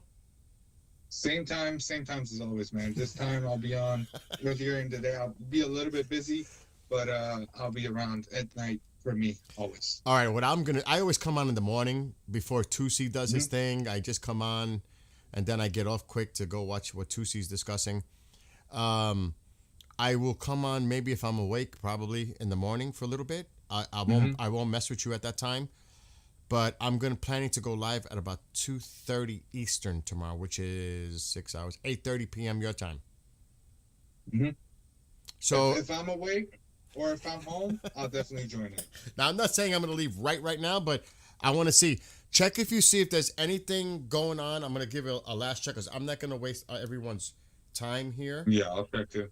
I'm going to just do a quick check on Telegram and other places to see if there's any info coming in. And it's very quiet coming out of Israel. I can tell you that. I mean, this is super quiet. I'm usually getting a bunch. Nothing. But then again, it's early in the morning. They got to get All I'm hearing is that the U.S. is planning to move one or more two THAAD missiles into the Middle East. So we might see that develop. That also points that we're going to see this in a few days and not I'll show you anytime soon. That one that came in earlier that was traveling from Ramstein, I'm going to see if I can pull it up. We should be able to. Well, I don't know what. That's a tanker, probably, but I'll show you. They're already doing it, and they're still doing it. Yeah, that's a tanker. Let me show you what landed. 1 or 2, that was probably the first one. We'll probably see more. The Super Galaxy landed earlier. I don't know if they're going to show it. Here, this one out of Ramstein. This is carrying some heavy equipment. This one, the Super Galaxy. Is that capable of carrying THAAD missiles? Oh, yes. Yes. So they're still moving assets into the area to be redeployed. I'm sure they're probably gonna. I don't know where they. I don't know where. I'm speculating where they're gonna put it, but that's either gonna be surrounded. I don't think we're gonna be using Qatar, but we might still have to protect, our assets. So who knows where it's gonna go? The drone is back up in the air. Uh-oh. The drone is back up. It took off a little while ago. I just noticed. I think somebody mentioned that in chat. But the Triton is back up. It's time for it to go up if it hasn't been up the whole day. But they probably had the Poseidon or something else monitoring. But they are. Yeah, with the trackers off, yeah. They are keeping a close eye on the Persian Gulf and the Strait. They are watching them very closely. You know that. This is, like I said, this could pop off, not because when we plan, but if we think the Iranians are planning something, then we're going to act. So you can't even put a timetable really necessarily on this, because if we think they're up to something, like Rubio said earlier, we may be proactive and preemptive and decide to hit them before they have a chance to strike us. So that's how things are so tense right now.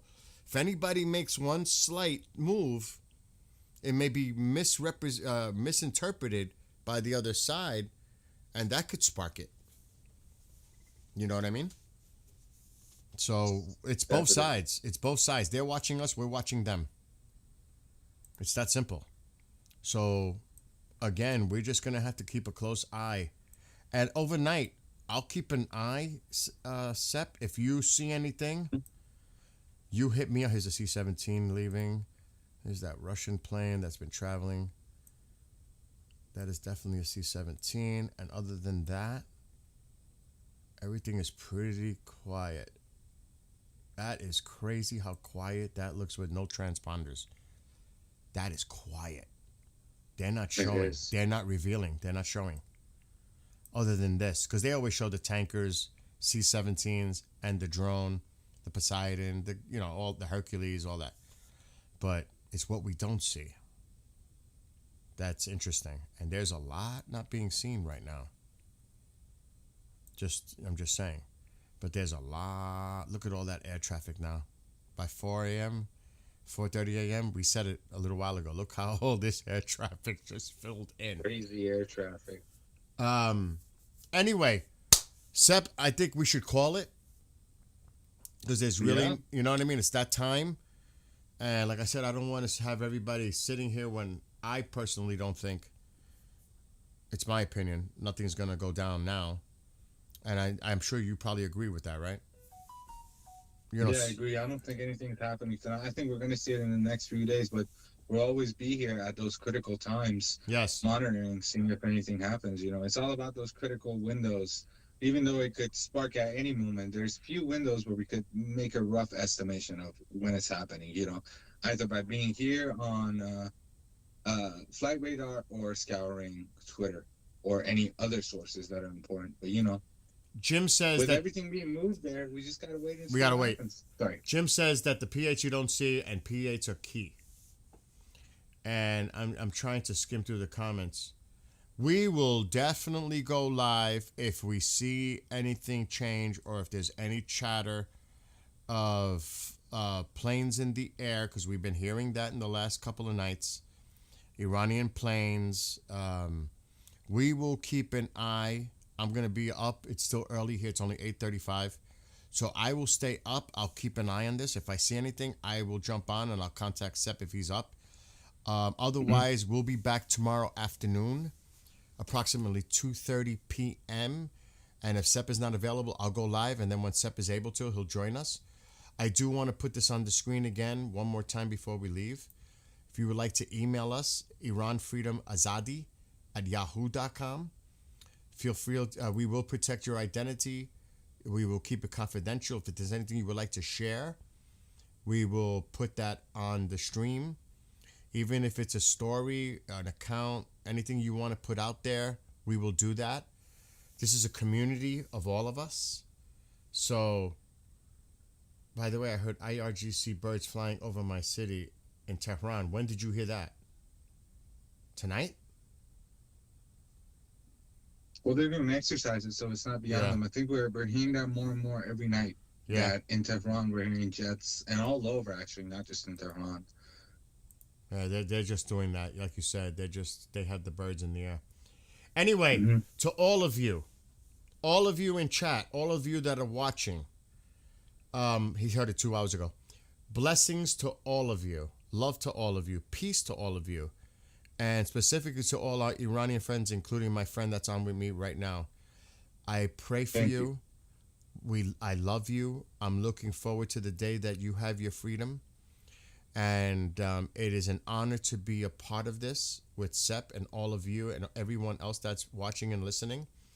And we will be back tomorrow, or if anything breaks overnight. So with that being said, you have anything else to say before we wrap it up? I'll just say quickly a few words in Persian. دوستان عزیز، شب خوبی داشته باشین. امشب هم یکی از اون شبایی بودش که ما خیلی چیزا دیدیم که موومنت از سمت آمریکا زیاده. چیزای مهمی اومدن در داخل منطقه و این میتونه هر ثانیه، هر دقیقه عوض بشه به چیزی خیلی خیلی خیلی بیشتر و خیلی مهمتر. تا اون موقع با وایسی ما اینجا هستیم، ما مانیتور میکنیم. اگه اتفاقی افتاد دقیقه بعدش ما لایویم. 24 ساعت ما نگران نباشیم و امیدوارم شب خوبی داشته باشیم. And also, don't forget, I know some of you probably are already aware of it, check out 2C TV, TOUSI TV, and check out Goldie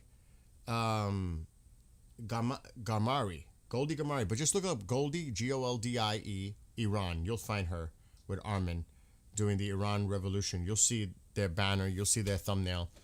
Check them out too. Support them because they're also putting out the information to the public. So, with that being said, Sep and I wish you all a great rest of your evening, morning, night, wherever it is, and we shall see